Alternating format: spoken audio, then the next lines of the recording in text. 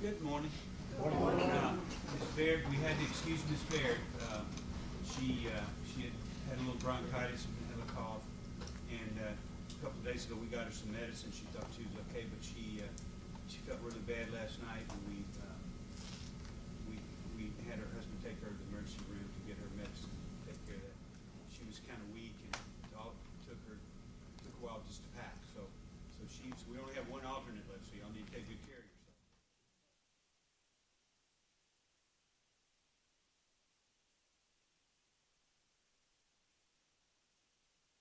Thank you, Your Honor. The defense calls Derek Pleasance.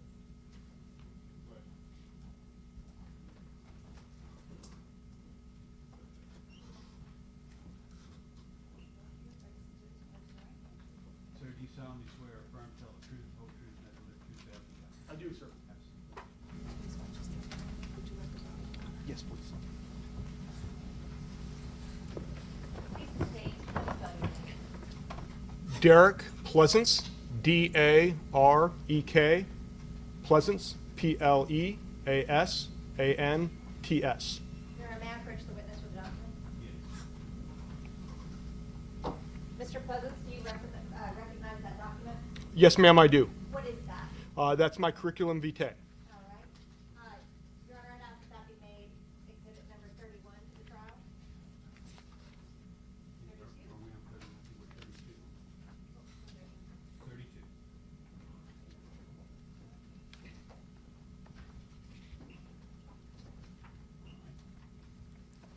Thank you.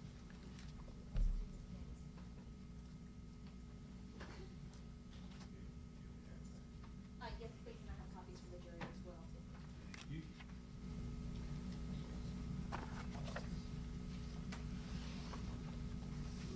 And we might have an extra one since we're missing a juror.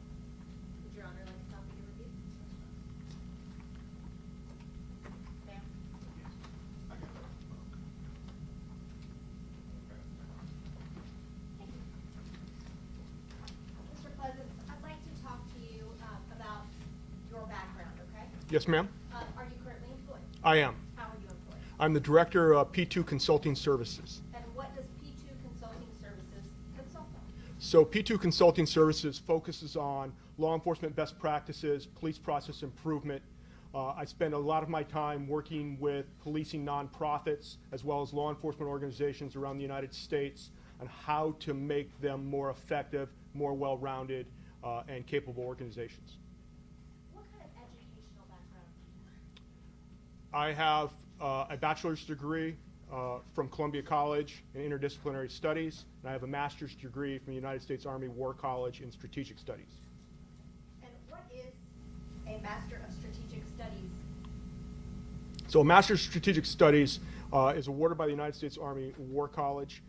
It's the premier senior service of the Armed Forces University focused on peacekeeping and stability operations around the world.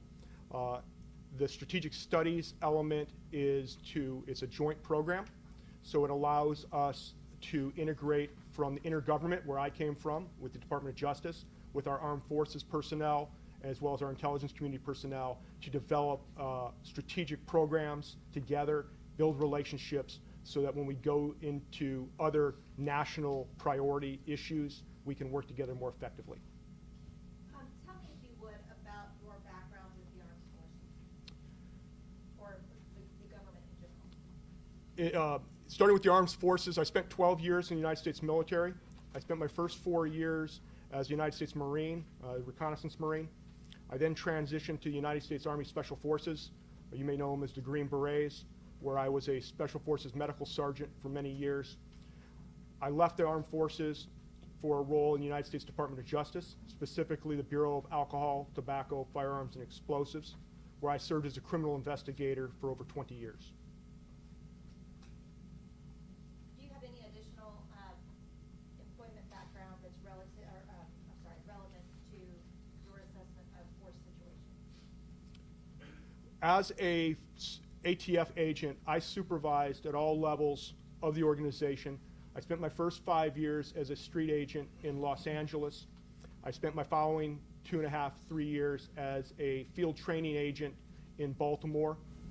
I spent 3 years operating internationally, where I was an instructor at the International Law Enforcement Academies in San Salvador, El Salvador, and Lima, Peru, and served as an advisor to the government ministries of Interior and Justice for the government of Iraq. I then served as a field supervisor responsible for ATF enforcement and investigative operations in St. Louis, Missouri. 2 years after that, I served as the field supervisor for ATF operations and investigations in Oakland, California, and the San Francisco Bay Area. I subsequently was selected to be the Assistant Special Agent in charge of the Philadelphia Field Division, where I had responsibility for all operations, investigation, and administrative investigations in the eastern portion of Pennsylvania, where I also led planning efforts regarding the papal visit in 2016, the Pope's visit to the United States, as well as the Democratic National Convention. I subsequently took responsibilities as a special agent in charge of the ATF Field Division in Seattle, Washington, where I led operations, investigations, and administrative investigations related to operations in the states of Washington, Oregon, Idaho, Alaska, Hawaii, and the United States Pacific Territories. During that time, I was then selected to be a Deputy Assistant Director at headquarters. I retired from that position in February 2022. In all of those roles, I was responsible for investigation of violent crime, as well as a supervisor overseeing enforcement, investigative operations, uses of force, as well as the investigation and the reasonableness determinations regarding uses of force. Have you had any opportunities to do any public speaking on this particular topic? No, I've never been a public speaker related to use of force specifically. What about like continuing legal education? I do continuing legal education for counsel regarding investigative techniques. I have done that for the Tennessee Association of Criminal Defense Lawyers. I also provide training to prosecutors around the United States as part of my consulting role with policing agencies is to improve their working relationship with their prosecutorial offices. And in those areas, we discuss use of force as well as other investigative and enforcement techniques. Have you had any other teaching experience? I was an instructor at the International Law Enforcement Academies in San Salvador, El Salvador, and Lima, Peru, where I taught critical incident management, investigative techniques. Do you have any professional affiliations?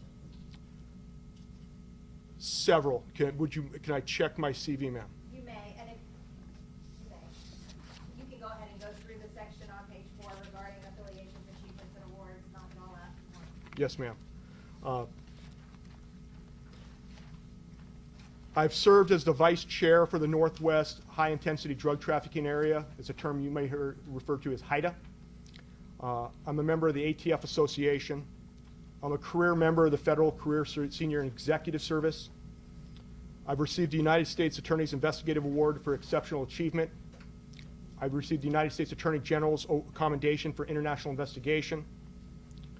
I've received the United States Attorney's Award for Exceptional Service. I received the Project Safe Neighborhoods Impact Award.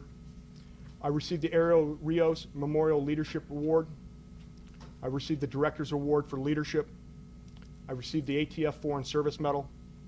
I received multiple ATF Special Act Awards. I've received multiple state and local commendations. I'm a member of the National Resource and Technical Assistance Center for Improving Law Enforcement Investigations. I'm a member of the American Society of Trial Consultants, and I'm a member of the Institute for Intergovernmental Research. Have you written any peer-reviewed publications? The only publications that I have personally authored was as team authoring, where I have authored documents for law enforcement organizations on crime gun intelligence improvement best practices. It's a consultative authoring where members of the team provide their expertise and input that is then consolidated by the nonprofit, and that is published to the policing agency. It's not publicly available. Do you have any advanced certifications and training? Yes, I do. Please tell the jury about that. As it relates to, as a criminal investigator, ma'am, can I refer to my list, please? Absolutely, yes. Page 5. Yes, ma'am.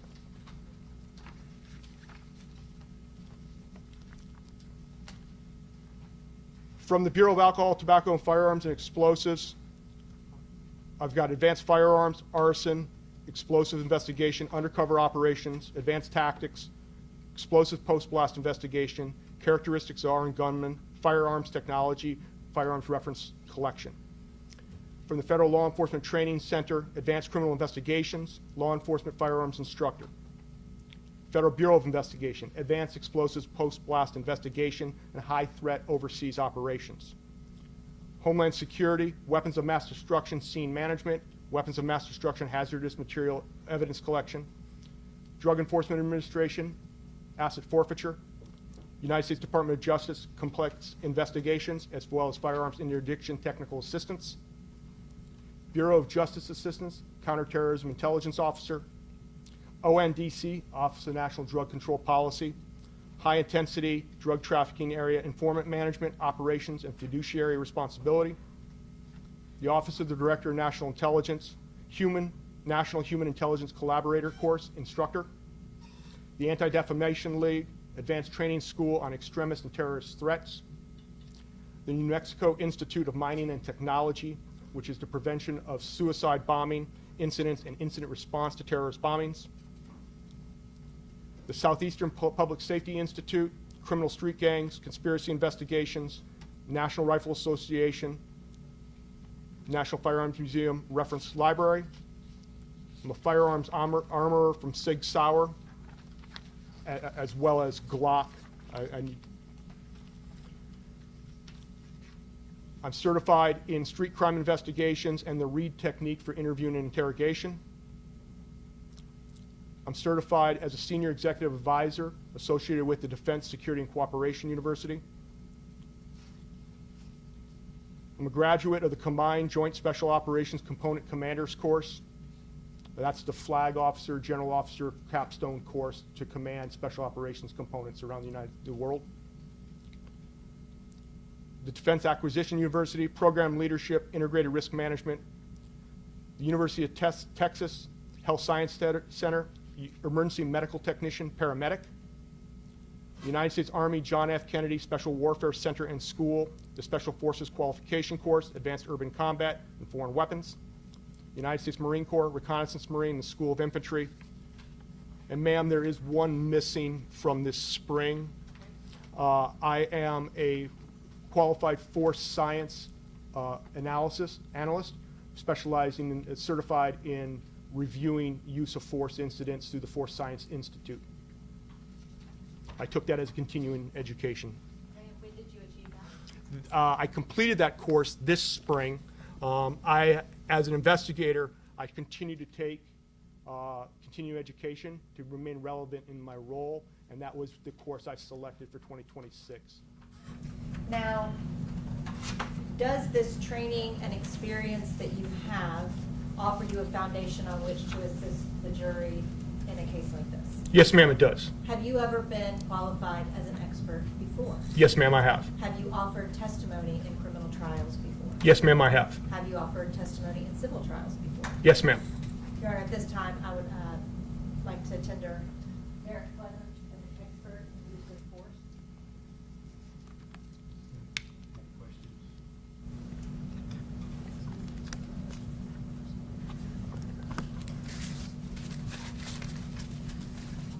No questions, Judge. No questions. All right, that'll be fine. Use of force. Now, Mr. President. Ladies and gentlemen, I'm also going to allow this witness to give his opinions on the field of use of force in this case. Thank you. Mr. Pleasance, have you testified numerous times? Yes, ma'am, I have. Do you have an approximate number? In the last 4 years, this, as an expert witness, this is my 9th, as I recall. Okay. Your Honor, may I approach the witness with the document? Yes, you may. Thank you, sir. Were you asked to review the use of force in this case? Yes, ma'am, I was.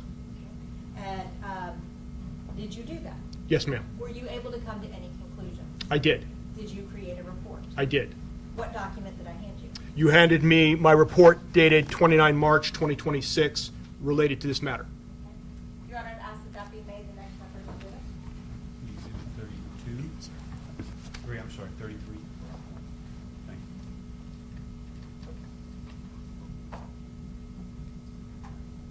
Yes, ma'am. I also have copies for yes. Thank you.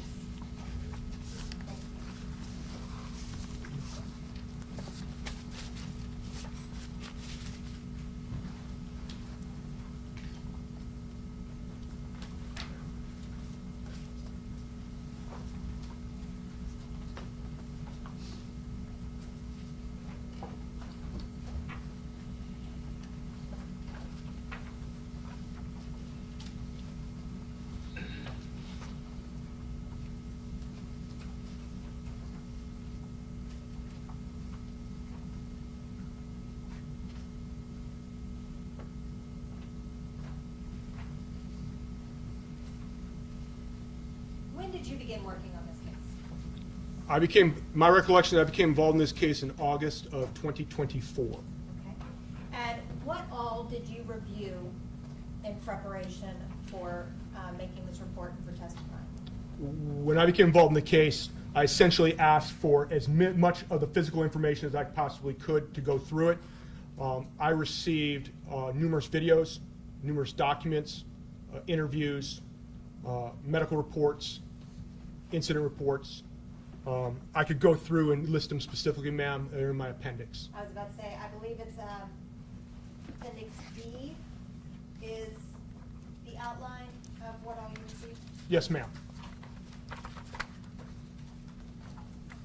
So when I became involved in the case, I requested to be able to review as much of the totality as the information as possible that's necessary for me to make my assessment and my opinion.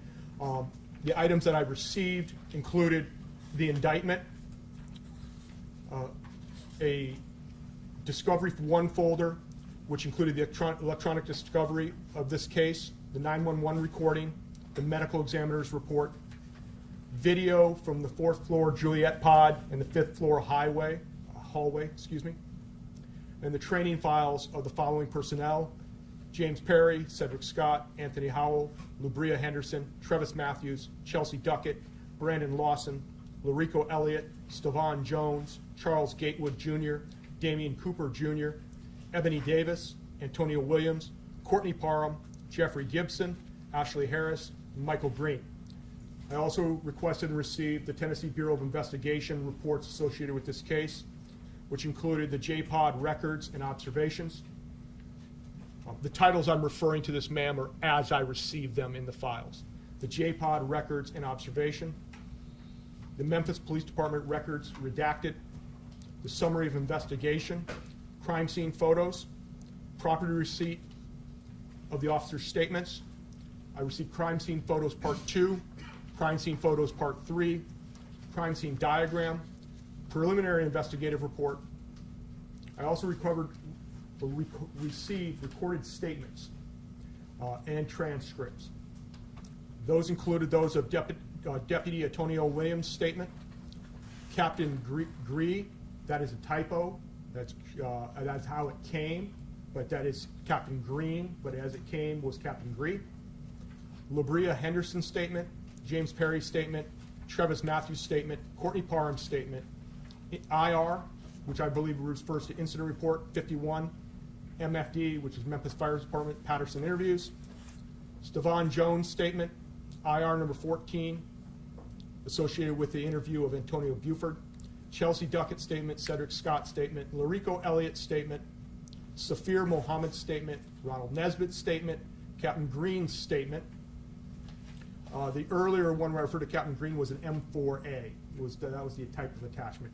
This Captain Green's statement here is a PDF. Brandon Lawson's statement, Ashley Harris's statement, Incident Report 15, which is audio recording of Safir Mohammed, Damian Cooper's statement, Antonio Buford's statement, Camry Porter's statement, Ebony Davis's statement, Charles Gatewood's statement, Anthony Howell's statement, Incident Report 17, which is an audio recording of Sergeant Ronald Nesbitt's interview, and Incident Report 50, MFD, Memphis Fire Department, Macklin interview. Additionally, on the recorded statements, I had audio as well.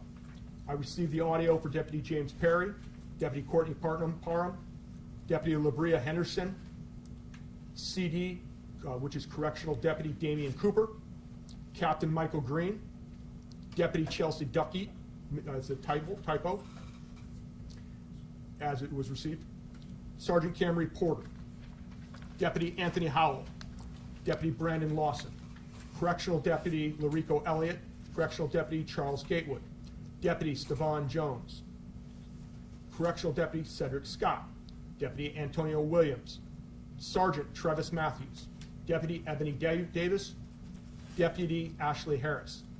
I also received and reviewed the personnel files of the following personnel: Travis Matthews, Damina Cooper, Michael Green, Labria Henderson, Anthony Howell, Ebony Davis, Larico Elliott, Courtney Parham, Jeffrey Gibson, Brandon Lawson, Charles Gatewood, Cedric Scott, Chelsea Duckett, Stevan Jones, James Perry, Antonio William, typo, but as received, Ashley Harris, all of which were redacted.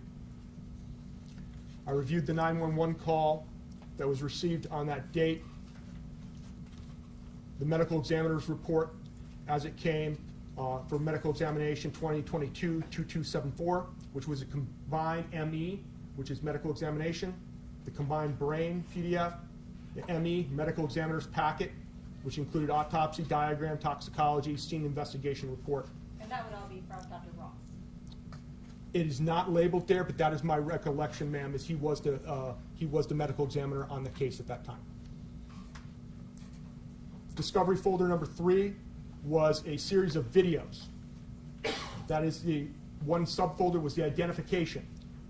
One was the Jones identification, and that was Memphis ICD Jones identification. The other was important individuals tracked. For the sake of time, ma'am, I'll abbreviate some. The individuals tracked, the Elliott identification, the Gatewood identification, the Howell identification, the Gibson identification, the full identification, the the Duckett identification, Cooper identification, the Davis identification, the Parham identification, and the 404 Hall identification. I also reviewed the training and certificates, Detention Response Team, DRT, Correctional Deputy Basic Recruit Training, Class number 71, Chemical Agent Training, Class 71 Orientation and Final Test. What's the significance of class number 71? Ma'am, it's my recollection, and I may need an aid, but I believe that is the class that Deputy Parham graduated from. Thank you. Memphis Alternative to Violence Practice. And for clarification, the training and certificates are related to specifically Deputy Courtney Parham, as I recall. These are trainings that he had taken that I reviewed, is my recollection. Memphis Alternative to Violence Project, 2017 Jail in Service, 2017 Juvenile Detention Services Training, 2018 Jail in Service, 2019 Jail in Service, Detention Response Team Training, 2020 Special Operations Training, 2020 Jail in Service Waiver, 2021 Jail in Service, 2022 Jail in Service, 2022 School Resource Officer in Service, 2022 Juvenile or Jail Juvenile Training.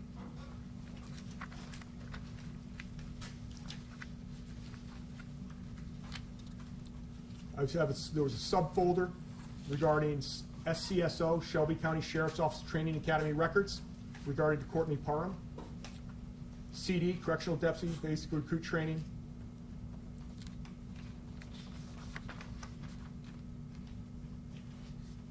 And this is largely a duplicate of the previous folder. So the Jail in Service, Juvenile Detention Services Training, 2018 Jail in Service, Special Operations Training. There was duplicative material in there. I also received a statement from the Academy instructor, Keith Williams, which I reviewed associated with this case. I reviewed the government's expert, Paul Miller's use of force report. I reviewed his CV as well. I reviewed Memphis Fire Department medical records. I reviewed medical records associated with Mr. Freeman. And as that's received, that's a typo on there. It should be, it's Gershun Freeman on this document. It should be as Freeman, but as received. The MMHI discharge summary from Mr. Freeman from 2012. Discovery folder 6 had policy and procedures in there. Discovery folder 7 included the Shelby County Sheriff's Office's major incident packets, including documents related to Howell and Sergeant Cam Reporter. The offender management system incident detailing the report on 5 October 2022. Shelby County Sheriff's Office use of force forms related to Porter, Williams, Scott, and Gibson. I reviewed Dr. Ross's interview with the state. I reviewed Dr. Ross's interview with the defense. I reviewed registered nurse RN Rovelta Sain's emergency response note. And I reviewed the BOPSI statement, Bureau of Professional Standards and Integrity statement of Mr. Keith Williams.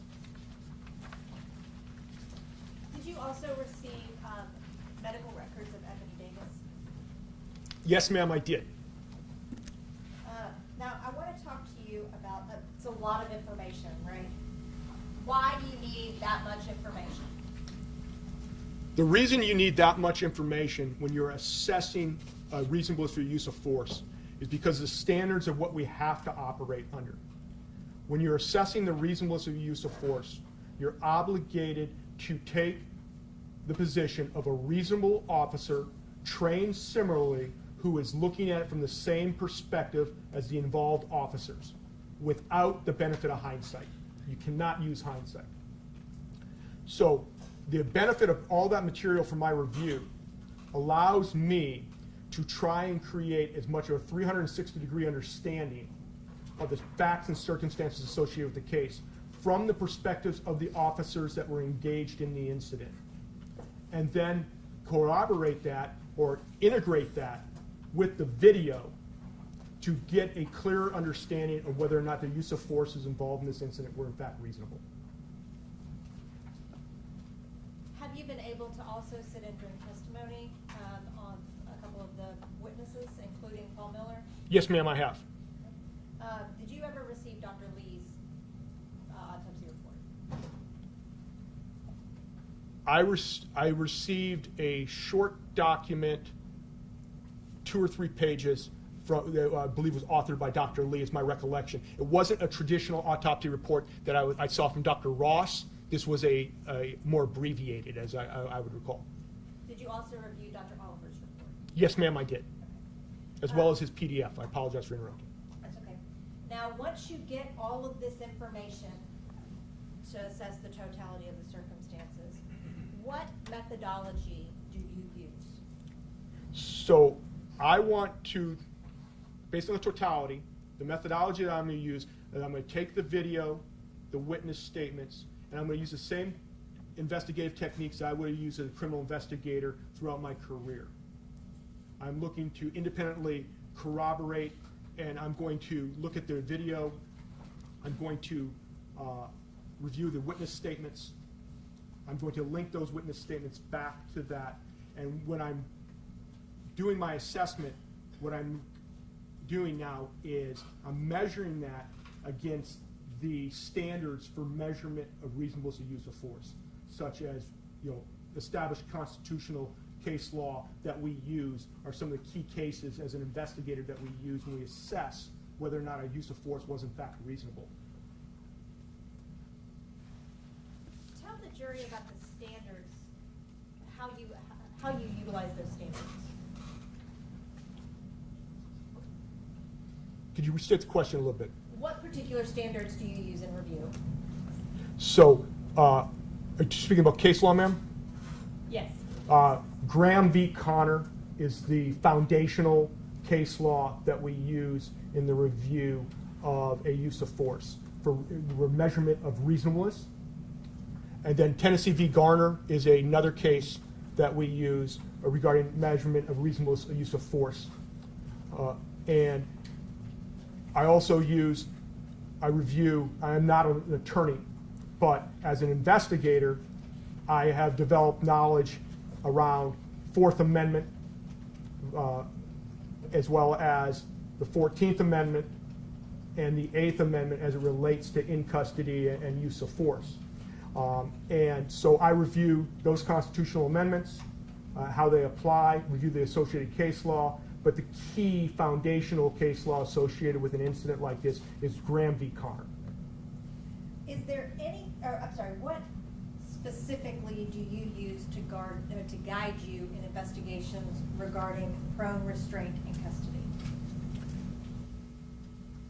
As a use of force investigator, I look at the totality of the circumstances from that perspective of the officers. And prone restraints, the research I review is some peer-reviewed studies conducted through the force by medical professionals and scientists over the years to assess the lethality, perceived lethality of that technique. Ma'am, if I could review my report, I could tell you exactly which of those medical examiner reports I use.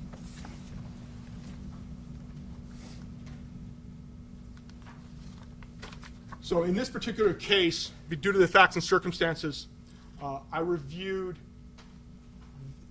the studies, 3 key studies. One is restraint position and positional asphyxia, and that is a focus on prone restraint and how it historically it decreases your ability to move oxygen, but it does not result in hypoxia or asphyxiation. I also reviewed weight force during restraint, and these are in Appendix C. And that assessed that there is no established clinical findings that applying weight while the individual is in the prone restraints is, in fact, inherently lethal. And then I did research ventilatory and metabolic demands during aggressive physical restraint.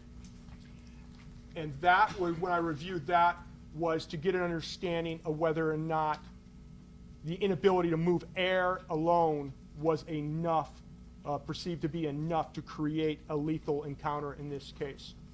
The reason I reviewed those 3 specifically was there has been historical documentation and concern in the law enforcement community about prone restraint.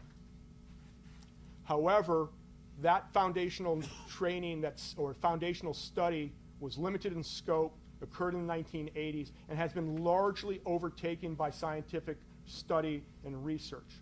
We remain hypervigilant regarding prone restraint, but the likelihood of prone restraint resulting in lethality is exceptionally rare and is almost never the cause of an officer's weight. It is almost exclusively caused by an underlying condition of some sort, according to these scientists. And that is, it doesn't take away our hypervigilance to the potential risks, but it does adjust our assessment of those risks.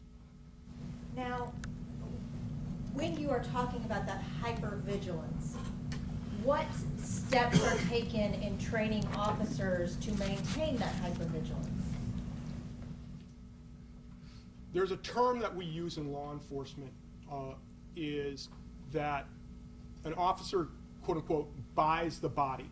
What that means is when they put force on somebody or they physically take control of that individual, they have essentially bought that as their primary responsibility until they are relieved. Okay? When we when we do that in a prone restraint environment, that means you're there not just to hold them in position, but you're also there to evaluate whether or not they are suffering from a medical emergency. Are they ill?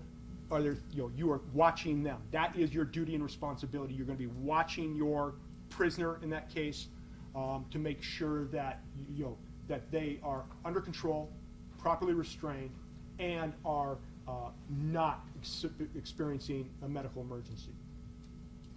How should you tailor your utilization of that maneuver in order to reduce risk?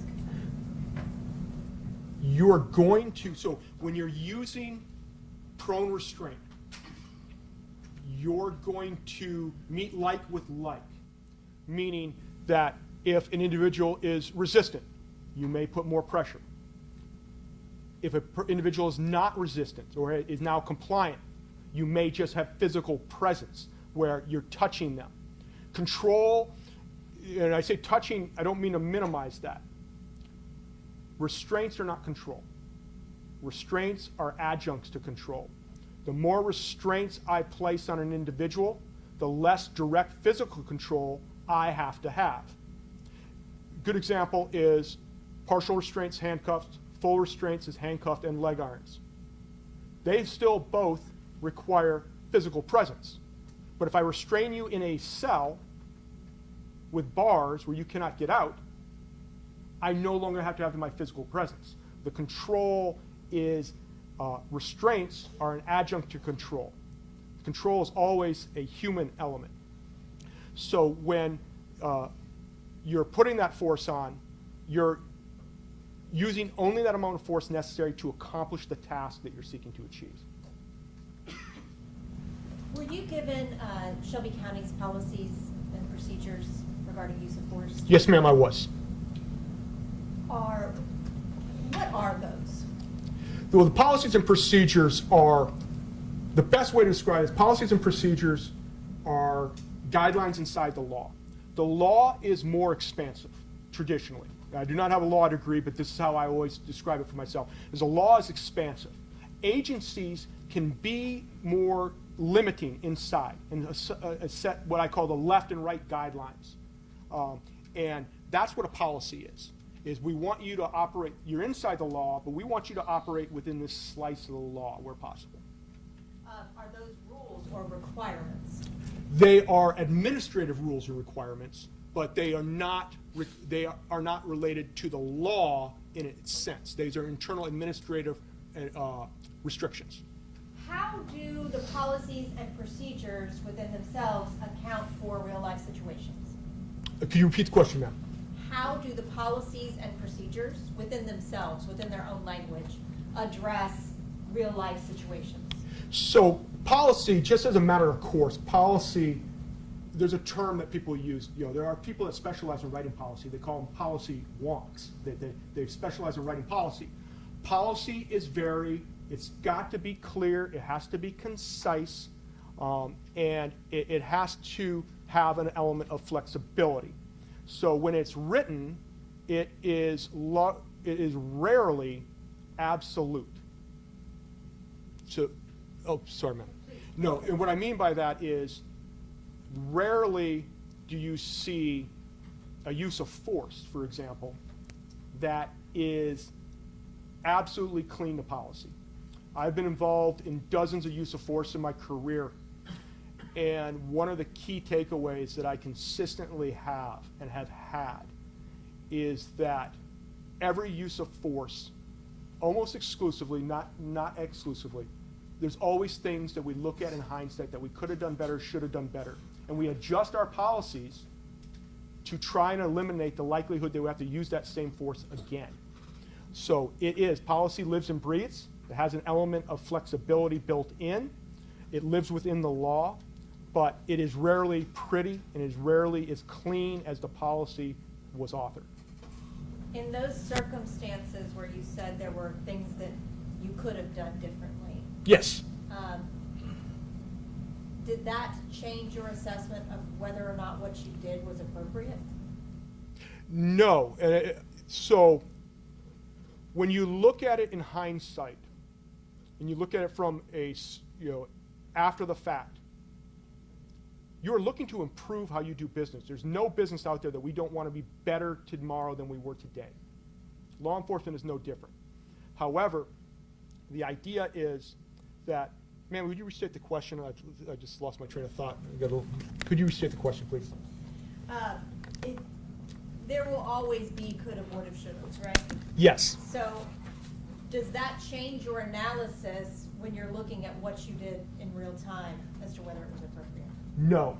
So the best way to think about this is you have multiple decision points. You have multiple courses of action that you can take. And the one that you take in the instant that you're involved with a critical incident, the decision that you make, tomorrow when we debrief it, you may decide, wow, I wish I would have done this. That doesn't affect the reasonableness of the decision that you made in the heat of the moment. And that's one of the key elements that I focus on as a use of force investigator, is the idea that in the heat of the moment, would a reasonably trained officer in the same situation likely have operated in the same way? That's how you balance it. Afterwards, you're assessing things in hindsight to improve your processes. But you can't use that hindsight to judge whether or not you were right in that time. During that time, we have to focus on the reasonableness of what that officer did or what those individuals did at that moment based on the information they had, the totality of circumstances, what they had seen, what they had encountered, what they were dealing with. All that has to be incorporated, and then later on, you may decide you're going to improve how you do that.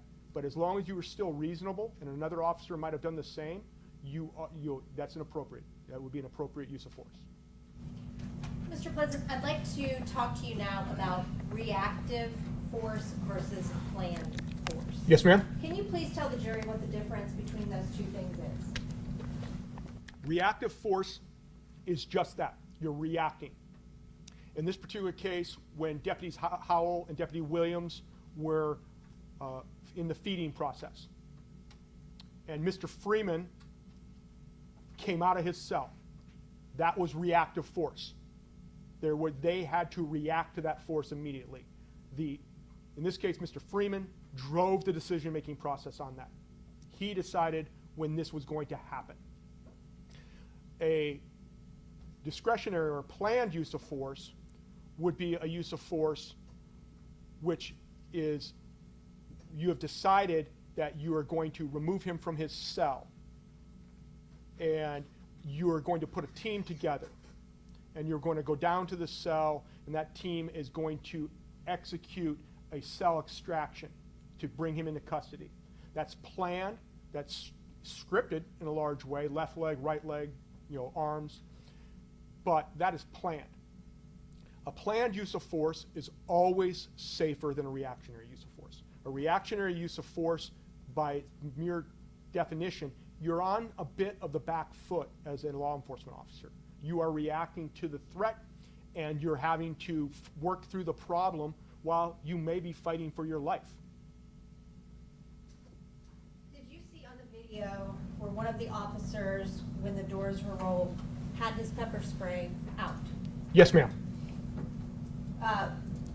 In your opinion, was that a planned use of force? No.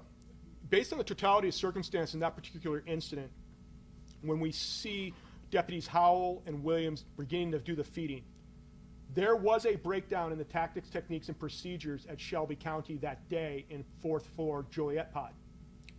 What happened was Deputy Howell, who was working in another area, was brought to assist with feeding. It was his understanding that the flaps did not work. It was Deputy Williams. Yes.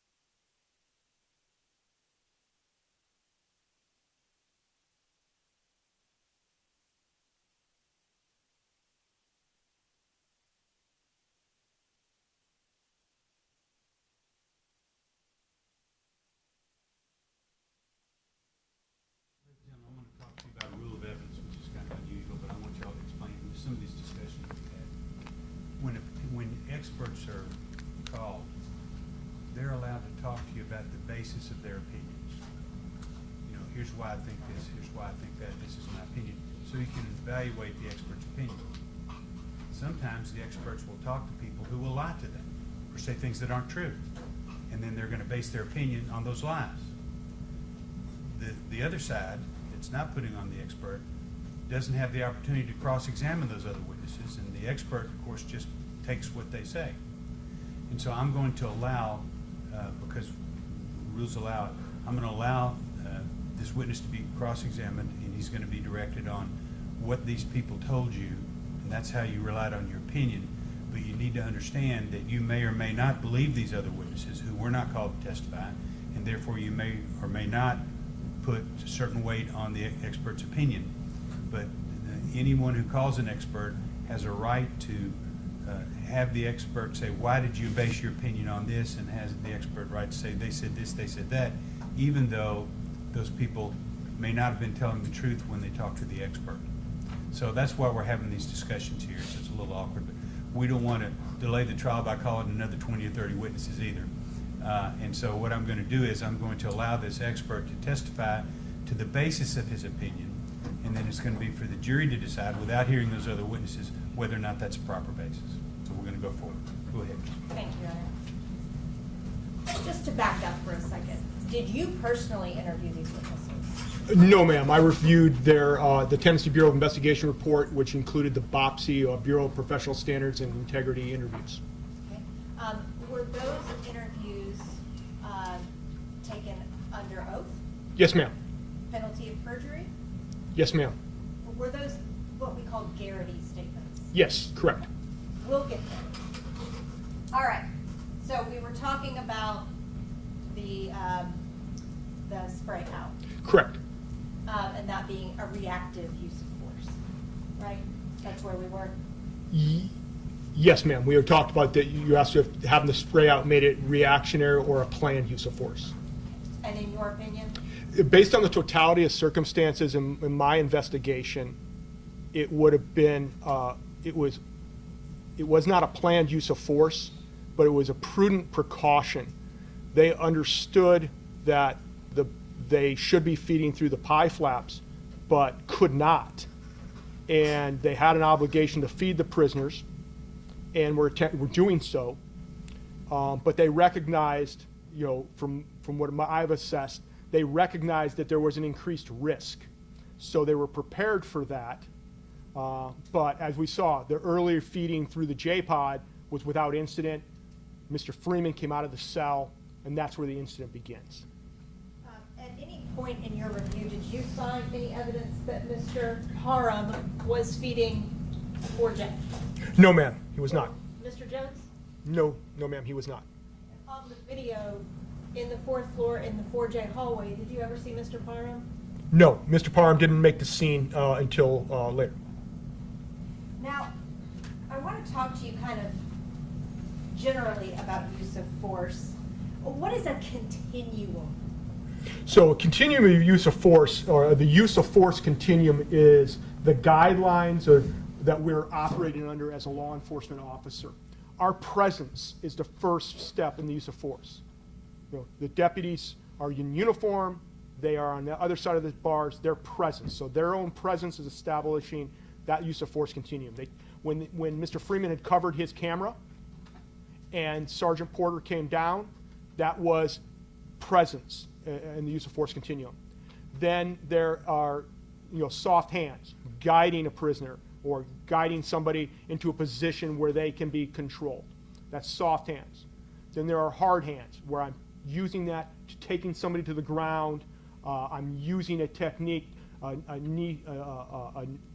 three-point knee or an S stance to hold a person on the ground. That's a hard hands techniques. Then there are intermediate weapons, such as pepper spray, or in this case, oleoresin capsicum spray. That OC is an intermediate weapon, and then we start to rise up to a level of lethal force.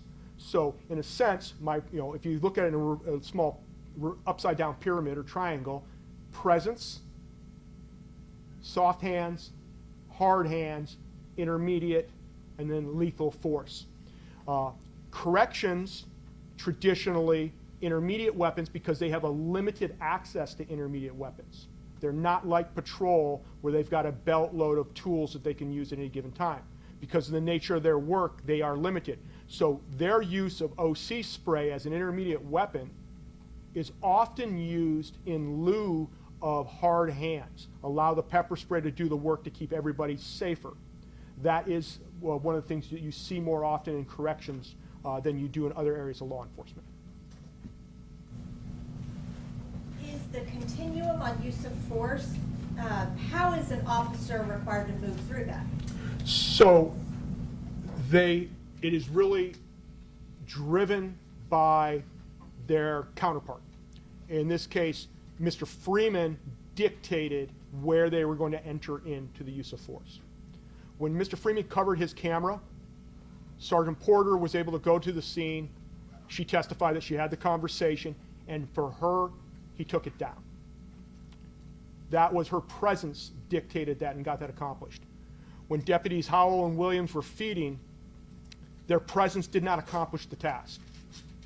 Mr. Freeman came out of the cell, violently assaulted the deputies, and as a result, they had to enter the use of force continuum at an area that meets that threat. They are not obligated to use a lesser technique. They're allowed to meet the threat, and they can exceed that level of threat to help them gain control. You heard Mr. Miller testify, right? I did, ma'am. You heard him describe stomps. Yes. What's the difference between a kick and a stomp? So a stomp is generally in a downward manner. Just, I'll demonstrate if you see it's just coming straight down. That would be a stomp. A kick is a soccer-style kick, using your foot and your lower leg, in a variety of different motion. A straight kick, I'm sorry, sir, it's okay to stand? Yes. Apologies. If you have a straight kick, and then you can do a round kick where you come around and strike like that. But those are the difference. Where stomp would be straight to the ground. Did you ever see Mr. Parham stomp Mr. Freeman? No, I don't recall seeing that in anything, ma'am. There was one time when Mr. Parham did utilize a kick. Can you please describe for the jury what kind of kick that was? Yes, ma'am. On the fourth floor, in defense of one of his colleagues, Mr. Parham, as a member of the DRT, he comes in and he only uses pepper spray one time, or OC spray one time on the fourth floor, and this is when it occurs. Deputy Buford is being assaulted and is being immobilized around his lower legs by Mr. Freeman. Deputy Parham, who has his cuffs in one hand, prepared to take him into custody, unholsters his pepper spray, or his OC spray, DPS OC spray, comes in, comes around, and makes a close-range shot to the face of Mr. Freeman. That does not get the immediate pain compliance that he was looking for. From my viewpoint, he did not immediately react to that, and in which case then he delivered what I call a round kick to Mr. Freeman's left flank, side area here, where is a short round kick to that side in an attempt to get him to break free from Deputy Buford. Now, in the video, it's hard to see exactly where he kicked, right? Yes, ma'am. When you say a round kick, is that the same or different than a roundhouse kick? No, that would be different, ma'am. Okay. And a round kick is a trained technique? Yes. Okay. And Your Honor, if you may just step down real quick and demonstrate All right. on just if you kick my leg. And if you're speaking, speak loudly or away from the microphone. Understood, sir. So a round Face kick. this way so the oh, jury sorry. can see. In this case, a round kick would be if I come in, I'm getting older, I apologize, and strike here. That would be a round kick. I'm coming kind of around the body and striking where I want. Okay. And did that, if you're Yes, ma'am. Was that effective to get Mr. Freeman off of Sergeant Buford? It definitely contributed to it. Mr. Freeman subsequently released, and Deputy Buford was able to move away. Okay. Now, I want to talk to you about the timeline and the actions and uses of force by Courtney Parham, okay? Yes, ma'am. Do you remember when Mr. Parham arrived on the 4th floor? I'm not asking for a timestamp, I'm asking for a circumstance. Yes, ma'am, sorry. So, the 4th floor J-pod has evolved. Mr. Freeman has been fighting for just over a minute at this point. He's in the process of leaving the threshold of the 4th floor J-pod. And you can see at this point in time, you don't see that threshold fight up close. You see a camera view from above, and you see a view from the J-pod looking out. When you have the above camera view, you can see Deputy Parham arriving as a DRT member. At that same time, there's some spray that gets on the camera lens, but that's when he arrives on the 4th floor, ma'am. There was, at that time, my review of the facts and circumstances, the video and statements of those involved, as at the time Deputy Parham was arriving the scene, making the scene, was at the same time that Mr. Freeman had gained control of a DPS can of OC pepper spray from one of the deputies. You see the spray go across the camera lens, and 3 deputy witnesses, including Deputy Parham, document at that point in time. That is when Mr. Freeman had gotten control of that DPS OC and deployed it against staff. You then see the officers moving away. They have lost control of one of their key weapons, in this case a DPS can, and they are moving away to kind of regroup. That's when you see Deputy Parham come to the aid of Deputy Elliott and lead Deputy Elliott out of the scene. Deputy Elliott had taken a direct spray, according to witness statements, including Deputy Elliott's statement, that he had taken a direct shot of spray to the face. He was completely incapacitated. And at that point in time, Deputy Parham takes him under control and moves him away from the 4th floor scene. In Mr. Miller's testimony, he looked at the screen, if you recall, and said, "I don't know why he's walking backwards." Can you please explain that action for the jury? So, it would not be unreasonable for an officer to want to keep an eye on the threat. You don't, as a general rule, want to turn your back on a threat if you can avoid it. Deputy Elliott is moving away. He is incapacitated. Deputy Parham has got him by the arm, physical control of him, and is keeping an eye on, from based on where the video is, where we shortly thereafter see Mr. Freeman come out, is he is likely, in my opinion, keeping an eye on the threat that is unfolding there as he's moving Deputy Elliott out of the area. Keep an eye on that threat, and then just for safety, officer safety purposes. And then the next time we see Mr. Parham, we've already discussed that round kick. Yes, the next time we see Deputy Parham is after he has escorted Deputy Elliott to medical, to get higher medical care. He returns to the scene. And when he returns to the scene at that 4th floor landing is where he observes Deputy Buford being assaulted, and that's where he makes his action there and delivers the only OC deployment he does in this incident. And were his actions there reasonable? Yes. Yes, his actions, a similarly trained officer in the same circumstances would have reasonably delivered the same action. And that would have been also within his training? Yes. Now, the next time that we see Mr. Parham is on the 5th floor, would you please describe that for the jury? Yes. When Mr. Parham is first seen on the 5th floor, Mr. Freeman has already been taken to the ground by Deputies Lawson, Jones, and Perry. Deputy Parham comes to the scene and immediately deploys his handcuffs. You can see his handcuffs in his hand. He is moving around the scene, and based on my knowledge, training, and experience, he's looking for the term we use is finding work. Where should he be to contribute to ending this incident? But my assessment of Perry, Jones, and Lawson is they are establishing control on Mr. Freeman at that time. Deputy Parham, I believe, came to the same conclusion and does not intercede at that point in time. He is standing by to assist, but he does not take any action at that time.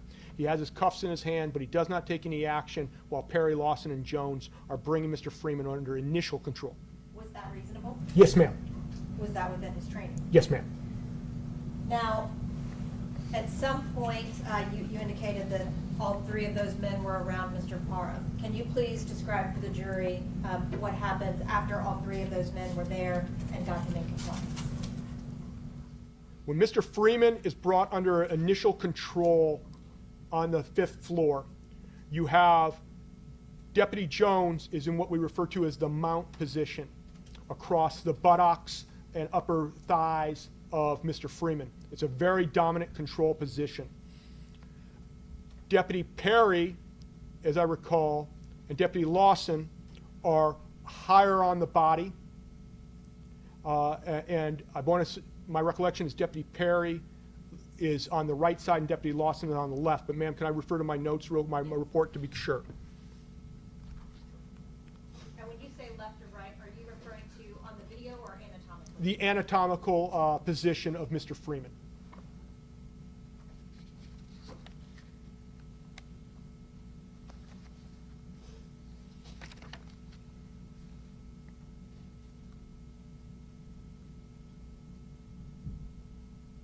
Yes.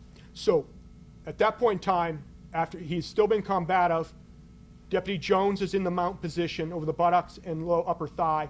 Deputy Perry is in a position on the anatomical right side of Mr. Freeman, and he is placed using a knee placement to help restrain combative Mr. Freeman. Mr. Lawson is on the left side anatomically doing the same, attempting to gain control of Mr. Freeman's hands so he can be handcuffed.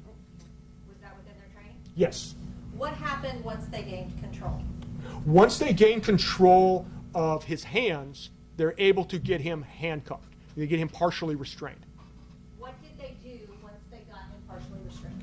Once they got him partially restrained, the deputies appear to me, based on my knowledge, training, experience, and review of the facts and circumstances, they immediately begin de-escalation. Officers Perry and Lawson no longer need to be on the upper portion of his body because they've got him under control, partially restrained, and they have him under control from the mount position that is very dominant from Stevan Jones, Deputy Jones. So they get up and are in a standby position. You can see on the video review and based on the witness statements and the investigative reports I reviewed is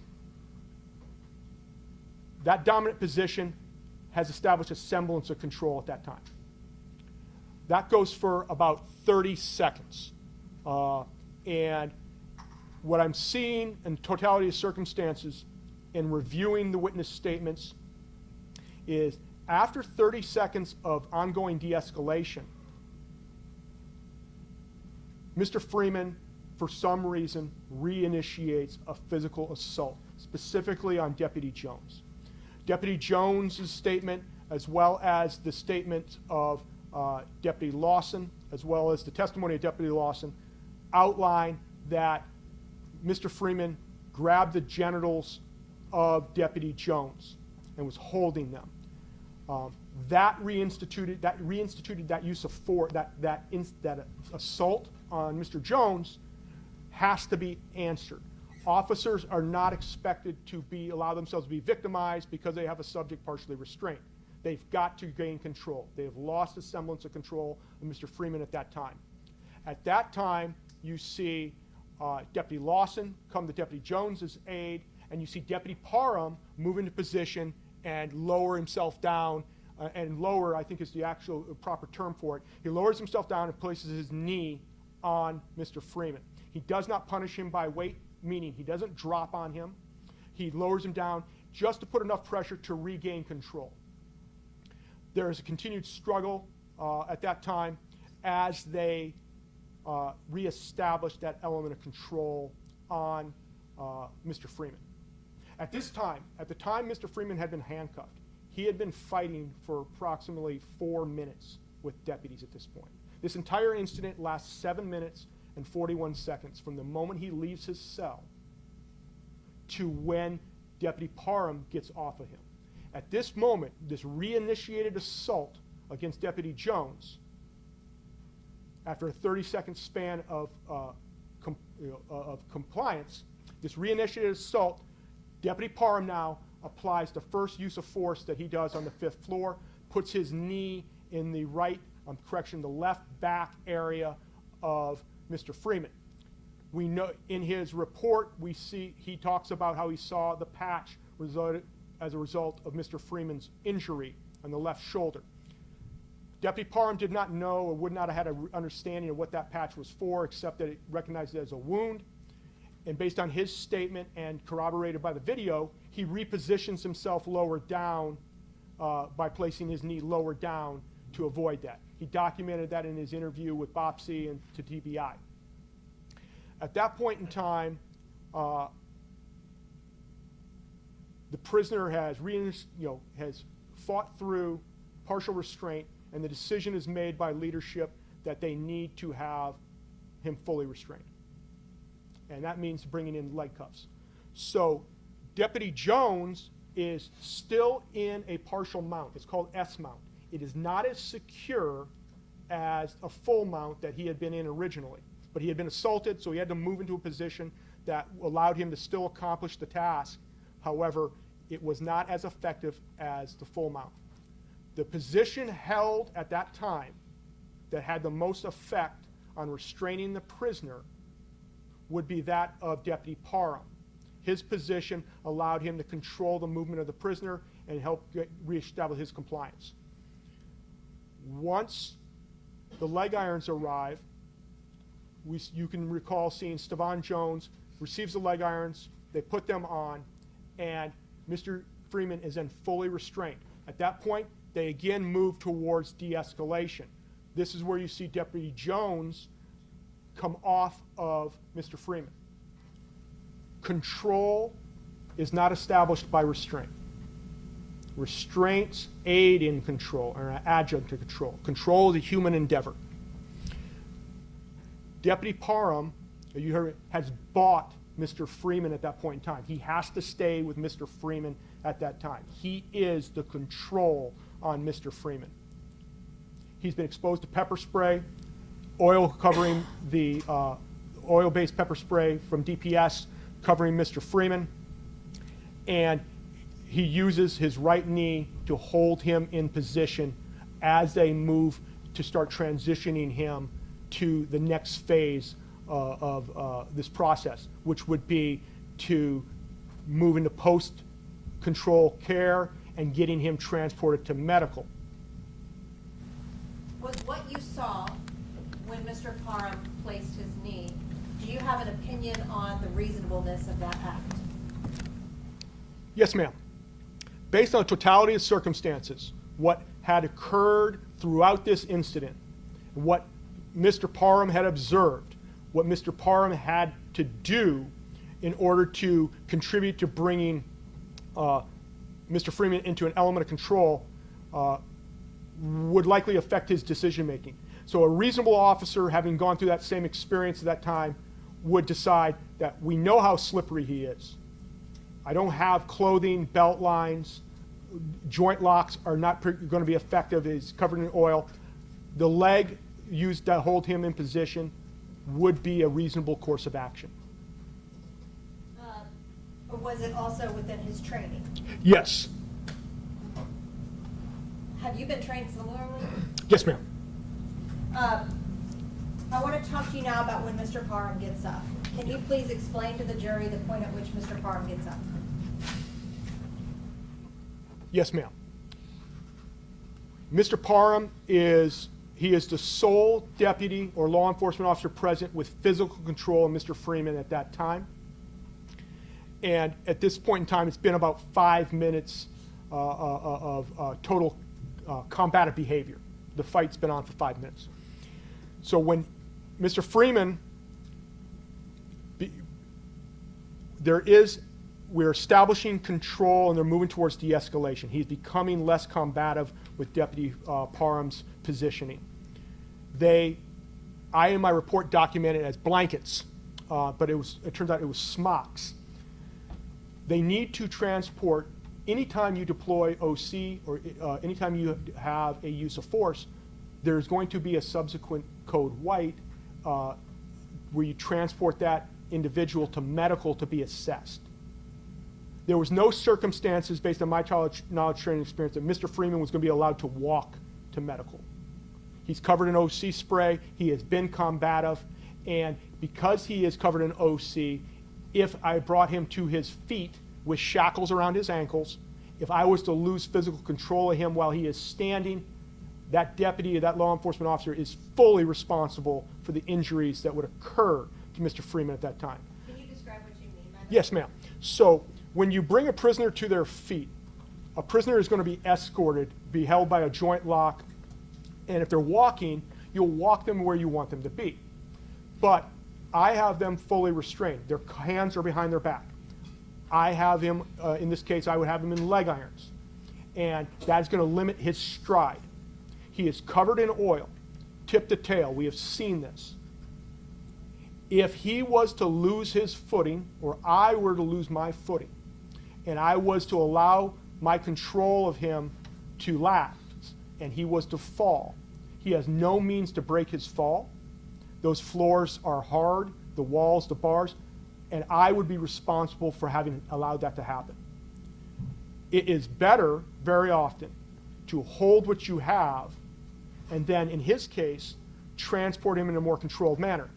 And when I assumed it was blankets, it turns out to be smocks. What I was seeing is they were looking, because they have to transport him to medical, it was on a separate floor. You cannot take the risk of continuing to contaminate every person you come by on your way to getting him to medical.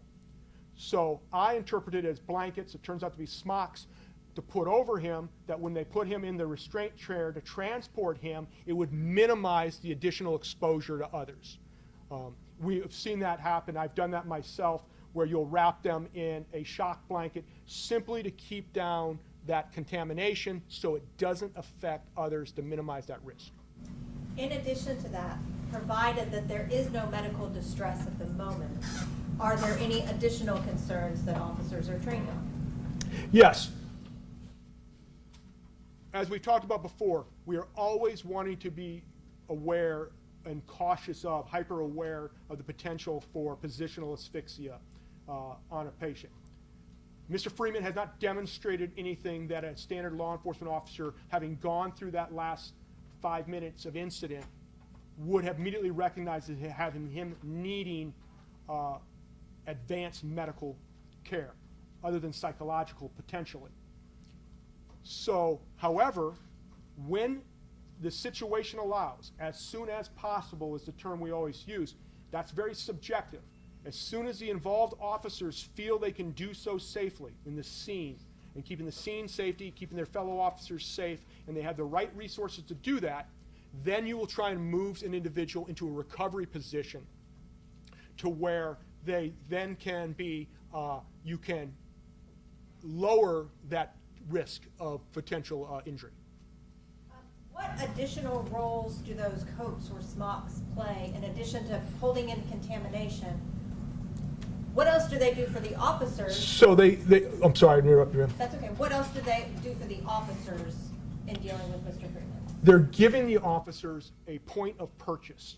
Right now, covered in oil, sweating, having been fighting, he is very slick. The officer's hands are slick based on the oil.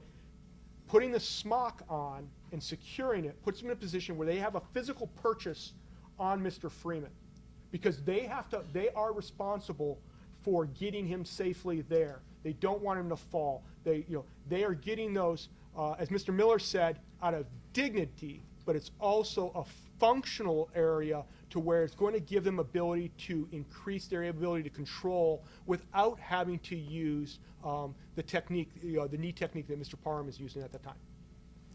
And did the naked slipperiness contribute to the need for the particular maneuver of holding him? It may have, because Mr. Freeman, in this tragedy, he wasn't responding to the pepper spray. Some people do not. He didn't seem to be feeling the analgesia, the pain of it. So he's covered in it. And when an officer puts their hand on somebody, their pepper spray burns everything it touches. It feels like a second-degree burn is the best way to describe it. Using to knee gives him purchase. He's able to have the fabric to help get a grip on a relatively oily, slick subject The knee allows him to have that purchase, not have to use his hands, because law enforcement officers like to keep their hands free. Hands are how I get tools handed to me. Hands are how I receive additional equipment. So by using the knee, the fabric of his uniform is helping to hold him in position. And that's not unreasonable. That's a common technique. When you were talking about Paul Miller talking about dignity, would the clothes also provide cover for a naked inmate? Yes, yes. The officers, like Mr. Miller said, the officers were trying to give him an element of human dignity. These officers understood that this was not normal behavior. This was an aberration. And Mr. Freeman was going through something. And these officers needed to get him under control for institutional security, for their own officer safety, but also potentially for Mr. Freeman. He tried to flee to the 5th floor. He's fleeing, without rhyme or reason. He needs help. And this is the dignity to get purchase control of him, to minimize the likelihood of additional injury. They made decisions based on the totality of circumstances. And one of the key pieces with use of force that is something that we've always got to keep in the forefront as an investigator. Reasonableness is not outcome-based. What I mean by that is a tragedy occurred here. Mr. Freeman, he passed. His family is hurt. These officers are hurt. They're injured. Their families and them know that this is a tragedy. The circumstances of this, we have to look at it when we do this, is it can't be outcome-based.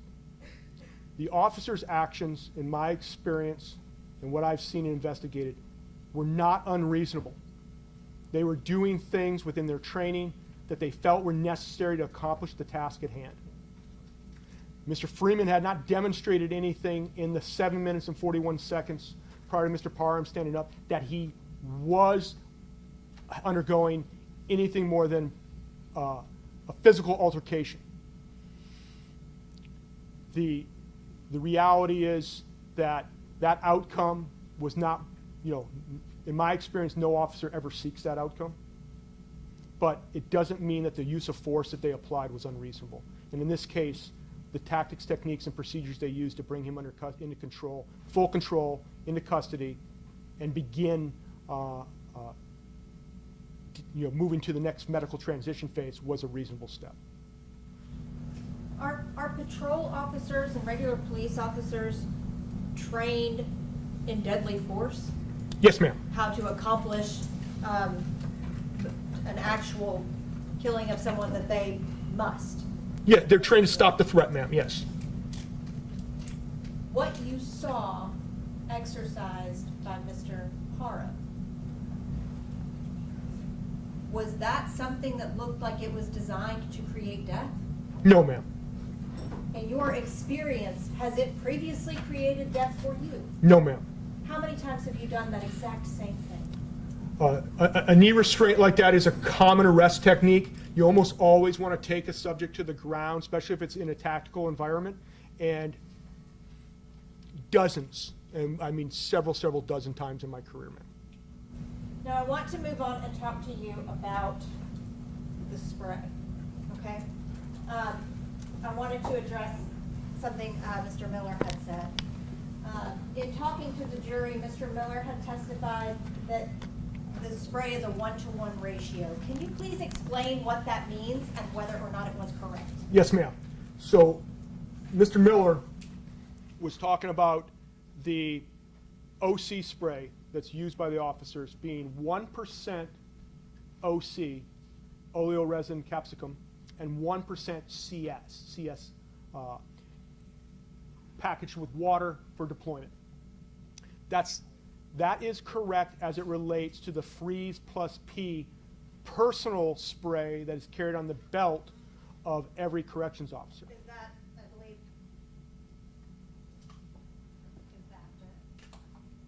Deputy Newton what he's holding? May I, sir? Yes. No, this is not Freeze Plus P. This is Punch 3. I don't know who the manufacturer is. No, this is made by the same manufacturer, Airco.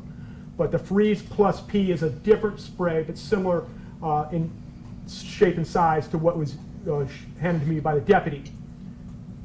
What about versus this? The DPS spray, which is Defense Pepper Spray in the silver container, is not one-to-one. DPS is 10% oleoresin capsicum and 1% CS, and its deployment mechanism is not water, it is oil.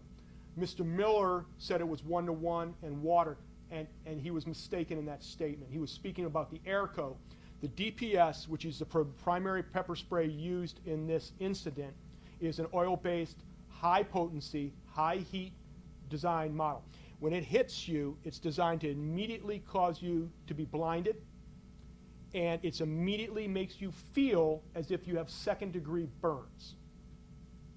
And the DPS, that is what's there, and it is oil-based.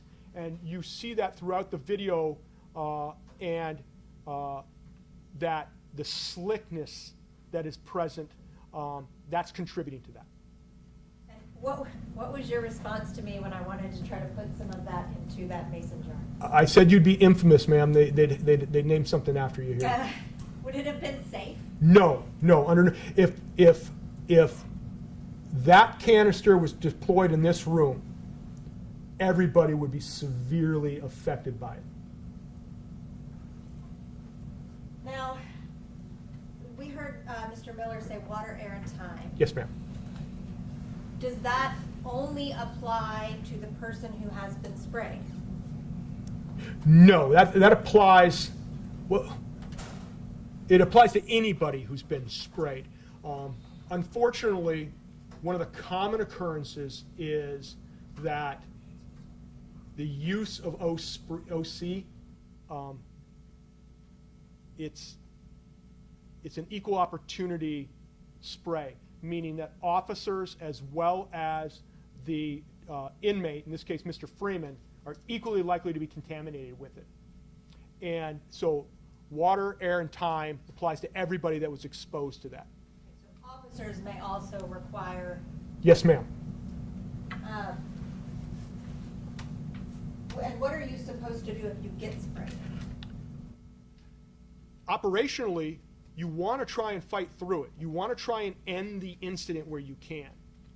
The DPS spray, it was actually singled out by one of the investigators from BOPSI, was the DPS spray was a relatively new deployment in the jails. I do not know the time frame, but it was described by the investigator, Investigator Wilhite, as a new spray. It was very potent.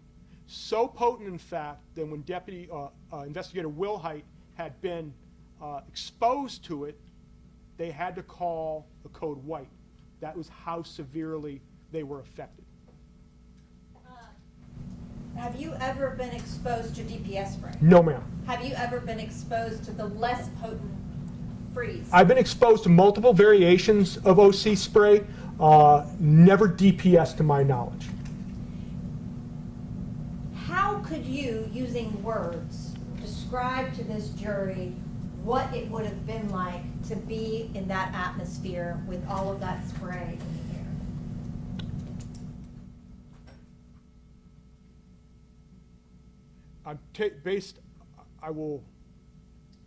Totality of the investigative materials, you would feel like your skin was on fire. Your eyes, you would essentially be blinded. Some of you would be blinded because it would hurt too much to open your eyes. So you essentially blind yourself. Some of you would be nauseous to the point of being physically ill. You see this with Deputy Jones when he is in the process of de-escalating prior to the reinitiation of the assault. You can see he is retching. Deputy Lawson talks about being ill on the 5th floor. Some of you would be coughing very badly. Your mucous membranes are going to be draining. Everybody's affected differently, but there are some common things that it's designed to deliver, which is the equivalent of that you're being burned at the 2nd degree. It is designed immediately to make it difficult for you to breathe and make it difficult for you to see. It's designed to blind you, and then it is going to be very, very slick. So on a carpeted area, you'd probably be able to move out of the room to an area of fresh air relatively easy. On a hard floor, all of you wouldn't make it. Some of you would be down on the floor probably. That's likely what would happen with a deployment like that in an environment. That's likely based on what the deputies were demonstrating on the video and in their reports. They're blind, they can't breathe, and they're being assaulted. And that situation is best described as a physical melee where you're blind and your skin's on fire. You saw numerous times that OC spray was deployed on the 4th floor, and you heard Mr. Miller talk about, why are they continuing to do this? In your opinion, what should a correctional officer do, reasonably, if the OC spray is not working? For a correctional officer, their tools are limited. And in this case, they had OC spray or hands-on technique. The deployment of the OC spray, remember we talked on the use of force continuum. An officer is allowed to insert that OC spray in lieu of hard hands because they want to minimize the potential for one-on-one combat with a potential adversary. When that became unable to be delivered, they had to go hands-on. Sometimes you can get additional resources, additional personnel, maybe additional tools. In this case, when I reviewed Sergeant Porter's review, her entire 4th floor staff was involved with this incident. Every person on the 4th floor with over 500 other inmates on that floor was involved with this single fight. It was simply, if the OC didn't work, it was going to come down to a human intervention that was going to end this encounter. I want to talk to you next about the phrase continued resistance. Yes. What is that? So continued resistance is resistance after you have begun to make the process of restraints. So this is where once Mr. Freeman was down on the 5th floor and handcuffed, he fought for a bit as they got him down. He fought as he got him into handcuffs. That's continued resistance. That's active continued resistance. Then we have 30 seconds where the officers are attempting to de-escalate the situation, in my interpretation. Deputy Jones is in the mount, and everybody's trying to de-escalate the situation. That point in time, Mr. Freeman reinitiates a violent assault, which is also a continuation of resistance. I want to talk to you next about the movement from the 4th floor up to the 5th floor. From a corrections perspective, why is that a significant movement?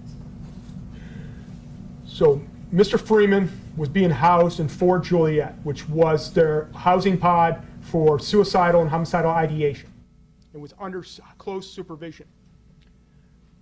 When he escaped that, a code blue was declared, and all the officers responded to that scene.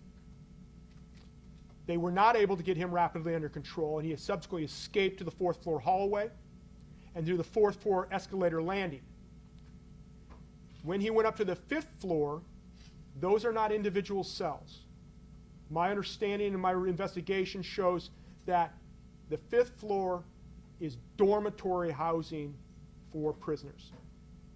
If he'd have been allowed to enter a dormitory, there would have been increased contamination, increased likelihood of additional individuals becoming involved from a prisoner standpoint, additional inmates becoming involved in the altercation. And if that allowed to happen, then you have an increased risk to losing control of your facility or parts of your facility. things like that increase the threat perception? Yes, absolutely.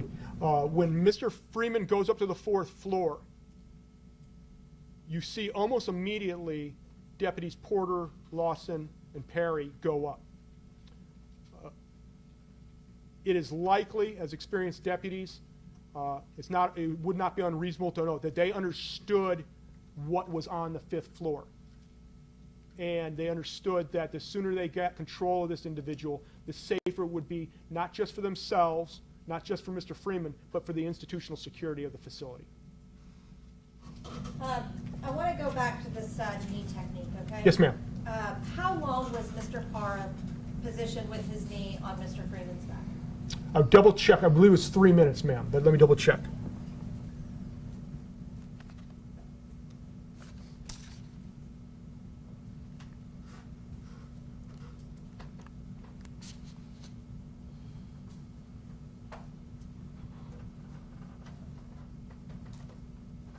I believe it was 3 minutes and 40 seconds, ma'am. Thank you.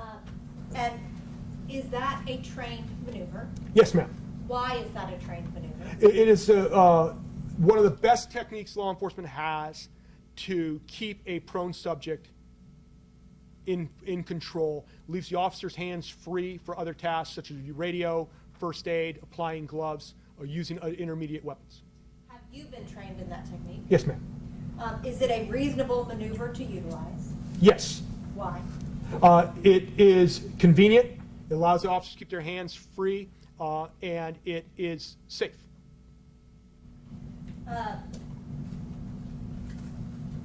If that move is done in compliance with training, how safe is it? Exceptionally safe, but not without risk. Your Honor, may I remove my jacket for a demonstration for the jury to be able to see better? Yes.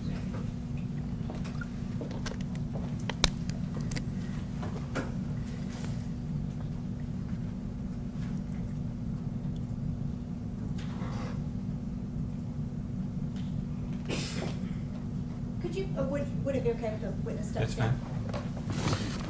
fine. You speak loudly, you're away from your microphone. Yes, sir. Mr. Pleasant, if you would please show the jury on my back where you believe, where you believe approximately the bandage was and approximately where Mr. Parham would have placed his knee. Review of video, medical reports. I believe the bandage was in this area underneath my 4 fingers here, on his left scapular shoulder blade. And where Mr. Parham would have approximately placed his knee. Initially, Mr. Parham was coming down in this area around the patch, but he realized that there was a wound there. So in his report, he documents, and you can see this. You see this reposition on the video. He repositions his knee down lower on the what I believe is the left lower back. Okay. Now, I would like for you to show this jury how this maneuver can be performed safely.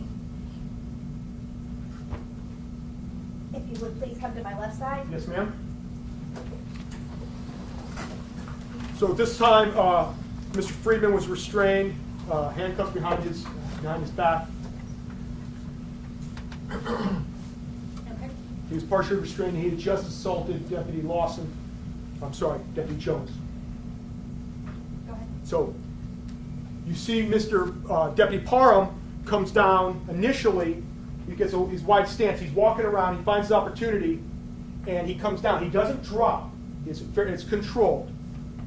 And he initially comes down right around the scapula here, but he then rapidly recognizes that, wait a second, there's an injury there. He documents that and explains why he repositions. Here, let me shift so that the jury can see a little Yes, bit ma'am. better. Let's do it this way. Your Honor, if you would check to see if the jury can see me okay. You're fine. So Deputy Parham brings his right leg down. He sees it within. Go ahead. He's done, and then he repositions, and he's here.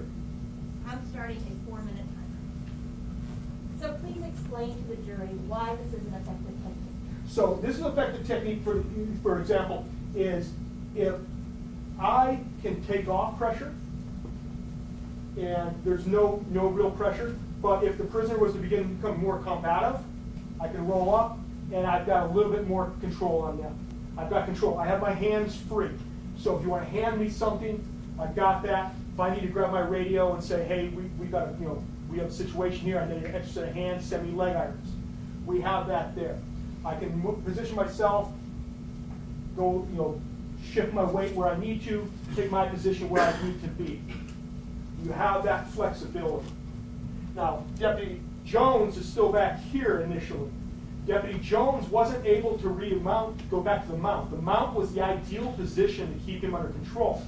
However, because where he had been placed and Mr. Freeman's size, his hands were in an area where he could assault Deputy Jones. Deputy Jones could no longer hold that position.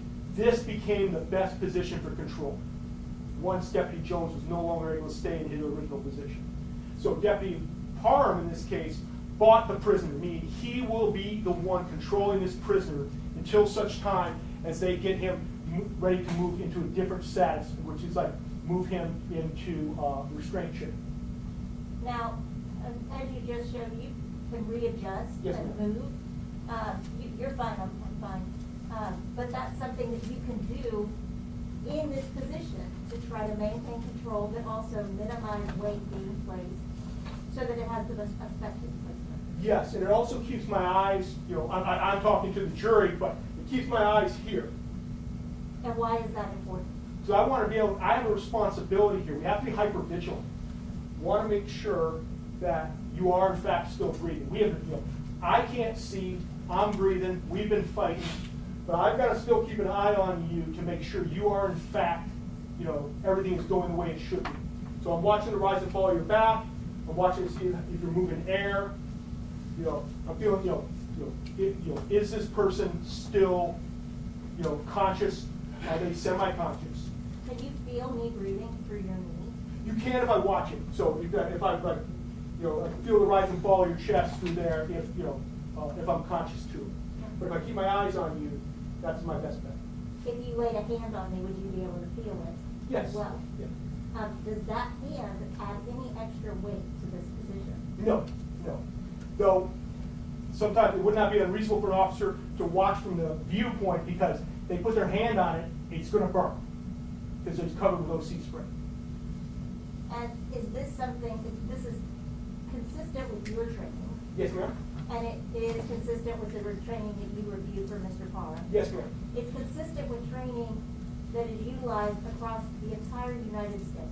Yes, it's actually a very popular technique with law enforcement now. We have had traditionally your best control areas across the shoulder blades.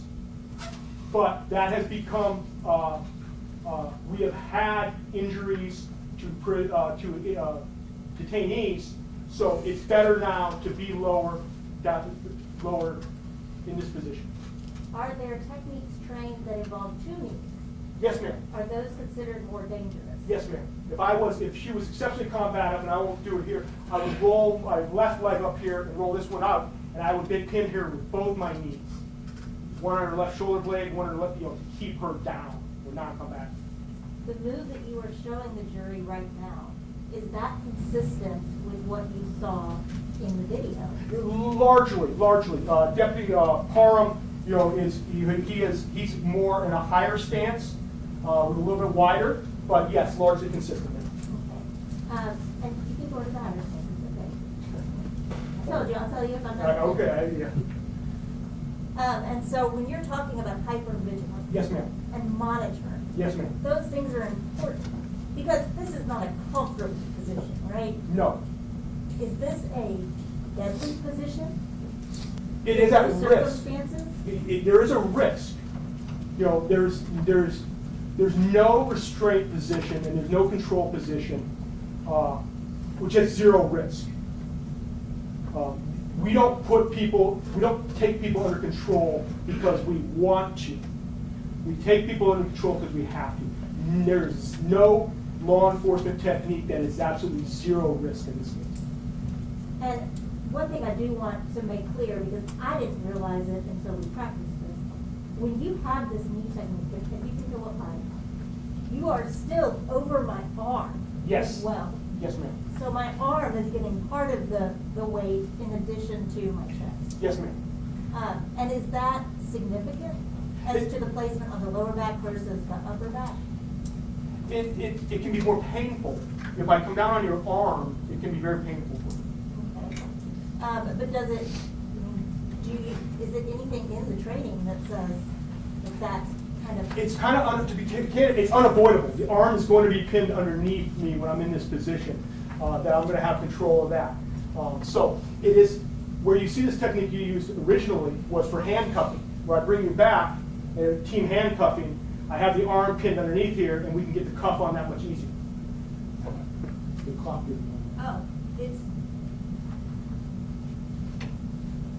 I think it's done. I think we just hit 4 minutes. All right, we can stand for it. And you indicated how long,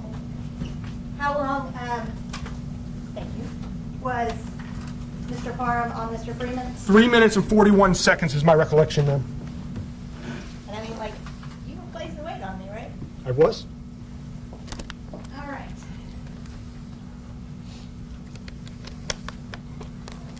One moment, please.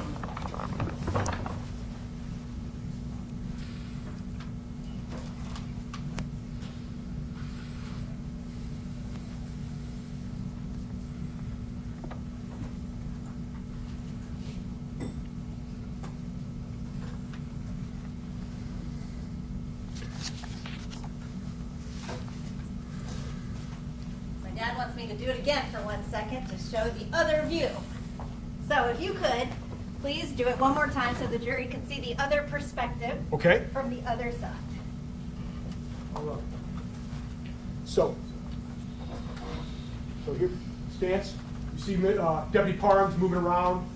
He comes to this side. He's got his cuffs in his hand. He's got cuffs. And I actually probably came down a bit harder than he did. For probably no less than, or no more than he did, that's for sure.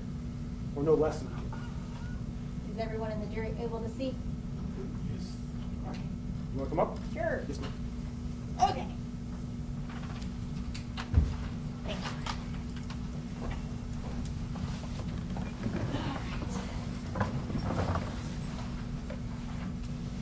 And all during that time, what would Mr. Parham have been experiencing from the spray?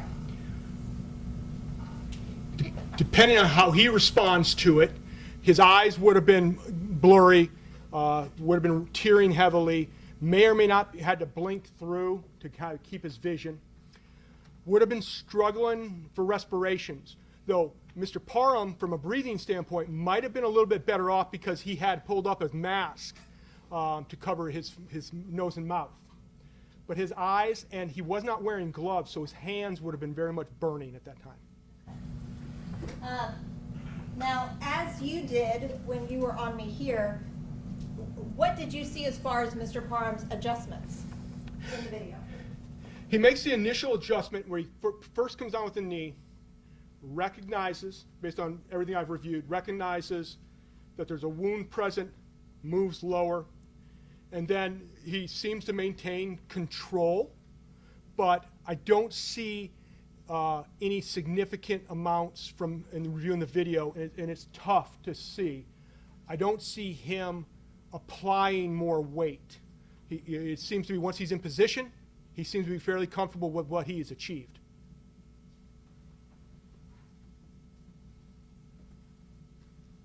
What is corporal punishment? Corporal punishment would be to use force as punishment for some sort of perceived infraction. Did you witness Mr. Parham engage in any corporal punishment? No, ma'am. The only time I saw Mr. Parham or Deputy Parham use any force in this incident was exclusively in the defense of others. With Deputy Buford is being violently assaulted on the 4th floor.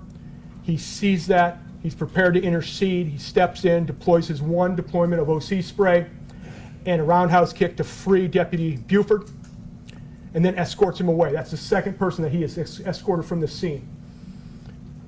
On the 5th floor, when he arrives, he does not intercede. He doesn't bring, because sometimes too many officers can create as big a problem as not enough.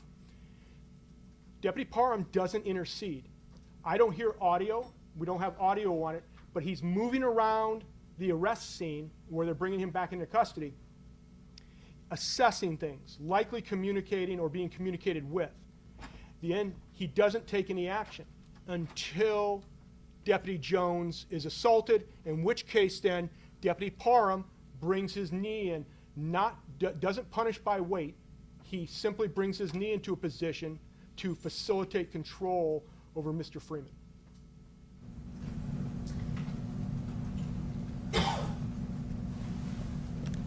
Or, in your opinion, did you develop any opinions about whether Mr. Parham's actions were within policy? Yes, I did.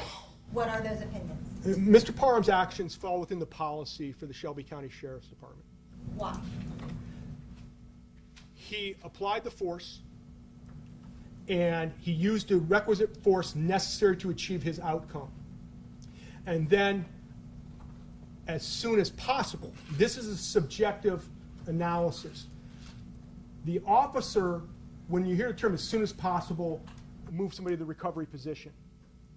That doesn't mean as soon as they've done what they're going to do and they've stopped resisting. No. As soon as possible means, have I established the right environment to transition to the next phase of this incident? Meaning in this case, this is a contaminated environment. This is an area where the air isn't good. They need the right resources. He's covered in oil. Before he can transition fully to that next phase, he needs to make sure he has all the resources positioned for that. So, though he is in the knee, holding him in position with his knee for 3 minutes and 41 seconds, one of the things I thought was very telling from my viewpoint was as soon as additional resources arrived, the smocks, he's up and away. Because now, no longer is he needed to hold him in position. We now have additional capabilities that are going to help hold him in position. In which case, then, when Deputy Lawson returns with those items, he is now in a position, he has been relieved of his duties and responsibilities there for the prisoner. He is moving to take care of himself, some self-aid, while that team begins to take it to the next phase, which was the post-control phase where they got him packaged and transported to medical. Unfortunately, Mr. Freeman's situation deteriorated and he passed.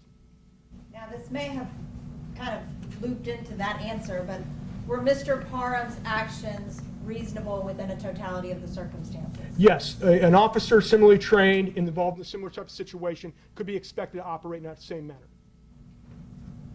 Does a reasonable use of force make the fact that Mr. Freeman eventually died any less tragic? No, this is an absolute tragedy for everybody involved. The use of force the incident was extraordinary. What had happened, getting out of the cell pod, getting onto the floor and escaping the floor to another floor, that is an extraordinary set of circumstances. Mr. Freeman, clearly there was something going on. But facility security, officer security, and Mr. Freeman's security, you have to get them under control. They did that. This whole incident lasted only 7 minutes and 41 seconds from when he came out of the cell to when Deputy Parham is off of him. 7 minutes and 41 seconds. Of that time, he had been fighting for over four and a half of those minutes. Deputy Parham was reasonable in his position to hold him in that position until he had the right resources and then transition him. That, as soon as possible, was happening. He had to create an environment to make that transition. The outcome of this is absolutely tragic, but it is not a result, from my view, of an unreasonable use of force. And you had the opportunity to review the interview with Margot Ross, right? Yes, ma'am. How is Margot Ross's conclusions consistent with your assessment? I take the medical in the totality. I'm a trained paramedic. So what I see when I'm assessing this use of force is, when I review the officer reports contemporaneously taken, they're watching his movement, rise and fall of his chest. When the first nurse arrives, they make an assessment. The most contemporaneous report in this incident was taken by Nurse Sane less than 1 hour after it completed. The first nurse on scene reports that Mr. Freeman's eyes are blinking and he has a femoral pulse.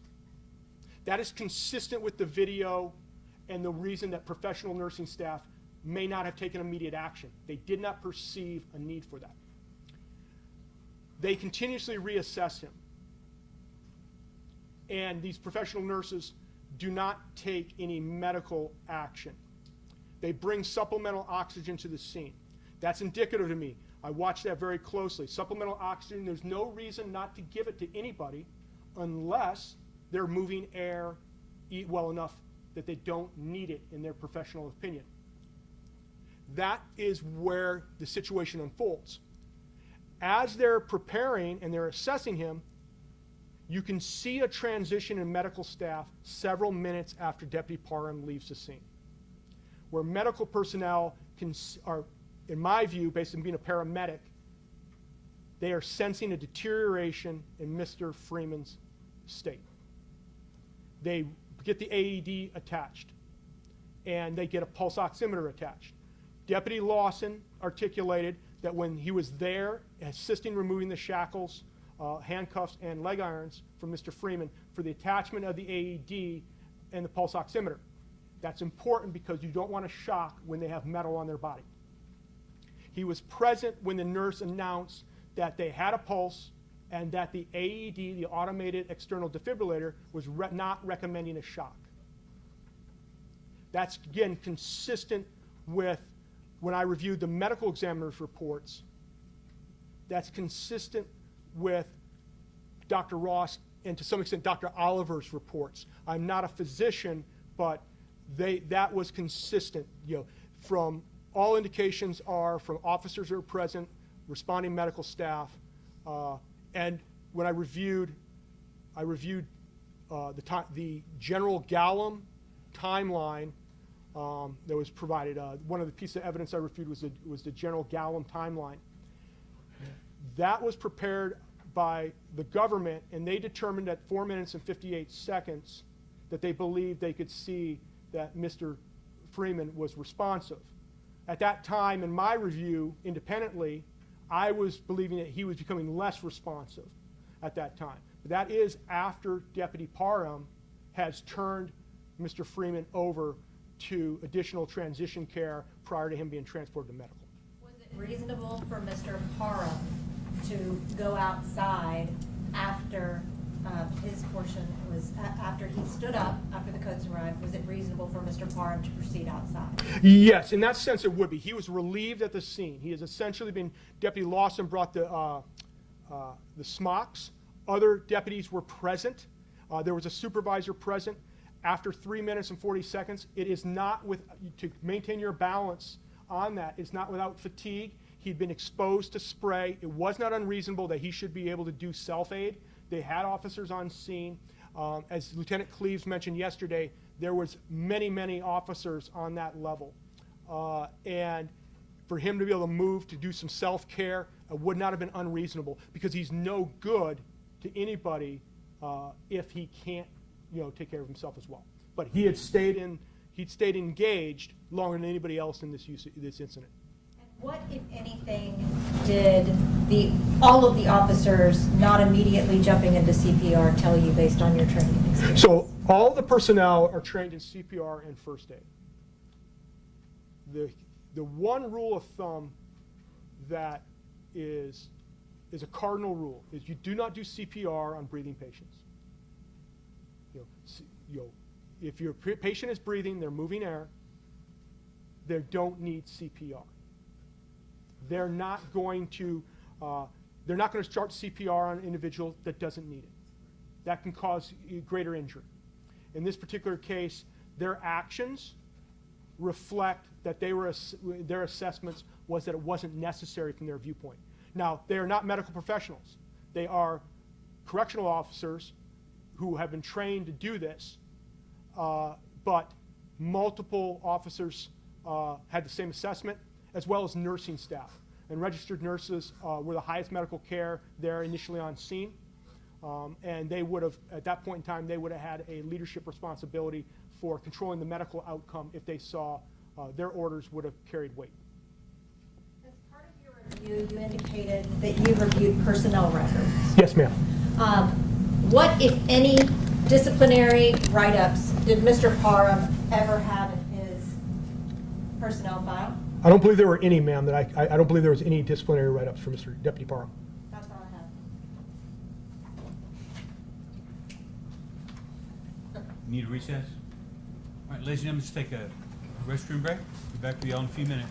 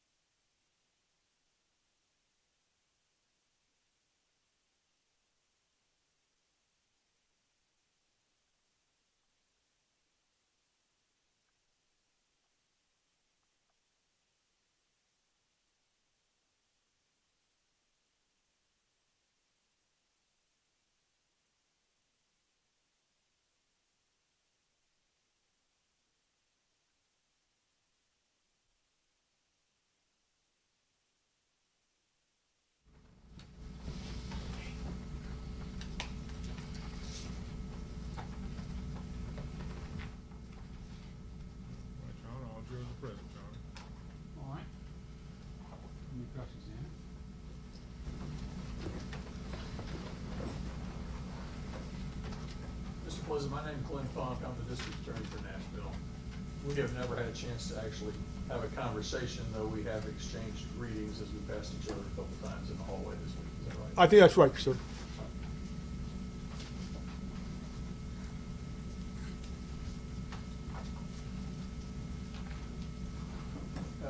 I noticed from your resume you live in Gallatin, Tennessee, which is Sumner County, which is an adjacent county to Nashville-Davidson County, is that right? That's correct, sir, but I no longer live in Sumner County. I relocated to Virginia about 2 years ago. Even while you lived there in Sumner County, Tennessee, you were familiar with National Sheriff Darren Hall and his reputation for running a safe jail. Is that fair to say? I'm sorry, who, sir? Are you not familiar with Nashville Sheriff Darren Hall and his reputation for running a safe jail? Not personally, sir.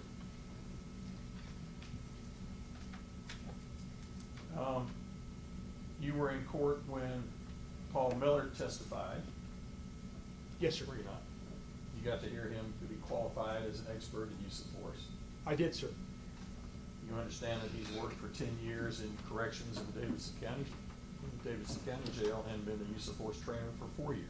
Yes, sir.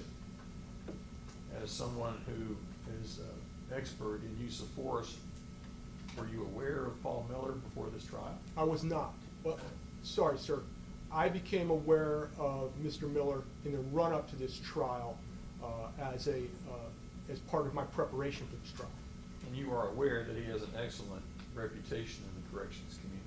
I don't have any personal direct knowledge of that, sir, other than his CV and his report. By contrast with Mr. Miller, you have never worked as a correctional officer in a jail, have you, sir? That's correct, sir. We've also heard from Dr. Lee. Do you have the same medical degree as Dr. Lee? No, sir, I am not a physician. Do you have the same experience as Dr. Lee with regards to forensic pathology? No, sir. Or medical testimony? You don't have that same experience? I as do Dr. not have that expertise, sir. And lastly, you do not have a law degree either. You're not an attorney. I am not.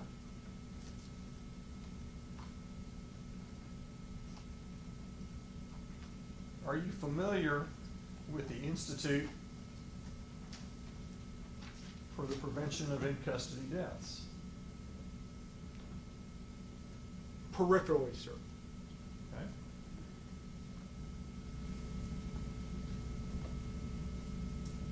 You have testified that the threat of asphyxia, and I'm going to try to quote you as close as possible, is largely overstated and almost never by an officer's weight. That's correct, sir.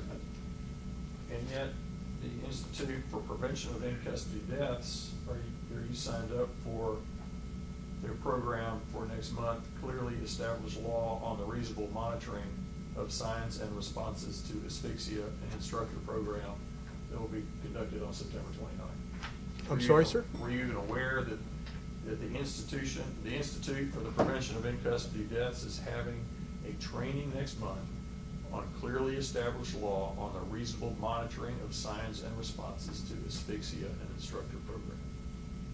No, sir, I was not aware of that. You're not aware of it and you're not signed up for it. Not to my knowledge, sir. But you would agree that jails and custodial institutions continue to make use of force policies with regards to asphyxia? Yes, sir. We have to remain hyper vigilant about it. Though the materials have evolved since it was initially broached in the 80s, it remains an issue for hypervigilance. It's an inherent risk. Considering the jail population risk pool in custody, custodial certain circumstances are an area where it's even higher hypervigilance. Do you agree that it is not industry best practice to continue to pin a restrained person to the floor after they've ceased resistance? I would agree with that, sir.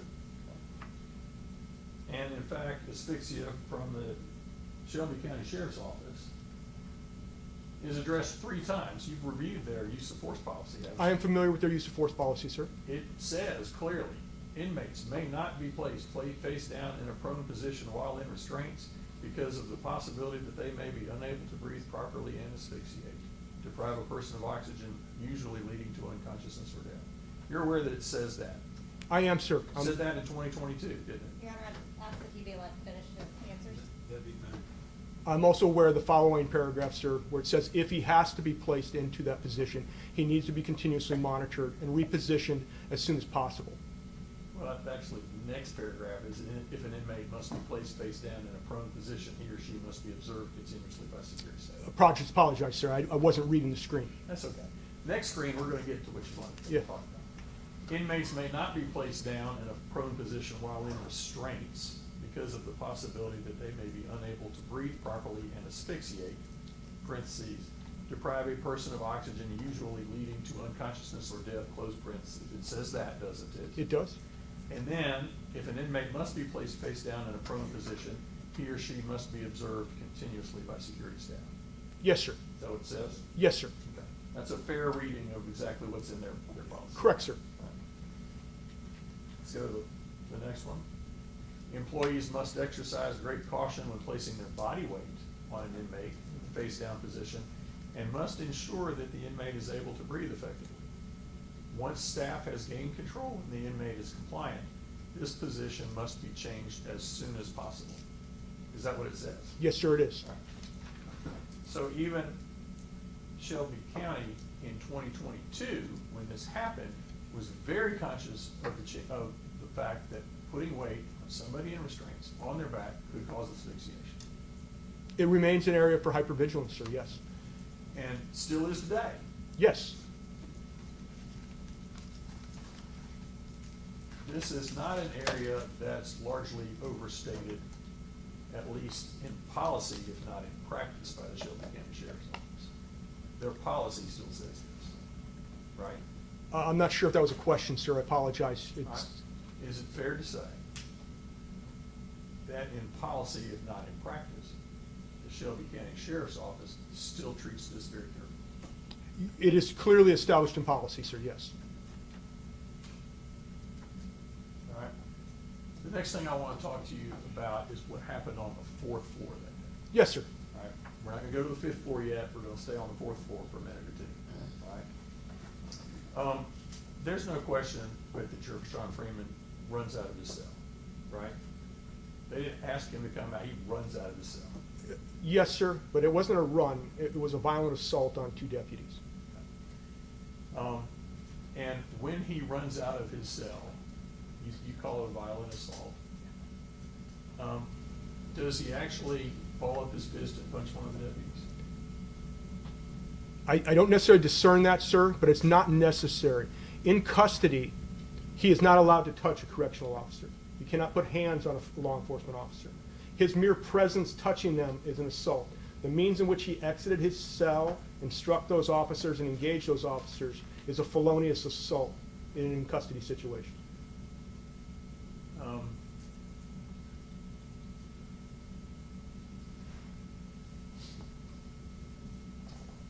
Sir, let's play the first few seconds of him running out of his cell. Sir, are you okay if I step down so I have a direct view of it? Your Honor? Yes.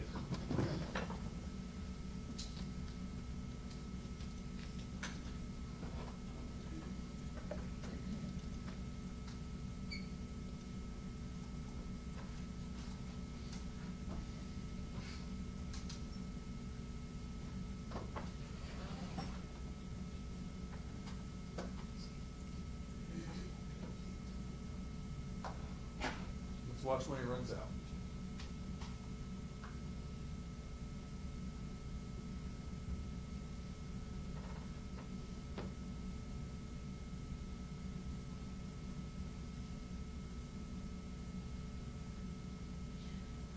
Pause, please. Did you see Mr. Freeman punch one of the officers? What was he grabbing at them? I couldn't discern from the video, sir. All right, let's play it through.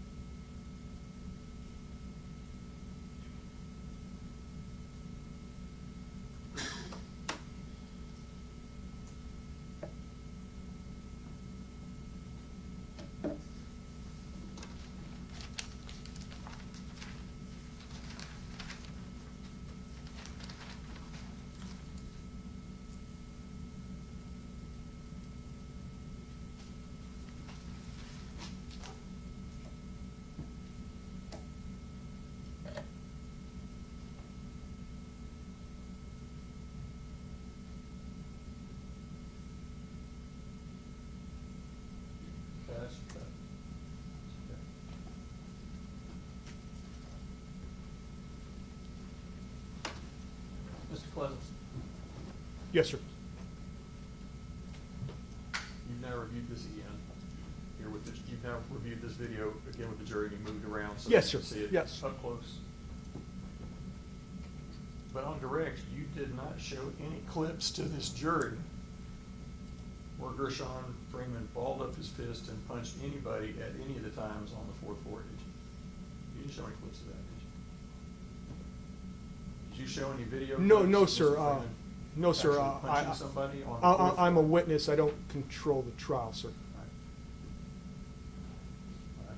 You would agree that during your testimony so far, there have been no clips played of Gershun Freeman actually punching anybody? Yes, sir. And you described, oh, Gershun Freeman didn't just run out of the cell, it was a violent, felonious assault. Isn't that what you just said a minute ago to me? Yes, sir. His conduct on the fourth floor and on the fifth floor landing clearly qualifies as a violent assault against law enforcement. Right. We have not seen today any clips presented of Gershun Freeman balling up his fist and punching anybody, correct? That's On the not an fourth- element on of the fourth floor. I'm sorry, sir. I didn't mean to interrupt you. Go ahead, sir. On the fourth, there have been no clips played of Gershun Freeman balling up his fist and punching anybody on the fourth floor, have we? We haven't seen that. No, sir, but I did not interpret those as elements of the crime for violent assault. We have not seen any clips of Gershun Freeman kicking anybody, have we? That may not actually be true, sir. On the fourth floor J-pod in the melee, he is kicking his legs a bit, but specifically directing a kick, I could not be sure on that, sir. You don't see, we've not seen any clips of him doing what you called a front kick earlier today? No, sir. You haven't seen him doing a round kick like you demonstrated earlier today? That's correct, sir. I don't see that one. No, sir.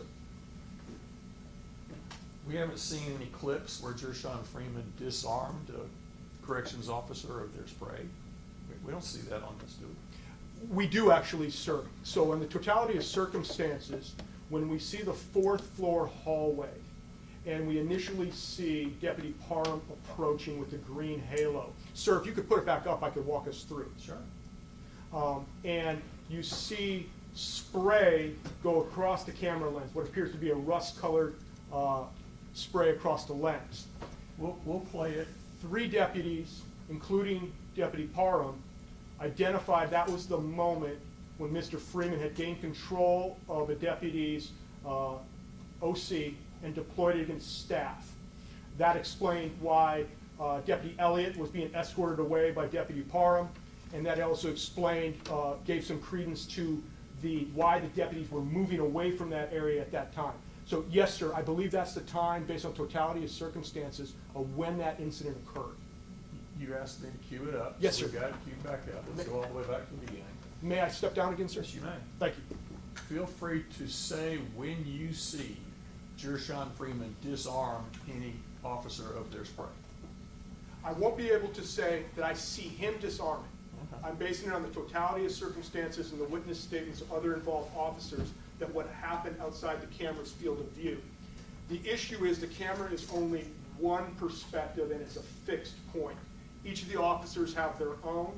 When they did their BOPSI, Bureau of Professional Standards and Investigation Integrity interviews, they described it. 3 of the deputies described the incident as occurring, as a disarming or taking or picking up a pepper spray and then deploying it against staff. But yes, sir, I'll be ready.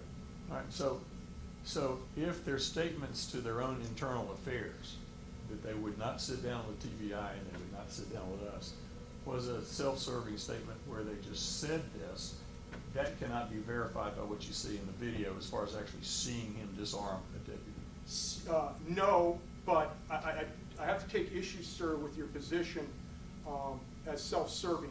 A BOPSI interview is a Garrity interview. That interview is compelled by a law enforcement officer. An agency does a Garrity interview specifically to review the tactics, techniques, and procedures that were put into place during a specific incident. They're compelled to provide truthful information, and they're under oath. The issue with that is, if they refuse, they can be terminated. So as far as self-serving, sir, I don't necessarily use that framework, that was a compelled statement under oath to their version of internal affairs, which is the Bureau of Professional Standards and Integrity. Shelby County Sheriff's Office interviewing Shelby County Sheriff's Office. Yes, sir. That is not unusual. That is not unusual after a use of force. Agencies will immediately engage, and they have to do a major incident report. The issue is officers involved in those major incidents are not necessarily the officers who should be writing it. Because when you have an administrative review, and unfortunately in this tragic circumstance, a death, there will be a criminal investigation. As such, the agency will do their initial interview. That starts the investigative file that's going to be provided, if necessary or if approved for that, to the investigating agency in this case. My understanding is the BOPSI interviews were in fact provided to TBI, sir. They were, and Mr. Pleasant, do you understand why there might be some skepticism about the truthfulness of a statement when an agency investigates itself, as opposed to a witness who willingly comes and submits to an interview by the TBI or an interview by the prosecution? Do you understand why there might be some skepticism about that? Yes, sir. But law enforcement agencies, as a general rule, put in checks and balances on that process. An agency has a responsibility to police itself. Law enforcement is a profession. As a profession, like medical and like law, they have an obligation to be self-policing. The agency is doing that with BOPSI, with Bureau of Professional Standards and Investigation. Most agencies, Shelby County in this case as well, will refer out an investigation to an outside agency. In this sense, the Tennessee Bureau of Investigation.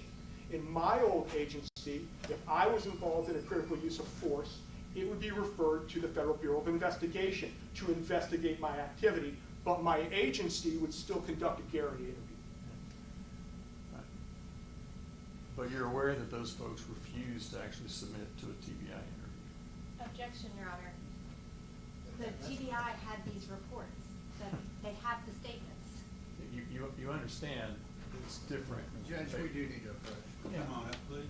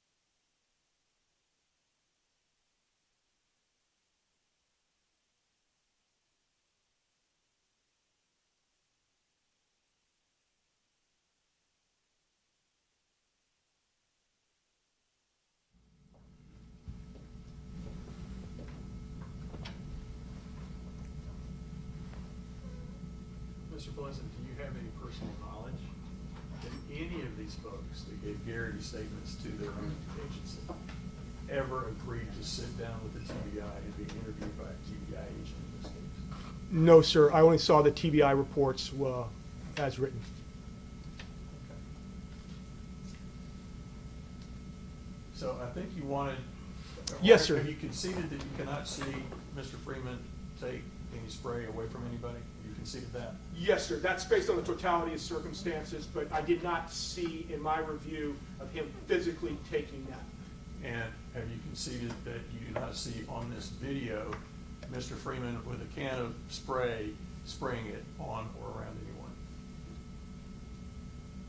No, sir, but I have the corroborated testimony, multiple testimonies and video that is consistent with that course of action, sir. And when you say testimony, what you mean is someone made a statement to their own agency who was having them answer questions about the incident.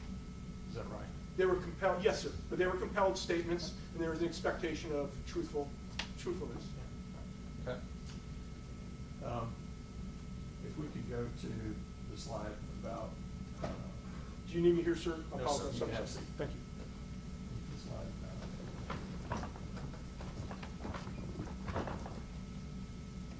Use of force policy 806.10, in situations where physical force must be used, employees are specifically prohibited from punching or kicking an inmate into submission unless there are no reasonable alternatives. That's in their use of force policy manual. Is that correct? Yes, sir. Now, you heard, let's go back. You heard Paul Miller testify that what should have happened on the 4th floor is he either be taken to the ground, or at times when he was already on the ground, people should have gotten onto him, put him in handcuffs, and then put him in a recovery position. You heard him testify that's what should have happened on the 4th floor. Right, that course of action was one of the courses of action available, sir. Right.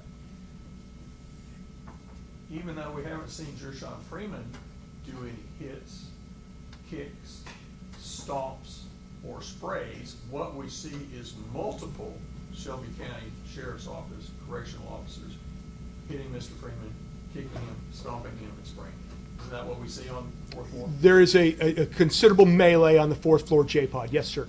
All right. Now let's play this. I'm going to stop it several different times, at least 2 to 3.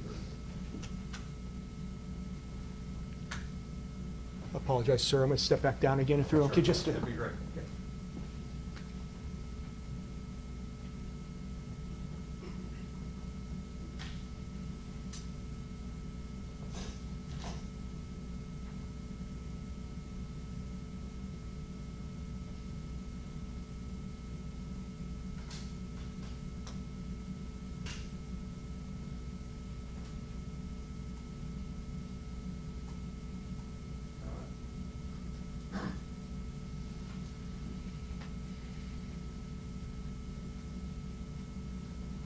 Get ready to pause.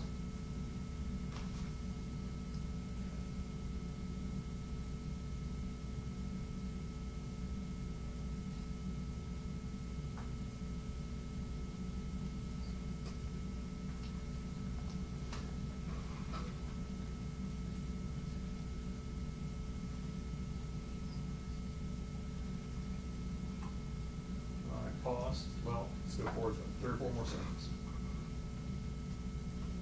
Okay, pause. Let's get the bottom part of the screen to a full show.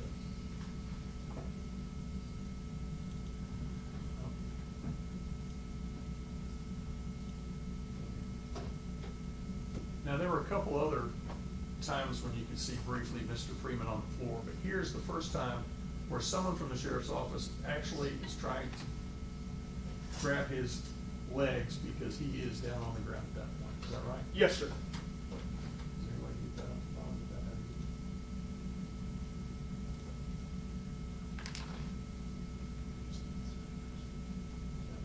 that? That's the best we can get. I'm familiar with the photo, sir, where the deputy is holding the lower leg and ankles there. Right, right.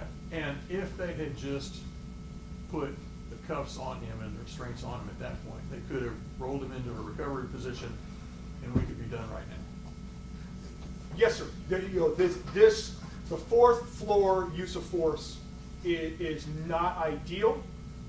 There are breakdowns, and this was a missed opportunity tactically to bring him into custody. Okay, let's go forward.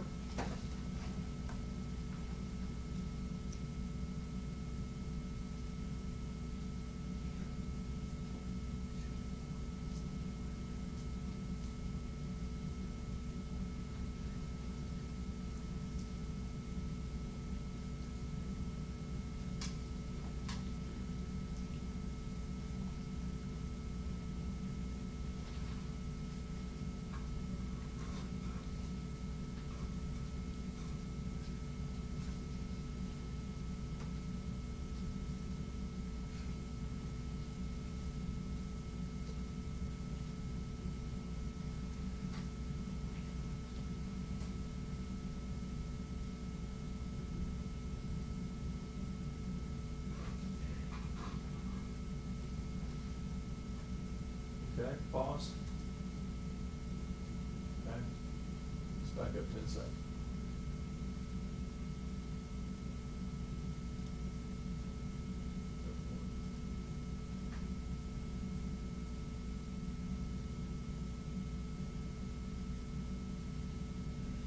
Pause. This is another point where he's on the ground, is that right? Yes, sir. And is this another missed opportunity for the deputies to take him into custody, put him in restraints, and then move him to the recovery position? Possibly. What the deputies are, from my view, what the deputies were doing in this sense was they only have two tools available: their hands and body to bring him into physical custody, or their OC spray to help bring him into custody. And he is down. They have recently missed that opportunity to bring him into custody inside the pod.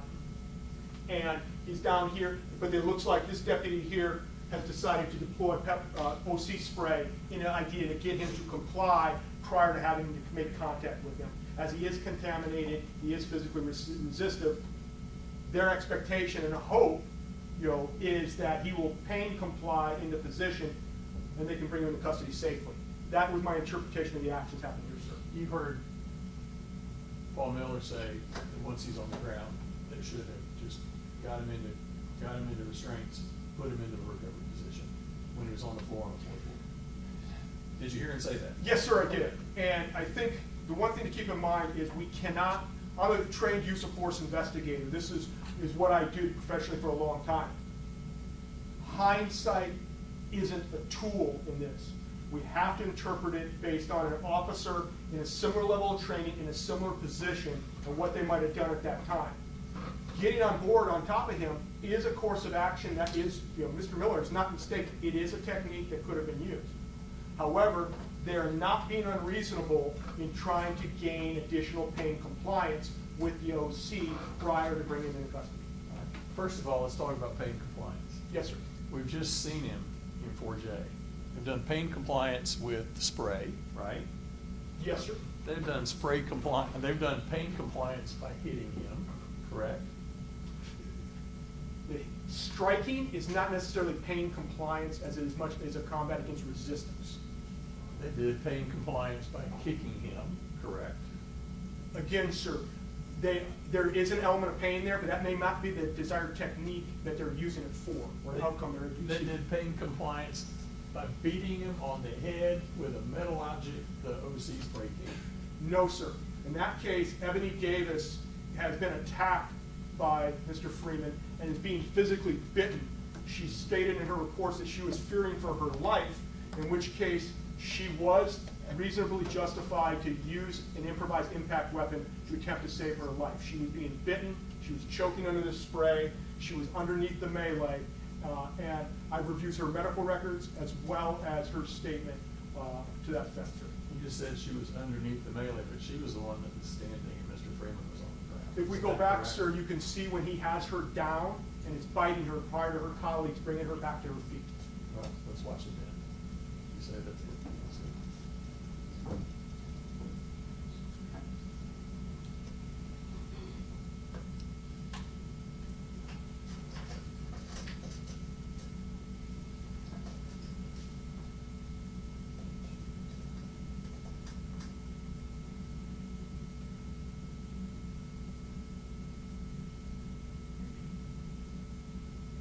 Davis is the woman with the blonde hair there, correct?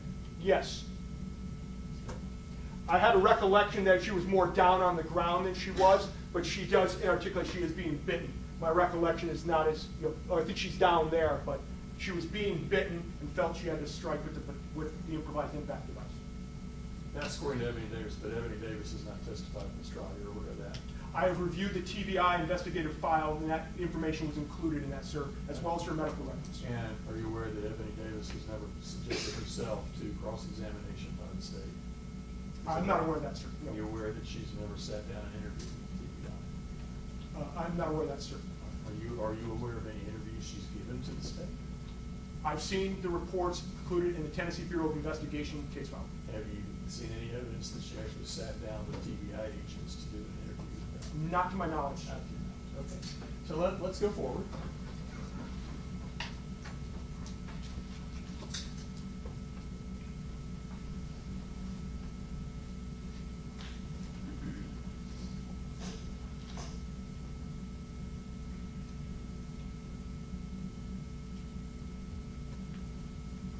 just finished what you'd earlier described as a missed opportunity. Yes.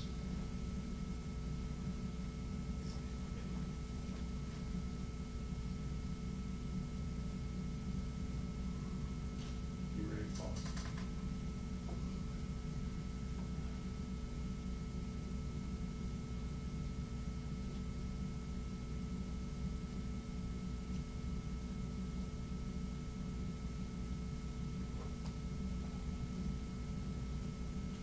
Stop. No. Yeah, nothing doing.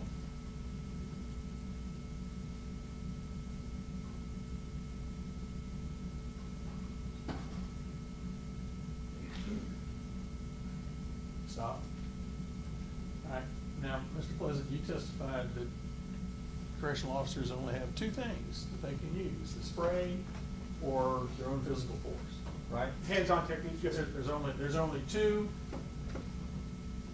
things that can help officers deal with Gershun Freeman, right? Available in this scene. Sometimes you'll have additional equipment inside a facility, but it's not present here. But it's not just two things, because this officer could use the physical force to restrain, right? Yes, sir. This officer can also use physical force to restrain. Yes, sir. So that's two things just for that. This officer could use physical force to restrain. Yes, sir. That's three. This officer could use physical force to restrain. Yes, sir. That's four. This officer could use physical force to restrain. That's five, right? Yes, sir. This officer could use physical force to restrain. That's six, right? Yes, sir. This officer here could use physical force to restrain. That's seven. Yes, sir. There may be other people in this picture or just outside the picture, but every one of those officers could work together. Yes, to sir. put Mr. Freeman under restraint. Yes, sir. That's called a dog pile technique, and it has fallen a bit out of favor because of the increased likelihood of risk to both the detainee and law enforcement officers. But yes, that was a common technique earlier in my career where you had, I will use the term that was used at the time, a mentally disturbed individual, that you would dog pile them, get them on, and then everybody would grab a limb or something along those lines to get them under control. That resulted in a significant number of law enforcement injuries as well as injuries to the detainees, so it fell out of favor. But yes, sir, they could do that. All right, let's go forward.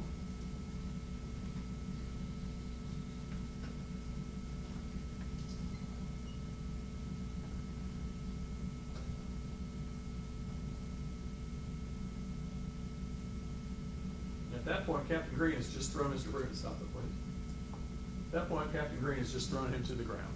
Yes, sir. I think now he's Chief Inspector Green, but at the time he was Captain Green. Yes, sir. Once he's on the ground, was that another opportunity where people could have put him into physical restraint? Yes, sir. All right. And in fact, even earlier, when he was holding onto the officer's leg all the way up to around the knee, did you hear Officer Miller talk about how they knew where his hands were, so it would be that would have been an opportunity that was missed as well? Possibly, but he's covered in OC spray, he's covered with DPSO spray, which is an oil-based solution. It's a possibility, but it would have been challenging. Let's go forward, please.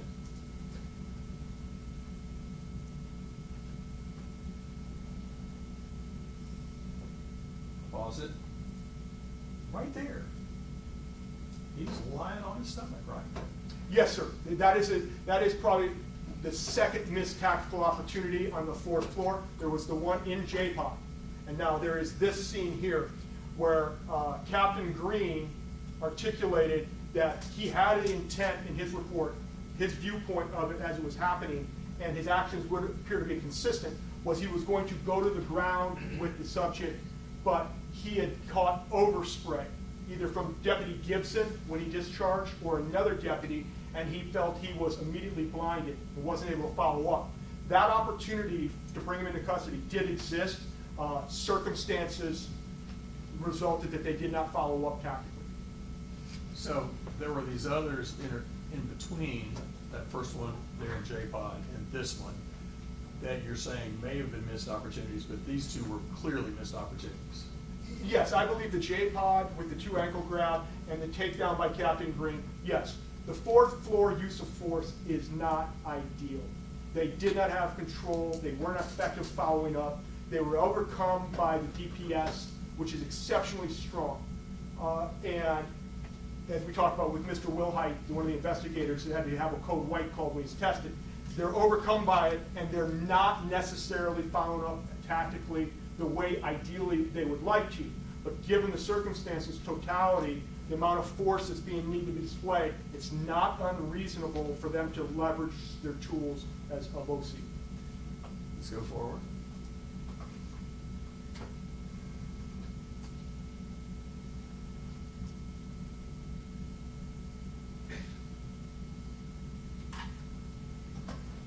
All right, pause.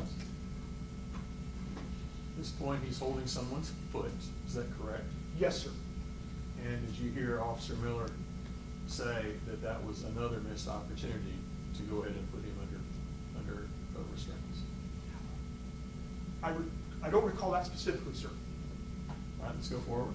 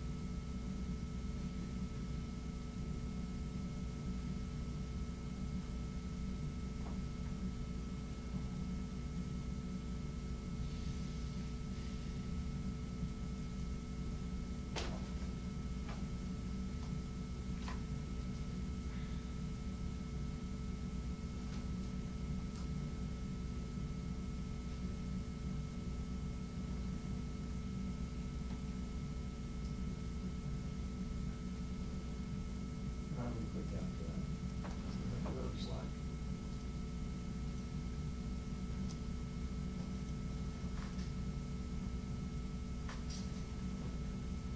Sir, you understand that the policy is, where physical force must be used, employees are specifically prohibited from punching or kicking an inmate into submission unless there are no reasonable alternatives. Yes, sir. And you had talked about use of force policies needed to give officers a little bit of wiggle room with regards to how they behave in a correctional facility. Yes, so what I mean by that is policy is policy. However, a reasonable use of force can actually be outside of policy, and often is, because the circumstance and the totality of it.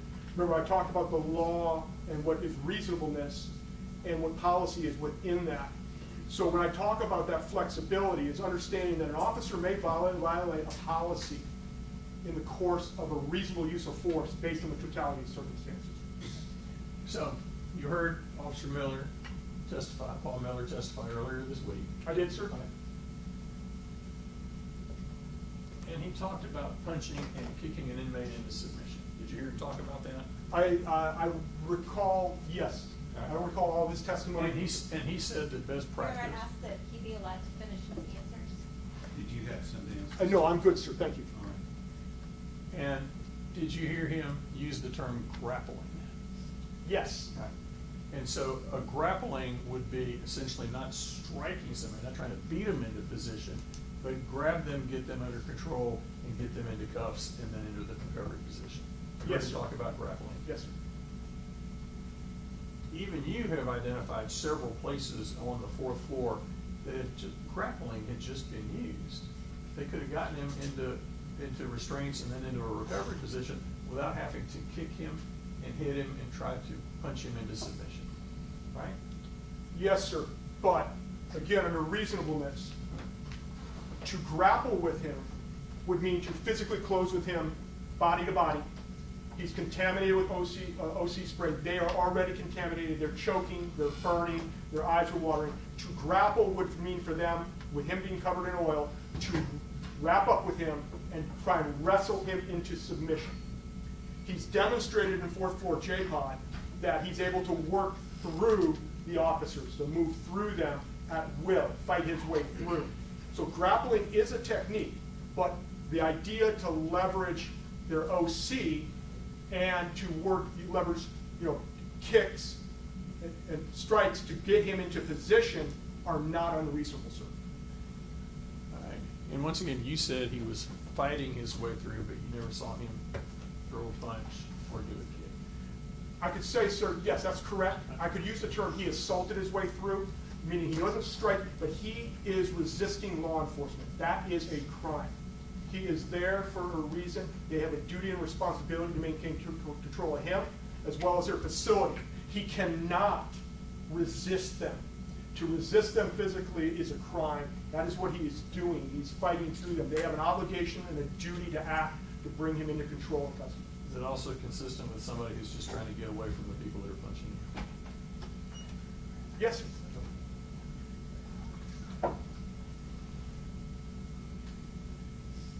Is it the testimony you want this jury to believe that you're okay with all of these members of the Shelby County Sheriff's Office on the fourth floor punching him, kicking him, stomping him, and hitting him with metal objects? That's outside my scope, sir. That I'm focused on the reasonableness of it, not whether I would personally approve of that technique or whether it was a violation of their policy. That's internal, but outside of my scope, sir. What you want this jury to believe is that you believe that everything that they did on the fourth floor was reasonable.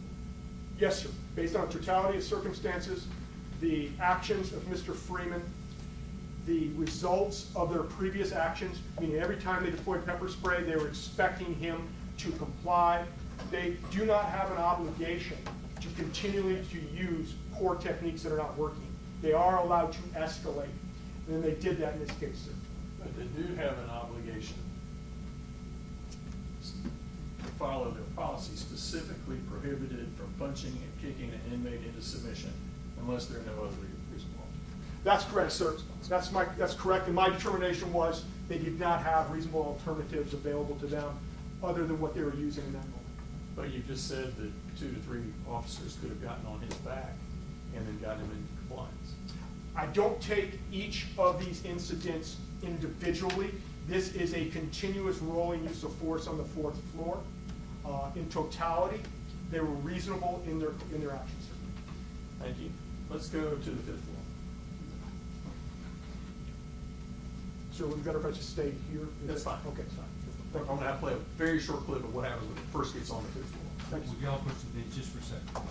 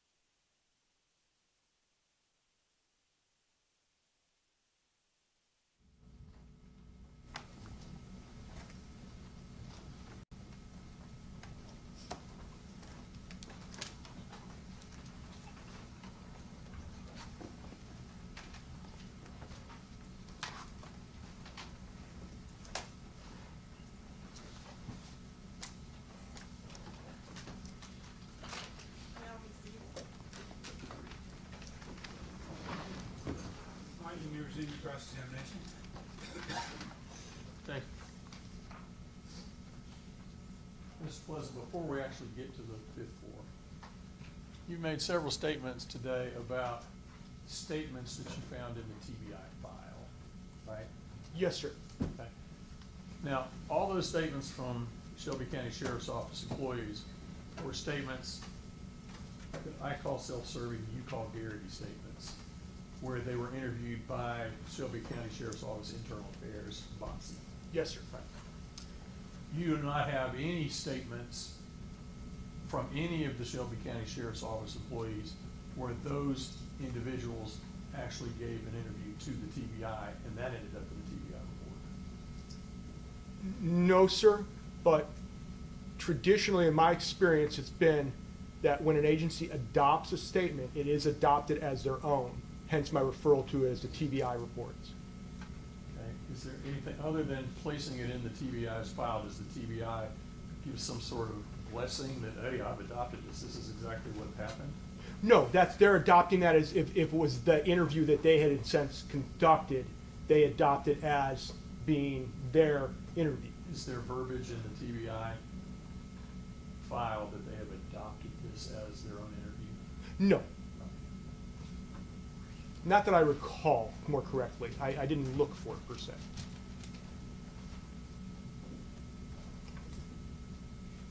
So then why did you just tell this jury that they had adopted it? Well, when you take an interview statement, whether you're an investigator conducting a case and somebody else has conducted the interview, if you want to bring it into your case file, you adopt it into your case file. And when you put it into your report format and your documents, then essentially you're giving it credibility in itself by bringing it in. You've never worked for the Tennessee Bureau of Investigation, have you? I have not, sir. You don't know what their policies and practices are, do you? No, sir. Now, let's go to the fifth floor. Yes, sir. Okay. Mr. Freeman makes it to the fifth floor, and he's followed up by some Shelby County Sheriff's Office employees, correct? Yes, sir. Deputies Perry, Jones, and Lawson. Okay.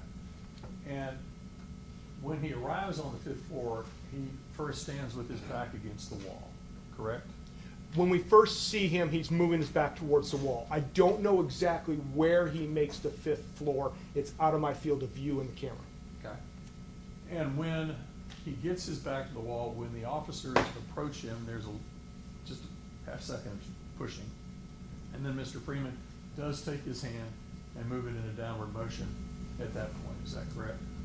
That sounds accurate to me, sir, All yes. right. Let's watch it. Yes, sir. Okay. Step down. You may. Thank you.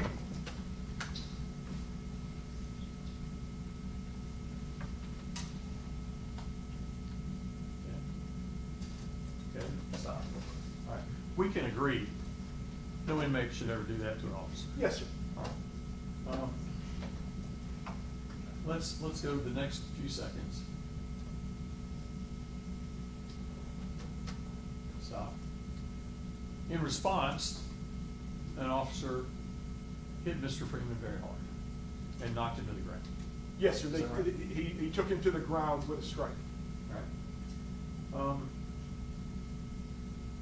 Despite the Shelby County Sheriff's Office policy about not hitting or punching an inmate, you heard Paul Miller say he needed to go to the ground, and Paul Miller did not have any problem with that strike on that, of that fist to Mr. Freeman after Mr. Freeman had done this move. You heard Mr. Miller say that? I recall that, Okay. sir, yes. All right. And even not saying that Gershun Freeman was right to make that arm movement, which of those movements, his movement, or the Shelby County Sheriff's Office movement, had more force?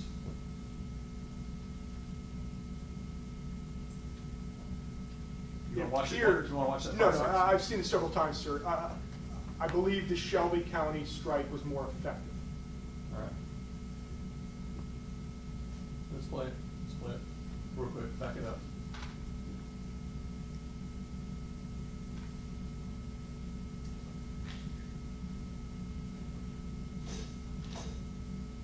Okay.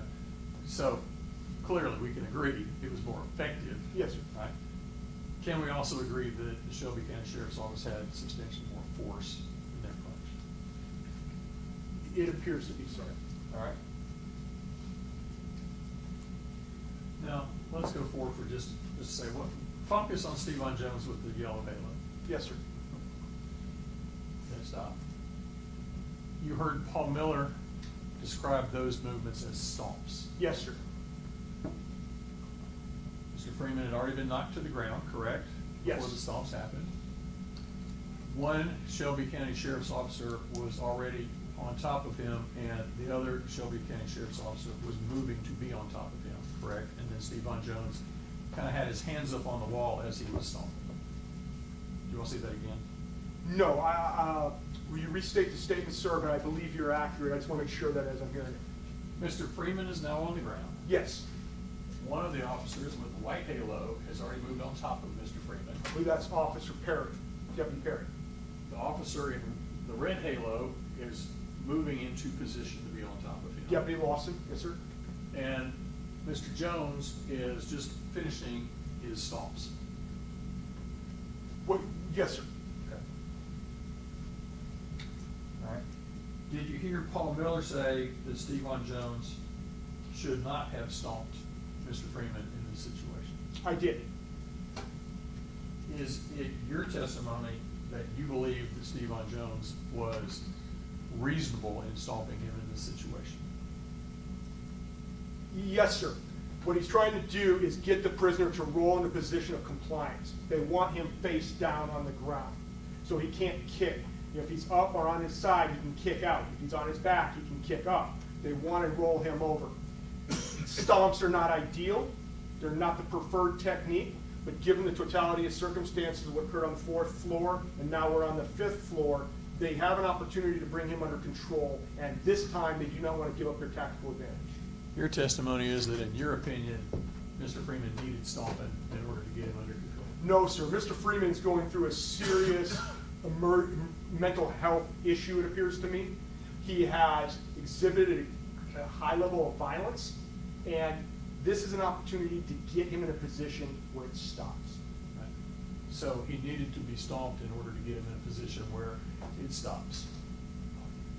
No, he didn't need to be stomped. It was one of the techniques that could be used to help move his legs and body in that Do position. you think that was a reasonable technique, according, you want this jury to think that your opinion is that was a reasonable technique? Yes, sir. It's not the only technique. It may not be the technique that every officer would use, but based on the totality of circumstances and what is going on, that is a technique that can be used to move him into position, to get his legs the way they want. Okay, we'll be back up 10 seconds, and then we're going all the way to when he gets the handcuffs. So just go from there.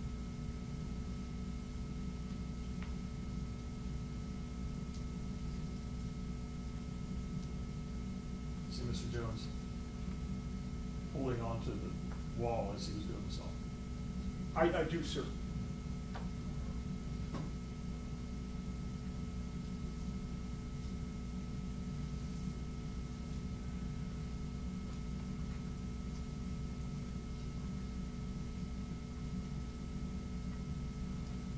Do you agree that that appears to be when the first cuff was applied? During that time frame, sir, it's hard to see, but during that time frame.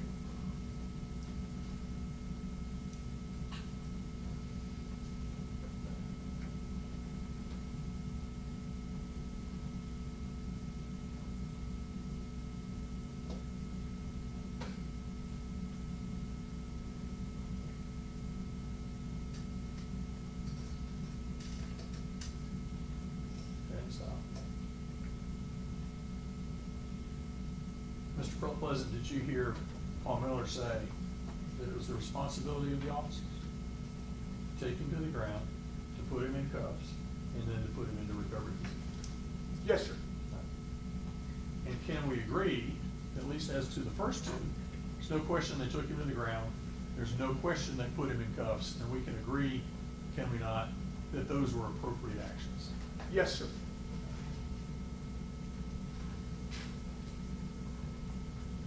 You can have a seat for just a minute. Yes, sir. I'll let you back up when it's time to look at some more video. Understood. Thank you.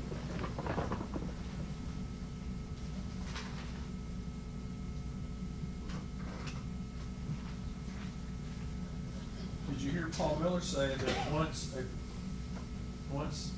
Mr. Freeman was in cuffs, he was no longer a danger to anybody? I did, but I don't agree with that position. Did you hear Paul Miller say that once he was in cuffs and leg irons, he was not a danger to anybody?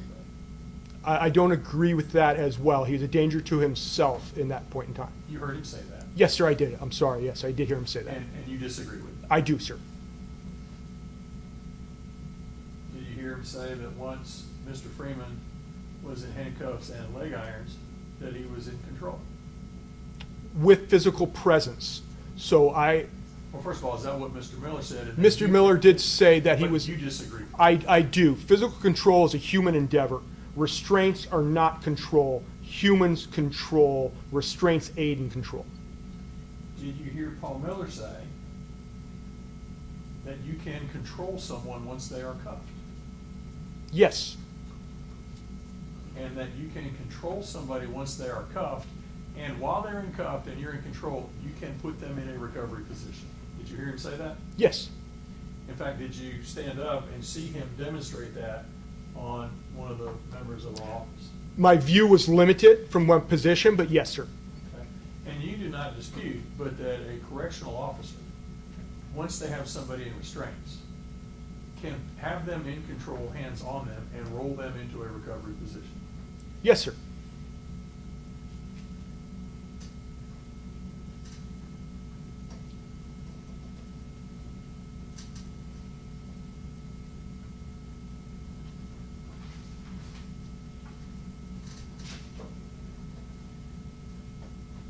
Okay. I want you to watch the rest of what has been introduced into evidence, the 8, and I think that's exhibit number 29.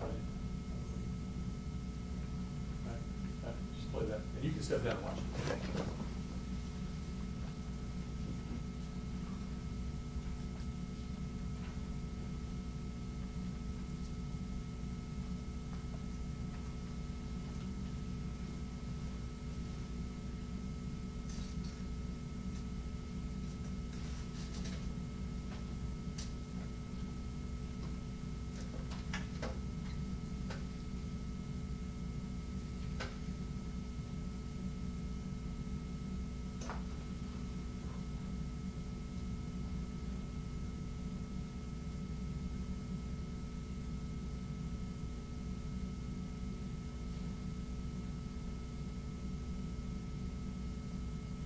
Would you pause for just a second? Mr. Pleasant.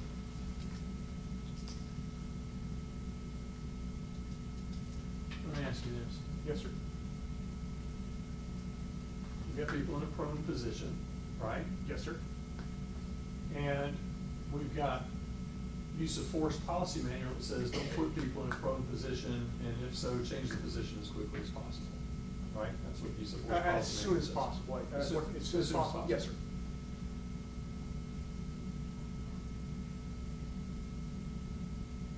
We have seen, just a few seconds before the end, before I paused it, Mr. Freeman roll on his side. You see him roll up on his side. He's flat, and then he rolls up here. I do see that. Do you agree, sir, that it is easier for someone to breathe if they are on their side as opposed to in the prone position with people having weight on their back? Well, yes, it could be easier to breathe on your side. Studies show that prone, handcuffed on your back, without pressure on your back, doesn't create a problem there. The officers were in a de-escalation stage. The only officer on him was Deputy Jones across his hips and what we call the mount across his buttocks. What we see here from my perspective, based on totality of the circumstances, is a reinitiation of the assault. Deputy Jones and Deputy Lawson both document that at that point in time, Mr. Freeman reinitiated his assault by grabbing the genitals of Deputy Jones. And I We don't can mean see to that- interrupt you, but you said document. I just want you to define what do you mean by the document? In their statements to their Bureau of Professional Standards and Integrity, they documented that had occurred. We can see in the video that though Deputy Jones is in the ideal position in the mount for maximum control, he may be too high up on the buttocks. Because of arm length and size, Mr. Freeman, you can see as well in the video, if we back it up, his hands are ideally placed to grab the genitals of Deputy Jones. This is a common occurrence that happens in law enforcement where they're putting a suspect into a vehicle or in a situation like this. It does happen. What we see there, from my interpretation based on the totality of the circumstances, was that reinitiation of the assault by Mr. Freeman and then the subsequent response.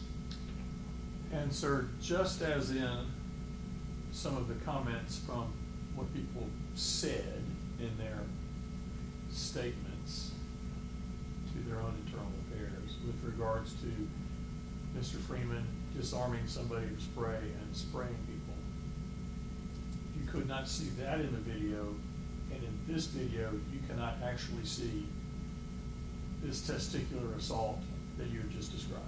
I think you can, sir, so I disagree. It's obstructed. It was what we call an obstructed view. But when you take the statements into consideration from Deputy Jones and Deputy Lawson, who are physically, ideally placed to, one, experience it, and two, the other, see it. Based on where Jones had been placed and the timing and the actions, it is consistent with their BOPSI statement, their Bureau of Public Safety, Public Security and Integrity statements, is consistent with what the video shows. And would you agree that Mr. Freeman rolling onto his side is also consistent with someone who's trying to make it easier for himself to breathe? Yes, sir. Let's go on further.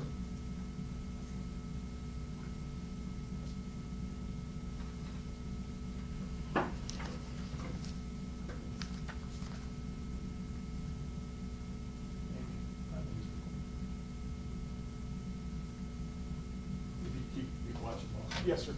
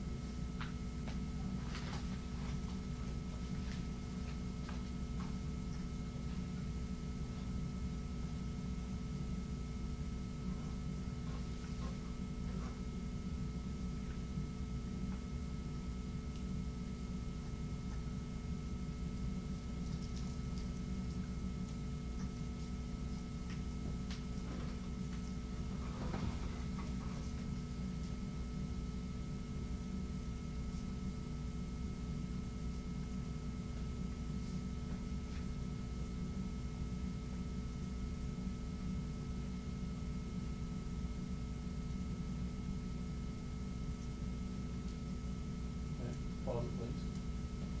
During this last portion of the video that you just watched, you were able to see at certain points Mr. Freeman's head move. Yes, sir. Correct. Mr. Freeman's hands were behind his back, and they could move roughly 3 to 5 inches according to Paul Miller. But They can move more than that, sir. You can move 6 or 8 inches off your back, 6 to the left, 6 to the right. It depends on your flexibility, but you can move. his head's moving, and we do not see his hands move at that point, correct? I don't see his hands in that situation, sir. And at this point, Mr. Jones has already dropped Mr. Freeman's legs. But before that, in a period of time, within a number of seconds before his legs were put in leg irons, he would occasionally move one of his feet. You can see the foot move. Is that correct? Yes, sir. But we do have continuous movement documented up to 458, sir. I'm going to ask you what you see on the video. Understood, sir. And at the video, up to this point when Mr. Jones dropped the legs, up until about 20 or 30 seconds before he drops the legs, you could see a little bit of movement in the head and a little bit of movement out of one of the feet. Is that right? I would have to see it again, sir, you know, All right. take it in totality. Well, let's watch it together, because my other question is gonna be a litany of questions of, from the time that Mr. Parham gets on the back, Yes, sir. right, at the same time that Mr. Jones has him from down lower on the body. From the time he gets on the back, I'm gonna ask you, did you see Mr. Freeman punch? Did you see Mr. Freeman try to take any kicks? Did you see Mr. Freeman attack? From the time that Mr. Parham gets on. Yes, sir. his back. No Okay? problem. So Thank you, let's sir. back up to that. Okay. Head movement, Head movement and the foot's movement. foot movement Right. there. Yes, sir.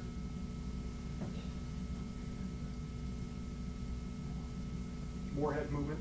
Right.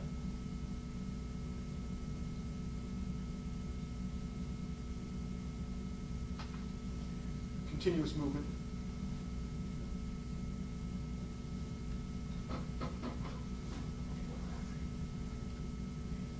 A little bit more with the head. Yes, sir, I see it. Foot's been still, foot just raised just a smidge.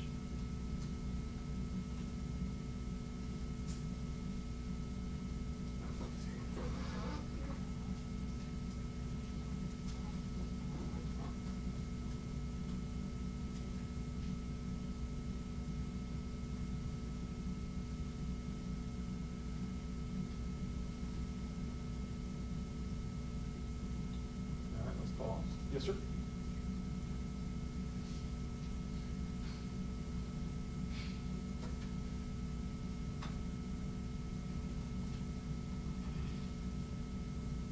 From the time that Mr. Parham got on the back to the time that Mr. Jones gets off the back, right? Yes, sir. That point to that point. Starting point when Parham gets on the back. Ending point is when Jones gets off of it. Yes, sir. Right. What attacks did you see Mr. Freeman make toward either of these two? None, sir. Okay. Great. Let's play forward.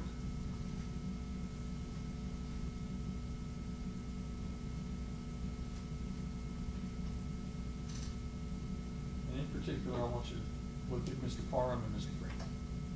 Understood?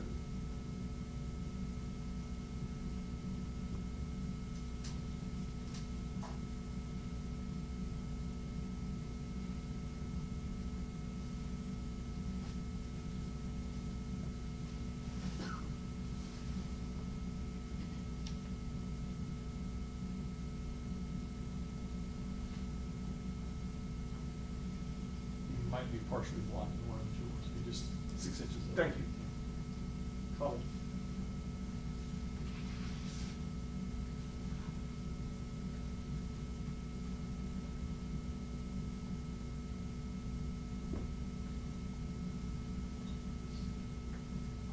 And at this point, Mr. Parham is in control, is that correct? Yes, he has got full restraints, handcuffed, and leg iron, and Deputy Parham has control over him. I think you had a term that you used in your experience. He's bought him. He is going to stay with him until he's relieved.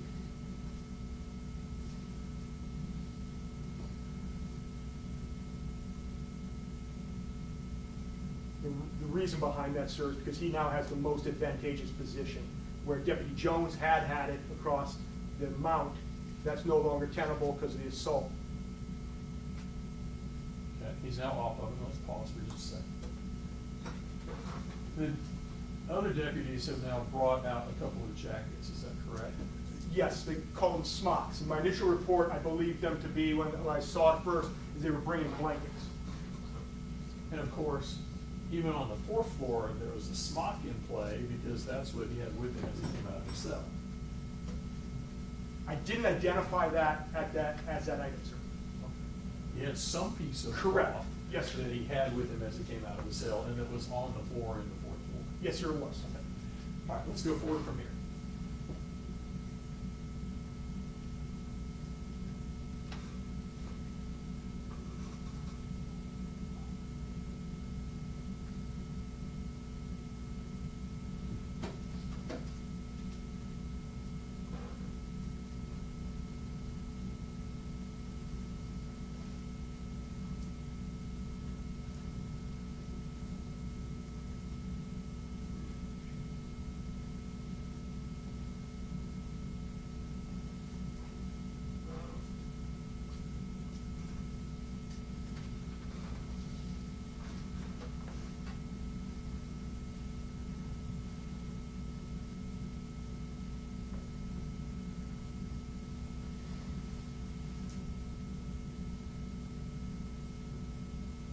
particular, we're gonna talk about Gershun Freeman, not Mr. Parham.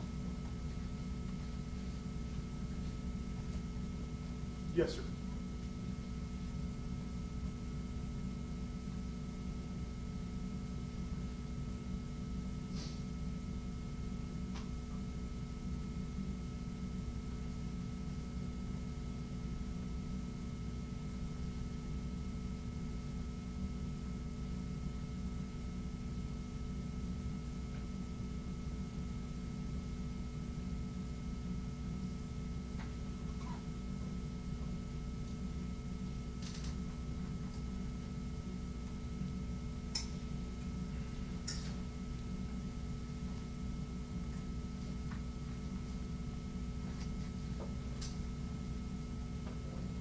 Is that it? Okay. All right, let's talk about your report for just a minute. Yes, sir. You filed a report, it's been made an exhibit in this case? It has, sir. And that report is consistent with your testimony so far today. Yes, sir. Page 3, starting with the fourth paragraph down, 1, 2, 3, 4.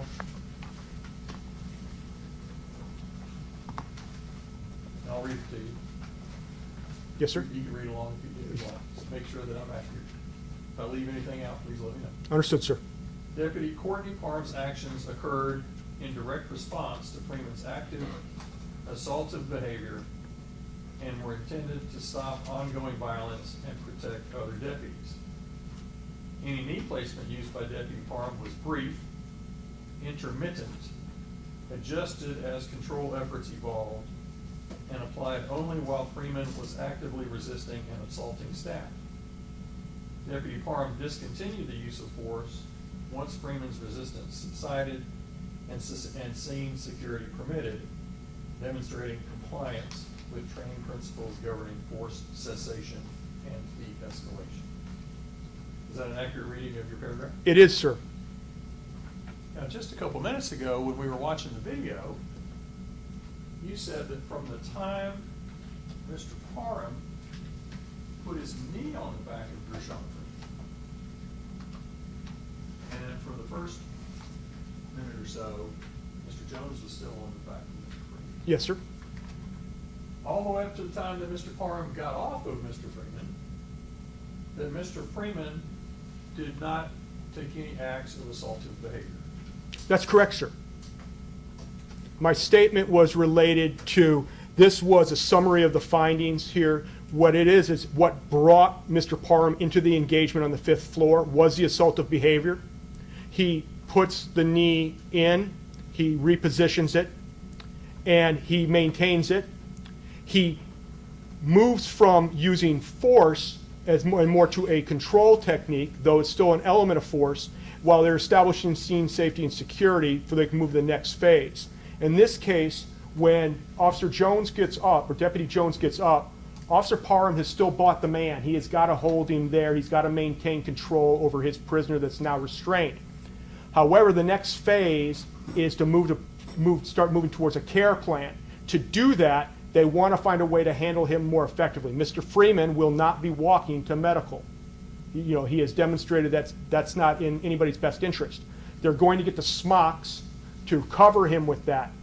Though there is a statement by Mr. Miller that it was about human decency, I believe that may have contributed, but I believe from my experience and what I saw is it was likely to be able to create a grip on Mr. Freeman so they could move him effectively.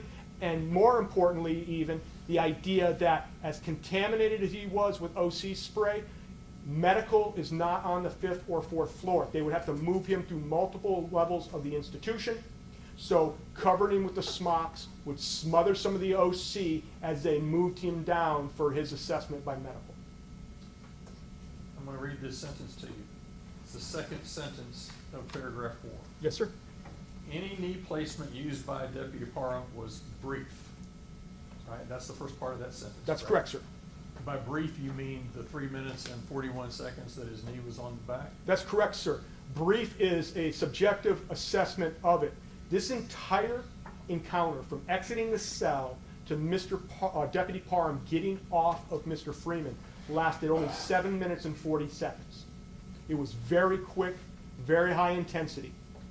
That brief placement for 3 minutes, or 3 minutes and 40 seconds, is not outside of normal, reasonable expectation for a law enforcement engagement like this. Brief can also describe whether or not it was long enough to create a catastrophic situation by the person underneath it. Correct? Yes, sir. There's always this enduring risk that's present in this, but in this case, as we saw in the video, Mr. Freeman is not unconscious at this point. When they raise him up by his right arm, and you can see there is a pain response where he straightens up in the pain response. So he was not unconscious at that time, from what it appears, and based on the officer's statements. We're going to get to that, okay? Well, let's get through this sentence first, though. Yes, sir. Any knee placement used by Deputy Parham was brief, which you've now explained, 3 minutes and 41 seconds. Your assessment, brief. Intermittent. Doesn't intermittent usually mean that you're on him, and then you're off him, and then you're on him, and you're off him? That's correct. On and off. In this case, you saw Mr. Freeman was down in the prone after the assault began, and then Deputy Parham places his knee. Initially, he's higher up on the left back near the bandage. He then comes off of Mr. Freeman, repositions, and comes back down to a more appropriate spot based on what he assessed was the injuries. Are you saying that he got on and off of the back, or are you just saying that? He got on, he got off, he got on again, and then he adjusts his body weight and he adjusts his knee placement a little bit throughout the time of the encounter. Who should this jury believe, what they see on the video or what you're saying? I would believe, everybody has to make their own assessments. I, as a use of force investigator, I'm taking it in from the totality of the circumstances and based on all the perspectives, not the single eye that the camera provides. I am basing it off of the deputies' statements of the actions they took and the reasoning they took as they explained to their own internal affairs under oath that their Bureau of Public Standards and Integrity required that they, professional standards and integrity, that they give this statement and they outline what their actions were. Those actions are corroborated independently by the video. The video is only one lens in this. We don't want to pursue any assessment exclusively through hindsight. Hindsight is not how reasonableness is determined in use of force incidents. So is that a long way of saying that the jury should not believe what they see on the video if the self-serving statements to their own offices, investigators, contradict that? I take issue, sir, with them being referred to as self-serving. These were compelled statements by professional law enforcement officers to professional investigators in the course of their required duties and responsibilities. They are articulating the actions they took in what would be called a significant use of force that resulted in great bodily injury or death. I do not interpret these as self-serving statements, sir. Let me go through this sentence and get to the concluding clause. Yes, sir. Any knee placement used by Deputy Parham was brief, intermittent, adjusted as control efforts evolved. And here you go. And applied only while Freeman was actively resisting and assaulting staff. Yes, sir. Are you willing to retract that last clause now? Because you've already said that when you watched the video, he was no longer actively resisting or assaulting staff. He applied the use of force with the knee when he was actively resisting. He kept it in place until the scene was safe and secure. He applied the use of force. He brought the knee into the engagement when the use of force was going on because of the assault on Deputy Jones. He left it in place, that application, until he was able, as soon as possible, with scene safety and security and the appropriate resources, to release it. If these jurors decide that they would reject any notion of a testicular assault, then would you agree that this video is consistent with someone who just rolled over to try to breathe? I do not understand the question, sir. Would you repeat it, please? If these jurors rejected this contention that there was a testicular assault by Mr. Freeman on Mr. Jones. That his rolling over is actually consistent with someone who is just trying to breathe. That's possible, sir.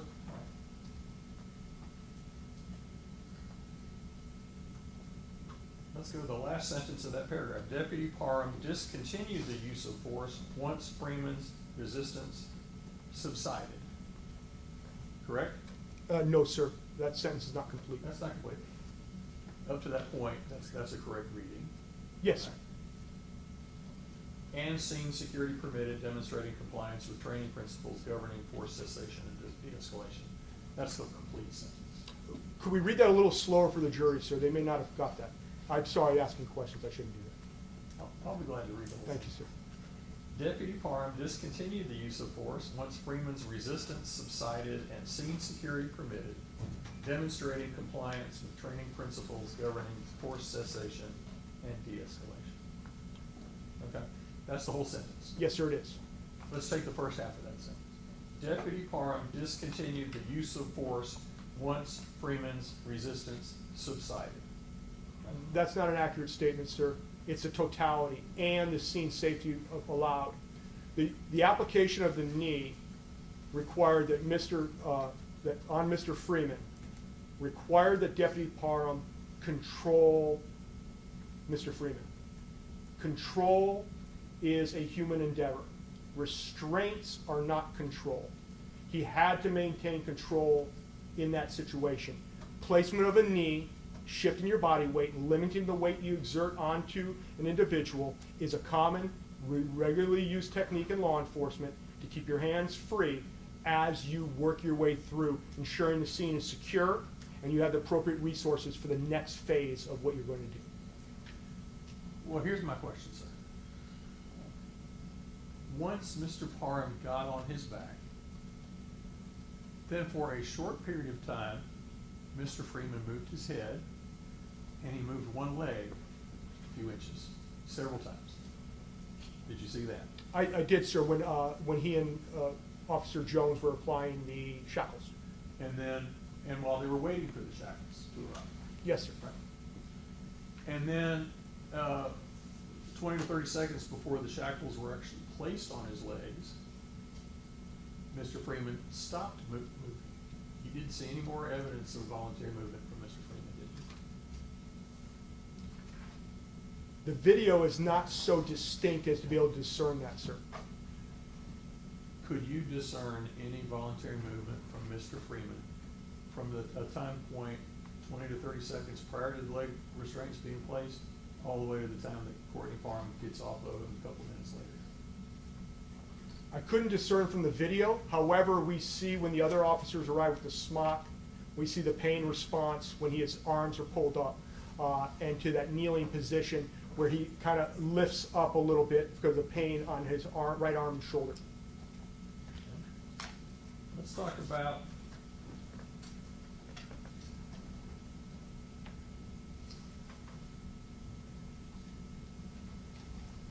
that Mr. Parham, in paragraph 1, 2, 3, 4, 5,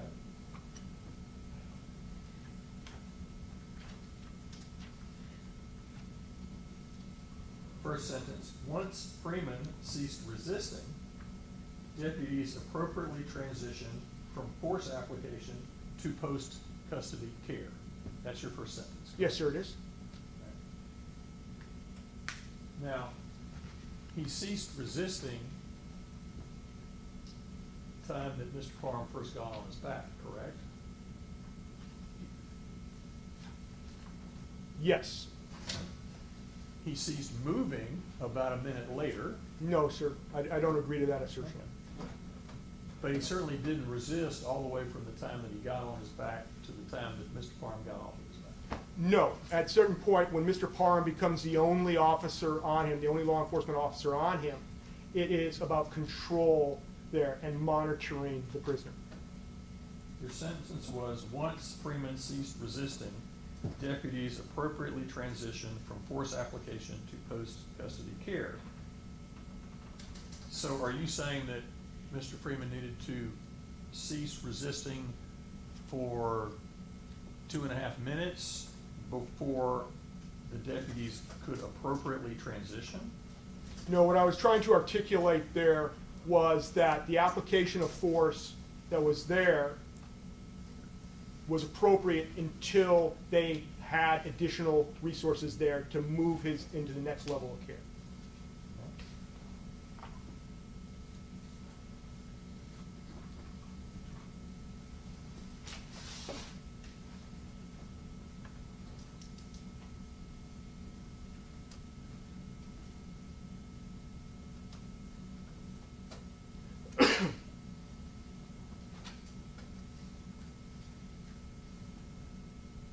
Sir, I'd like to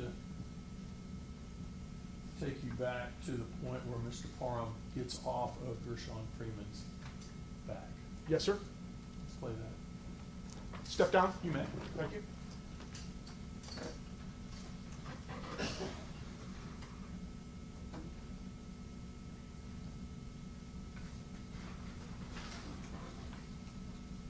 And just start from there.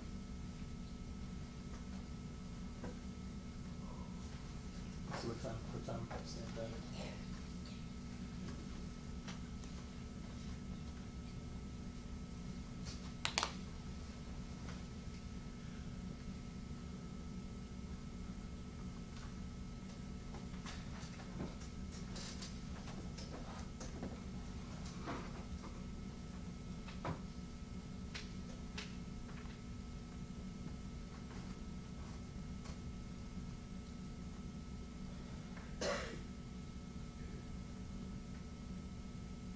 Now, you had seen when Mr. Jones dropped Mr. Freeman's legs, those legs just kind of dead fall to the side.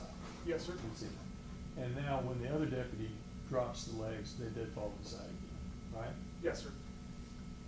Now, let's just watch Mr. Freeman.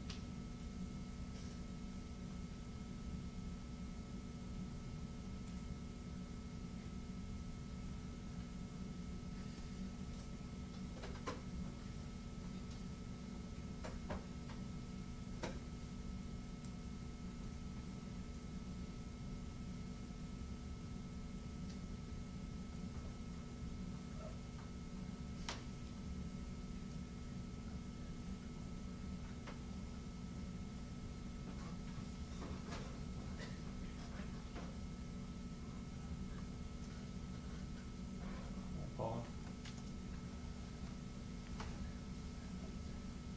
Mr. Pleasant, let me ask you, just from the video, Yes, sir. not from any witnesses or anybody else that may have given statements later on, just from the video, do you want this jury to believe that it is your opinion that from the time Mr. Parham got off of Mr. Freeman's back, that Mr. Freeman showed signs of life, Yes, sir. from what you've seen in the video? I cannot operate solely off the video. The video is not an appropriate tool in and of itself for me to be able to determine a reasonable use of force. I must take it And I'm into gonna let you account. finish this question, I- but the predicate question for you to answer first, and then give your longer explanation is, can you see on this video signs of life from Mr. Freeman? Yes. You can see signs of life from Mr. Freeman after Mr. Allow him Parham's to got off. answer the question. The government provided the gallon timeline, which I reviewed, that also shows the government determined at 4:58 on the time hack that Mr. Freeman was responsive. That occurs after Mr. Courtney Parham, Deputy Parham, gets up off of Mr. Freeman. In the totality of And circumstances. can you define government? The government determined? The prosecution determined that there was movement under the general Gallum timeline that I reviewed. You're saying that I ever said that? The Gallum timeline shows at 4:58. What is a Gallum timeline? General Gallum timeline is what it was referred to.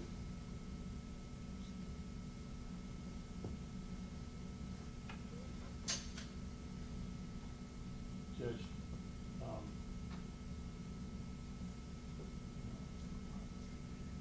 is it your testimony that the office of the district attorney has said that he was still alive beyond this point?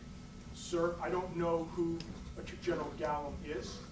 In the documents that I reviewed, there was the General Gallum timeline, and at 4:58, there is a note that they see, signs of responsiveness. Do you see any signs of responsiveness looking at the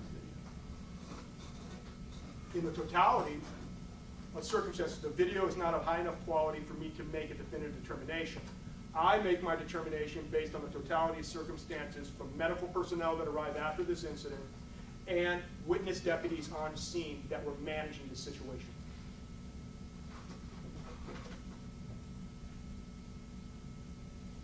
So am I understanding your answer correctly?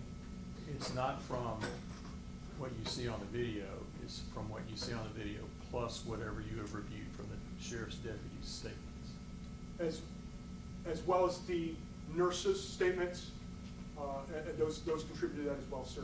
As well as the report of registered nurse Sain, S-A-I-N, who made the most contemporaneous report in this incident less than 1 hour afterwards, in which they documented that when the nurses arrived, his eyes were blinking and they had a pulse, which they checked at the femoral. And if that document that you reviewed is inconsistent with the testimony that we've heard this week, then that might change your opinion? In what sense, sir? If no nurse has testified that they ever documented a pulse, would that have an impact on your opinion? If no nurse testified that they had ever palpated a pulse, I would find that incredulous because nurses are professional healthcare providers. Though it was not a safe scene, they are on scene and they visit Mr. Freeman at the scene. You can see on video that they appear to be checking for vital signs and they do not take any subsequent medical intervention. They subsequently return and check vital signs again based on what appears to be on the video, based on my training and experience as a paramedic, and they do not take any medical intervention. They then arrive with supplemental oxygen. It's a green oxygen, comes in on a cart. They bring that to the scene, but they do not provide any supplemental oxygen to Mr. Freeman. The only reason a professional healthcare provider would not provide oxygen is if there was a perception that there was not a need. If at any time in those situations the nurses hadn't palpated a pulse, you would have expected them as trained healthcare professionals to immediately move into providing CPR. Would it also change your opinion if the nurses who testified said that they never detected any breathing of Mr. Freeman? I would also find that incredulous for the same explanation. They are healthcare professionals. They have an obligation to act. They have an obligation to render aid. They have the highest medical qualifications for anybody that responded to the side of Mr. Freeman. This tragedy, when it occurred, is just that, a tragedy. These nurses displayed a lot of courage to go into a contaminated environment that was not an entirely safe scene to assess this patient. Their actions show on video them assessing the patient. They do not take action. Based on my knowledge, training, and experience, the only reason a medical professional would not take action is that they perceive there was not a need. So if both Nurse Armstrong and Nurse Willis testified that they did not see Mr. Freeman breathing, and Nurse Willis did not testify that she ever felt a pulse, you would think they were either testifying falsely, or you would just assume then that they were testifying falsely. Objection, Your Honor, may we approach? Yes.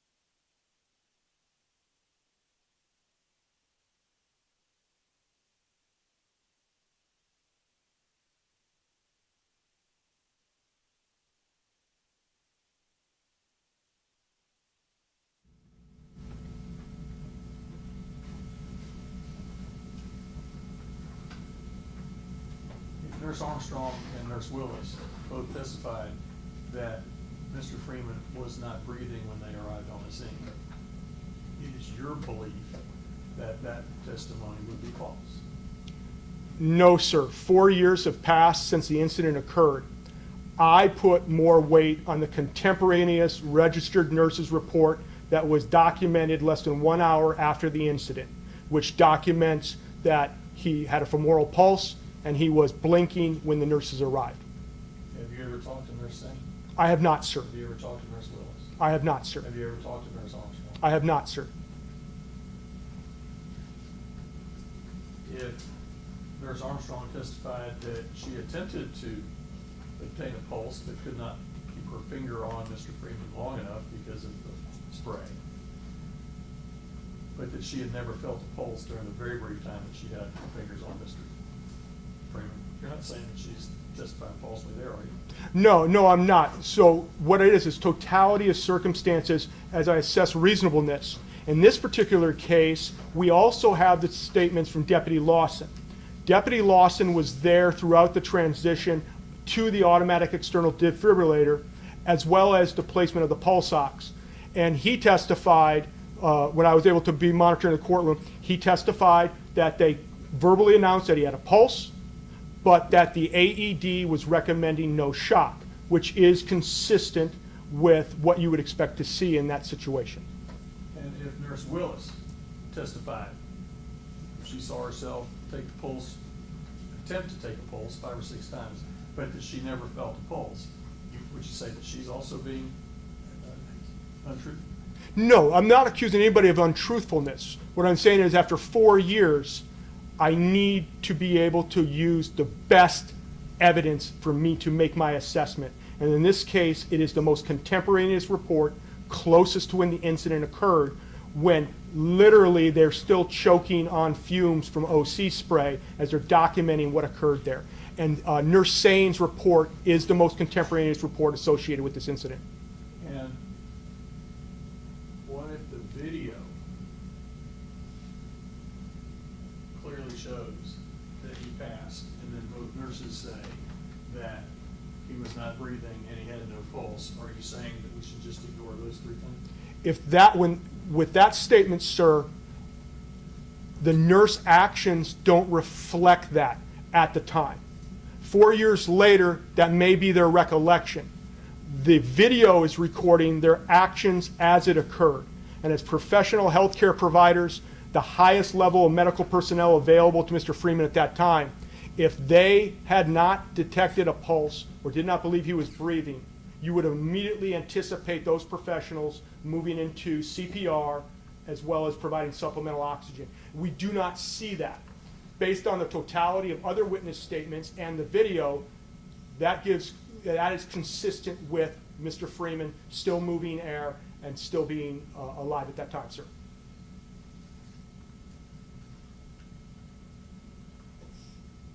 Sit back and show the time that after Mr. Palm got off the back.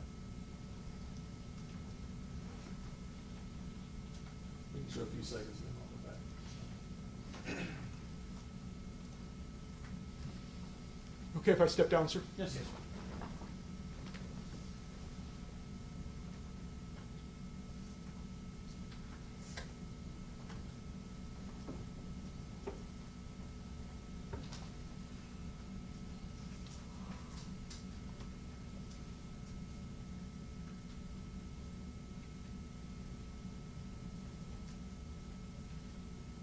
Are you saying he looks conscious in here? I cannot make that determination, sir, from where I'm at. He's clearly exhausted. He's clearly losing some muscle control, but I do not know whether his level of consciousness is. And are you saying that he's alive? Yes, sir.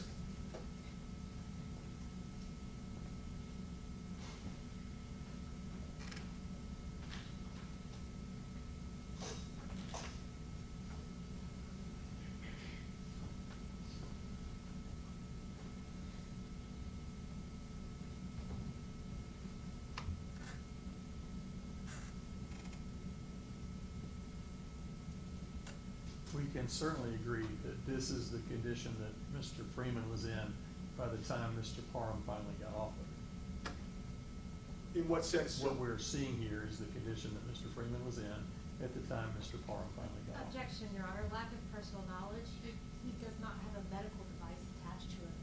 Well, you can ask him if he knows of his personal knowledge. From this video, sir, this is the condition that he was in at the time Mr. Parham gets off of Mr. Freeman in the video. I can't answer that, sir. When Mr. Parham gets off, he's not in that position.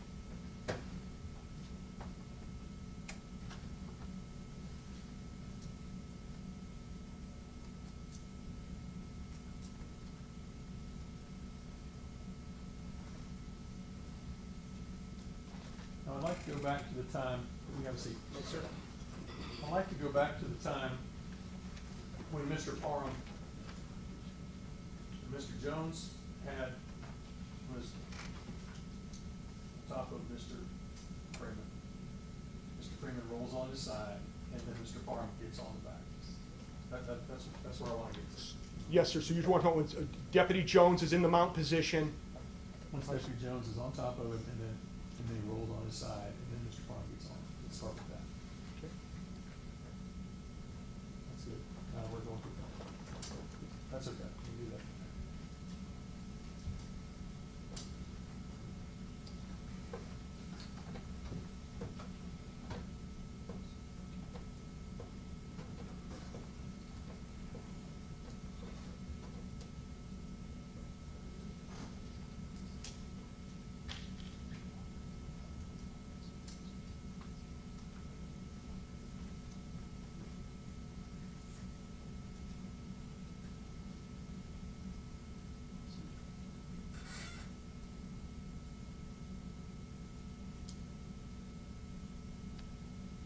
Okay, let's freeze. Okay. Do you remember your demonstration a few hours ago with Ms. Fuchs? I do, sir. Okay. Ms. Fuchs lay down on the ground, took her coat off, had her coat down underneath of it, right? Yes, sir. This is a hard floor, not a carpeted floor. Yes, sir. I think this is a very plush carpet, but it's a thin carpet nevertheless. Yes, sir. Now, at the time that you did the demonstration with Ms. Fuchs, y'all had already practiced that at some point, correct? Yes. And you yourself have done knee placement, custody, or control many times in your career. I have, sir. You, sir, are an expert on that, and you know how to make sure you are not going to kill anybody by putting all of your weight on top of their back. You know how to do that, right? Yes, sir. Now, when you demonstrated with Ms. Fuchs, you put most of your weight on your left knee that was on the carpet. Is Yes, that sir. right? Left foot on the carpet. My knee was up.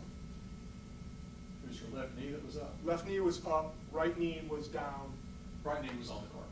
No, right knee was on Miss Fuchs. Okay, so the left knee is down on the carpet. No, sir, the left knee would be up. So I was in this position here, if you look at this. Sure. So I'm up like this, my knee would be on Miss Fuchs here. Okay, okay. So your left leg was on the carpet, your right knee was on Ms. Fuchs, and your right foot was also bearing some of your weight. Yes, sir. Is that right? Okay. So you had an amount on your left, of weight on your left leg, an amount of weight on your right foot, Yes, sir. and a humane amount of weight on Ms. Fuchs' back. Yes, sir. And that's how you should do that with anybody, is balance that. Right. If you had put all of your weight on your right knee, taken weight off of your right foot and off of your left leg, then it would have put substantially more pressure on Ms. Fuchs' back. Yes, it would be considerably more painful. Even with your demonstration, she had no trouble talking during that time, did she? Yes, sir, that's correct. And you practiced that, right? Yes, sir. And she didn't have any trouble talking at that point, and you went 4 minutes, and then you got off of her back. Yes, sir. Your left leg stayed on the ground. Yes. Your right leg came off of her, and your weight resumed partially on your right foot, partially on your left foot. When you stood up, you had partially. Yes, sir. Yeah, I'm standing. Yes, sir. And even then, you still left a little bit of a mark on her arm, isn't that right? Yes, you could see where my knee had been. Okay. Even with you doing your best to make sure that she did not suffer during the demonstration. Well, I wasn't so much worried about Miss Fuchs suffering as I was about making sure that I maintained the right body weight to control it. Okay. Now, if this jury finds that over the next 3 minutes and 41 seconds, Mr. Parham's weight is substantially more on that knee on Mr. Freeman's back than you ever came close to with Ms. Fuchs in your demonstration, would you agree that that's pretty much a very different situation?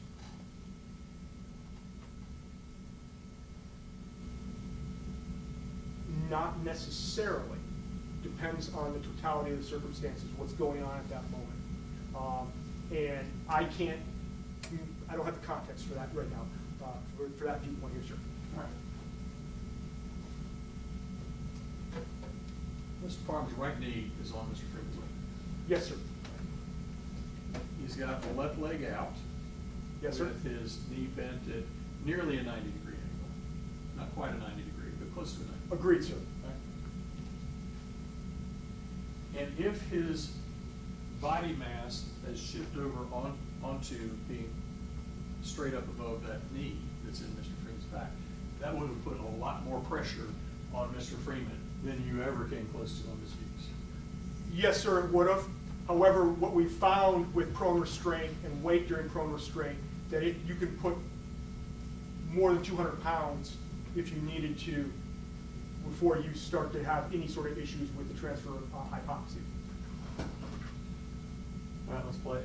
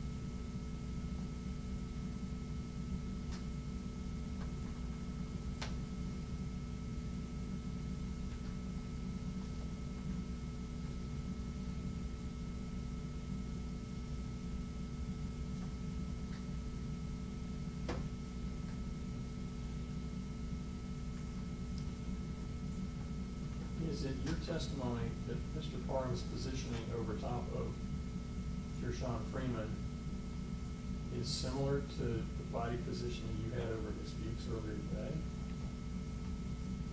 It appears consistent, sir.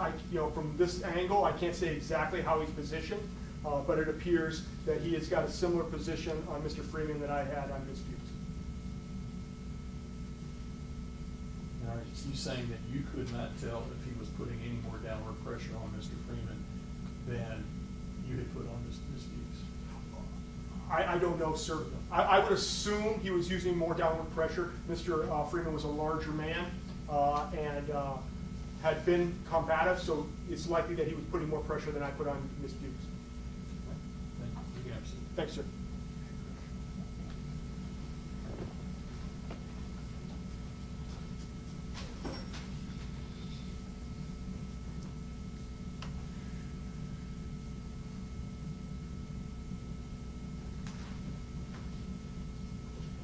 Just a few questions.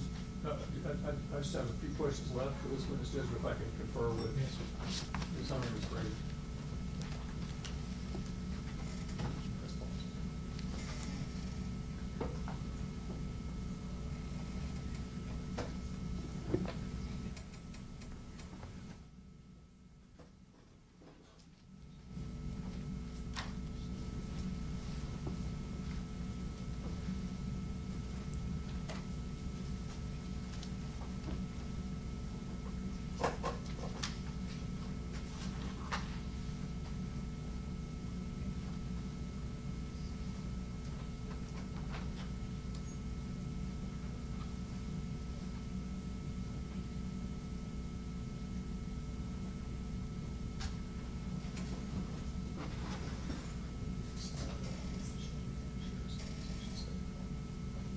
I'll send you an extra.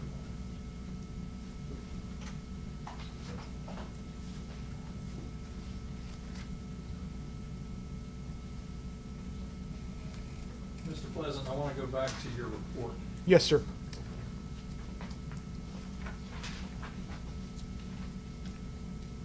Page 3. I'm on it, sir. Go ahead. Last paragraph on page 3. Yes, sir. The Shelby County Medical Examiner determined that Freeman's death resulted from an exacerbation of severe underlying atherosclerotic cardiovascular disease associated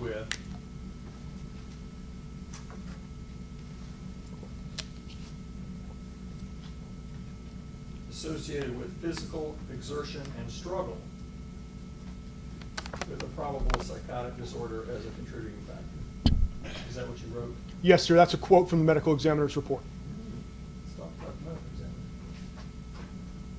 If the medical examiner's report reports cause of death, exacerbation of atherosclerotic cardiovascular disease due to physical altercation and subdual, you would agree that your report wrote the cause of death incorrectly.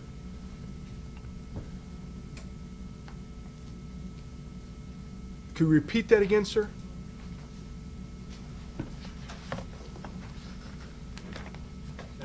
Yeah, Yes. please do, sir. Cause of death. Okay. Read that.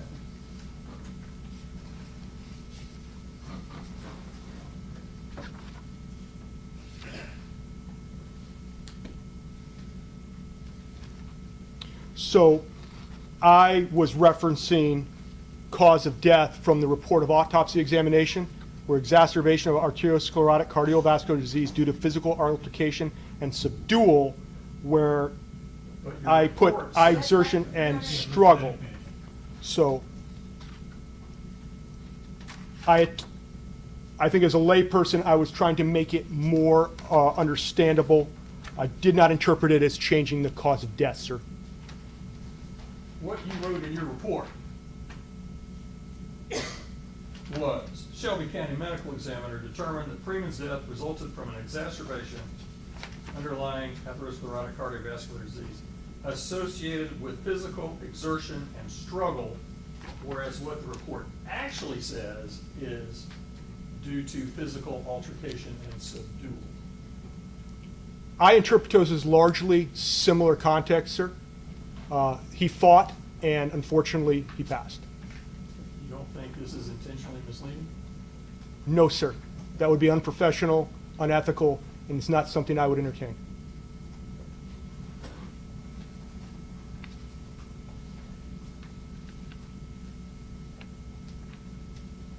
We can agree, sir, can we not, that the people who are housed at 201 Poplar are in the care of the Shelby County Sheriff's Office, correct?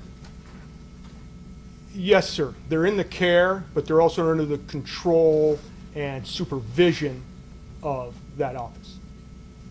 You have said that the first most important part about being a correctional officer is to make sure that the correctional officer goes on. I didn't make that statement, sir. I think you're recording another witness. Safety of the correctional officers, is that an important consideration? Highly important situation. You want to protect your staff as well as the inmates. It is also the most important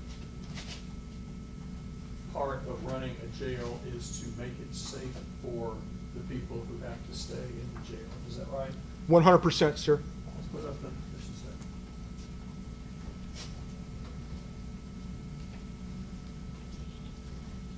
I don't like the way we highlighted this, but I need to step down, sir, if you'll. step down. Shelby County Sheriff's Office, full service law enforcement, pretrial custodial keeper for those who are charged with crimes.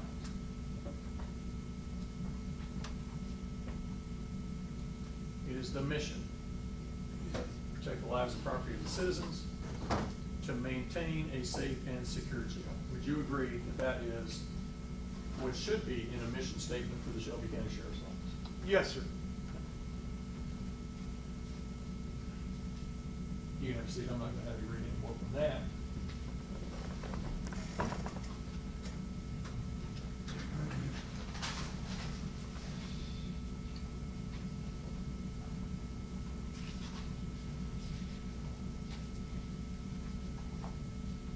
But is it also your testimony then, sir, that for Courtney Parham to finally get his weight off of Gershun Freeman, it was appropriate for him to wait until Mr. Freeman was unconscious? No, sir. That's not my testimony. Would it be an accurate statement that it would have been appropriate for him in that situation to wait until he had passed away? No, sir. It's your testimony that he was not unconscious and that he had not passed away. It's my testimony that he transitioned away from the position he was in as soon as he could with the aid of other officers, and that medical aid was dispatched, and when medical aid arrived, that Mr. Freeman was still living. Those are my questions, John. Can we take a very short break? Take recess, please. Please stand in recess.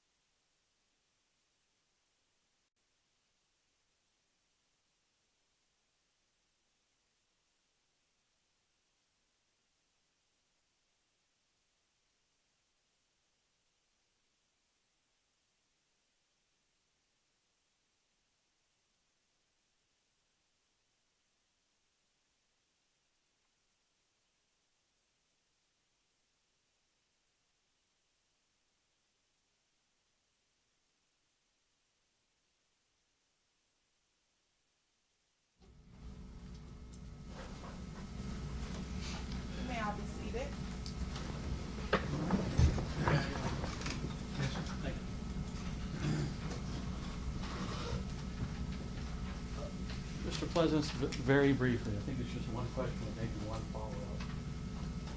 When you evaluate a use of force case, are you looking for perfection? No, sir. What is it that you are looking for? You're looking for reasonableness, objective reasonableness on the part of the officers. So, officers, like anybody, they're not infallible. They're trying to be. Law enforcement officers, like any profession, are trying to be perfect at what they do. They will not always be so. Usually, they never reach that perfection. Under objective reasonableness, what we're looking for is the idea objectively of what the course of actions that were taken. Were they reasonable in the eyes of another officer similarly trained who would be in the same or similar situation? All right, this concept, and you've also used the term totality of circumstances. Yes, sir. Are these words, is this a concept that you yourself invented? No, this is a constitutional concept that was established. The objective reasonableness standard was established by a case known as Graham v. Connor, which is a very important case law for law enforcement officers in how use of force is judged. Is that a United States Supreme Court case? Yes, sir, it is.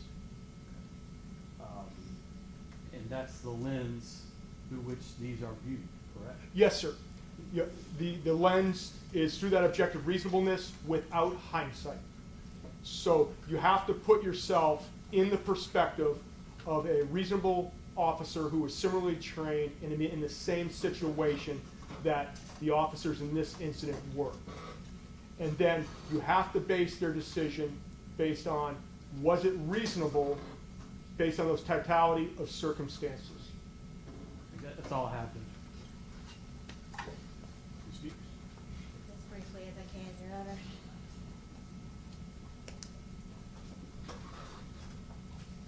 I want to address some very specific things that General Fund discussed with you, okay? Yes, ma'am.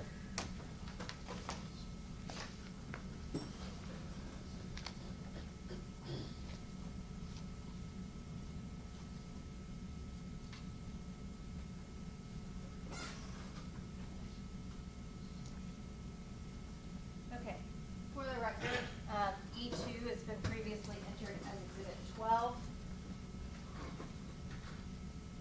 If I do an open with and go to VLC, Mr. Pleasant, if you could step down. Yes, ma'am. And if you hit E, you can go frame by frame if you open with VLC. So we're going to get to this point when Mr. Freeman rushes out of the cell. And I want you to, so hold on one second, we're gonna get there. Would you agree with me, the video shows him about to run out of the cell? Yes, ma'am. I think that's what's happening here. Okay. I'm going to play it in slow motion, and when General Funk asked you in real time whether you can see Mr. Freeman throw a punch, I want you to watch again, frame by frame. Yes, ma'am.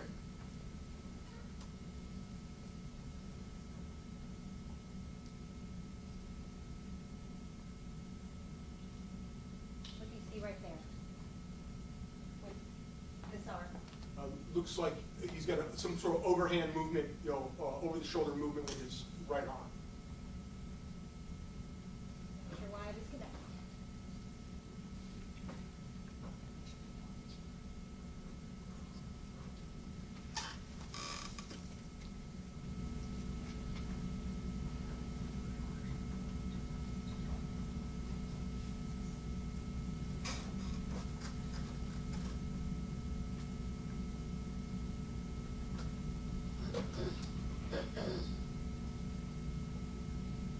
Okay. It's back now.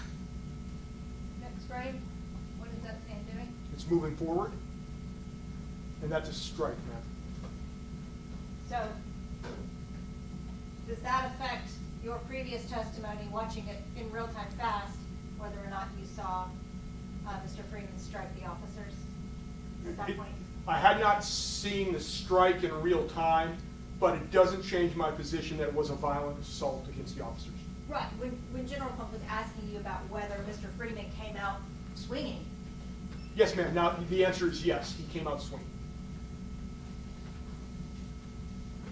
If that should be all I have on the video.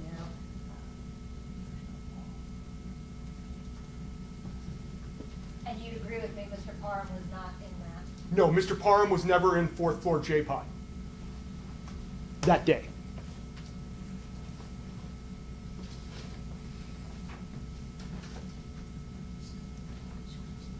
Your Honor, may I approach the witness?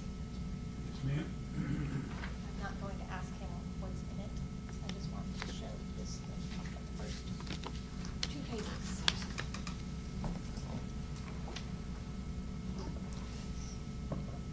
I'm not making an exhibit of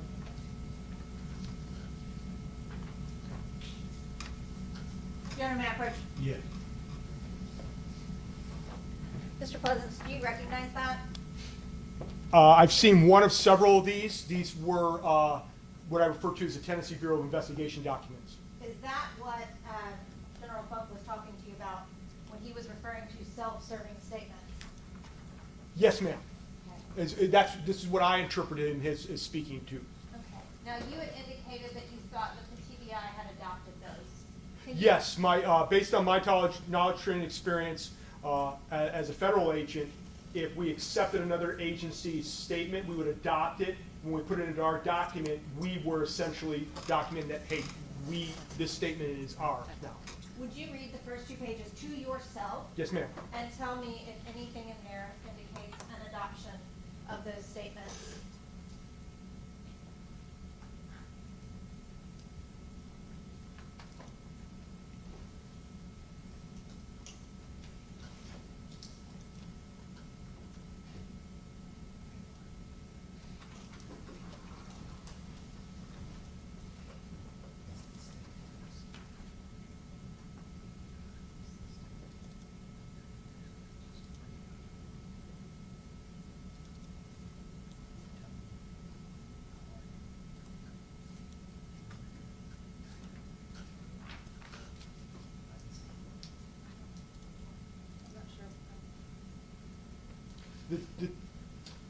The term adoption is not used, ma'am.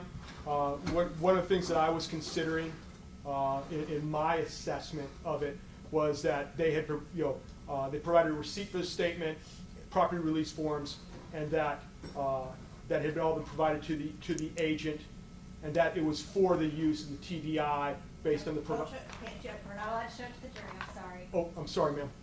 And that there was a document where it was provided to TBI for TBI's use. Is there any indication that it was made part of the TBI's case file? Yes, ma'am. In my view, when I see the top of the report is a report of investigation, Tennessee Bureau of Investigation investigative report.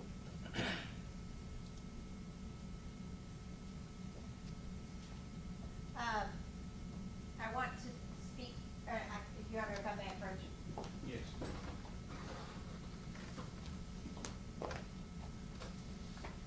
I want to refer briefly to General Funk's question about the language you used in your report. Yes, ma'am. In addition to the autopsy report itself, did you review Dr. Ross's interview with the prosecutors? I recall reviewing it, ma'am. I don't have an independent recollection of it, but I've read all of those reports. Your Honor, may I approach the witness? Yes. On page 43 at line 27, if you would please read that to yourself and see if that helps refresh your recollection on where you may have found that language.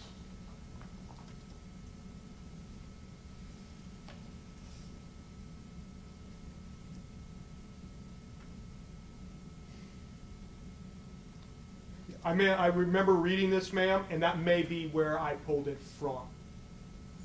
Very similar language to what you included? Yes, ma'am. May I approach your Honor? Thank you. And that was from Dr. Ross himself? Yes. All right.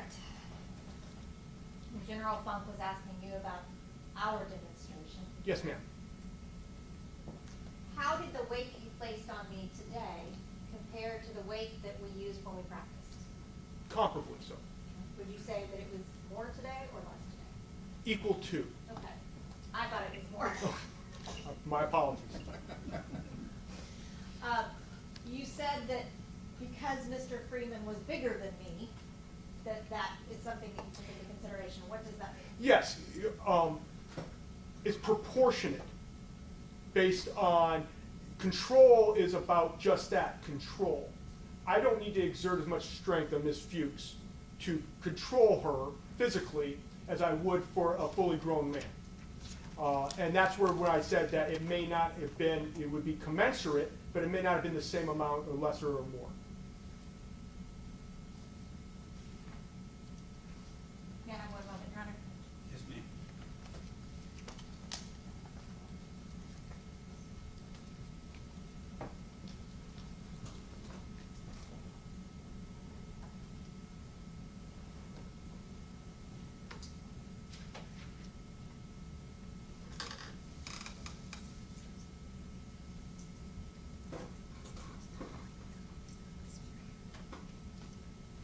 That's all I have, Your Honor. Anything else? No more questions, Judge. I believe the jury knows my position. All right. Any other questions? No question. Thank you, sir. Appreciate your time. I'll leave these exhibits here, sir. That would be fine. Thank you. We need to take a break? All right. Yes. All right, ladies and gentlemen, we need to take a short break. We'll be back with you in a couple of minutes because we have to do some legal stuff.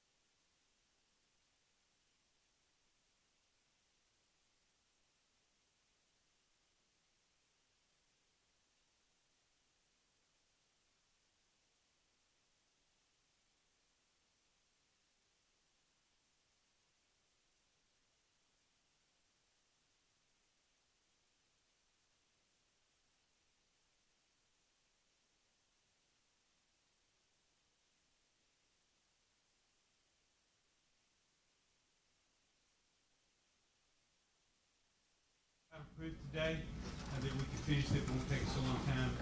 Don't know, we're gonna, it may be all approved, may not be all approved, it just depends, we're gonna wait till Monday morning, okay? And we also, Monday, we could go to Tuesday, I'm not saying we do, if we did, we'd have to have, the attorneys would have to get their closing arguments ready, we have to go to jury charges, we've been discussing a lot of that now. And so, we're gonna be ready Monday morning, okay? We'll see y'all Monday at 10 o'clock. Thank you. And behave on Sunday. We're not forgetting about you.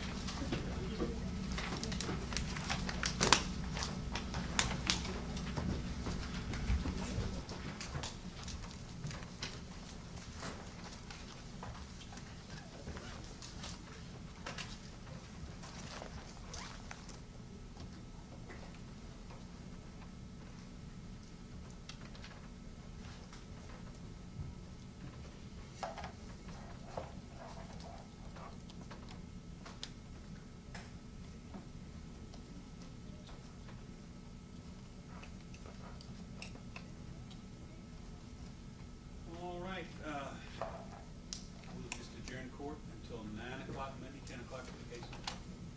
All right. Court is now adjourned until 9 a.m. Monday morning, trial resuming at 10.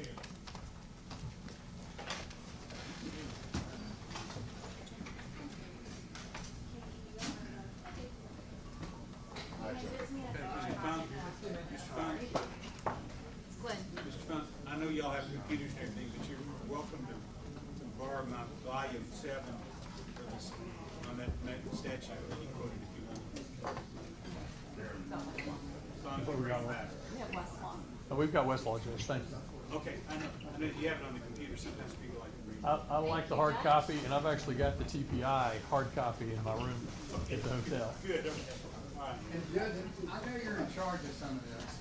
I think, just my 2 cents, that the pattern jury instruction should be available not behind the paywall to the general public, so that they know that they're violating the law. Do you think so? And there, well, I negotiated, I've shared the committee. I negotiated a contract with West.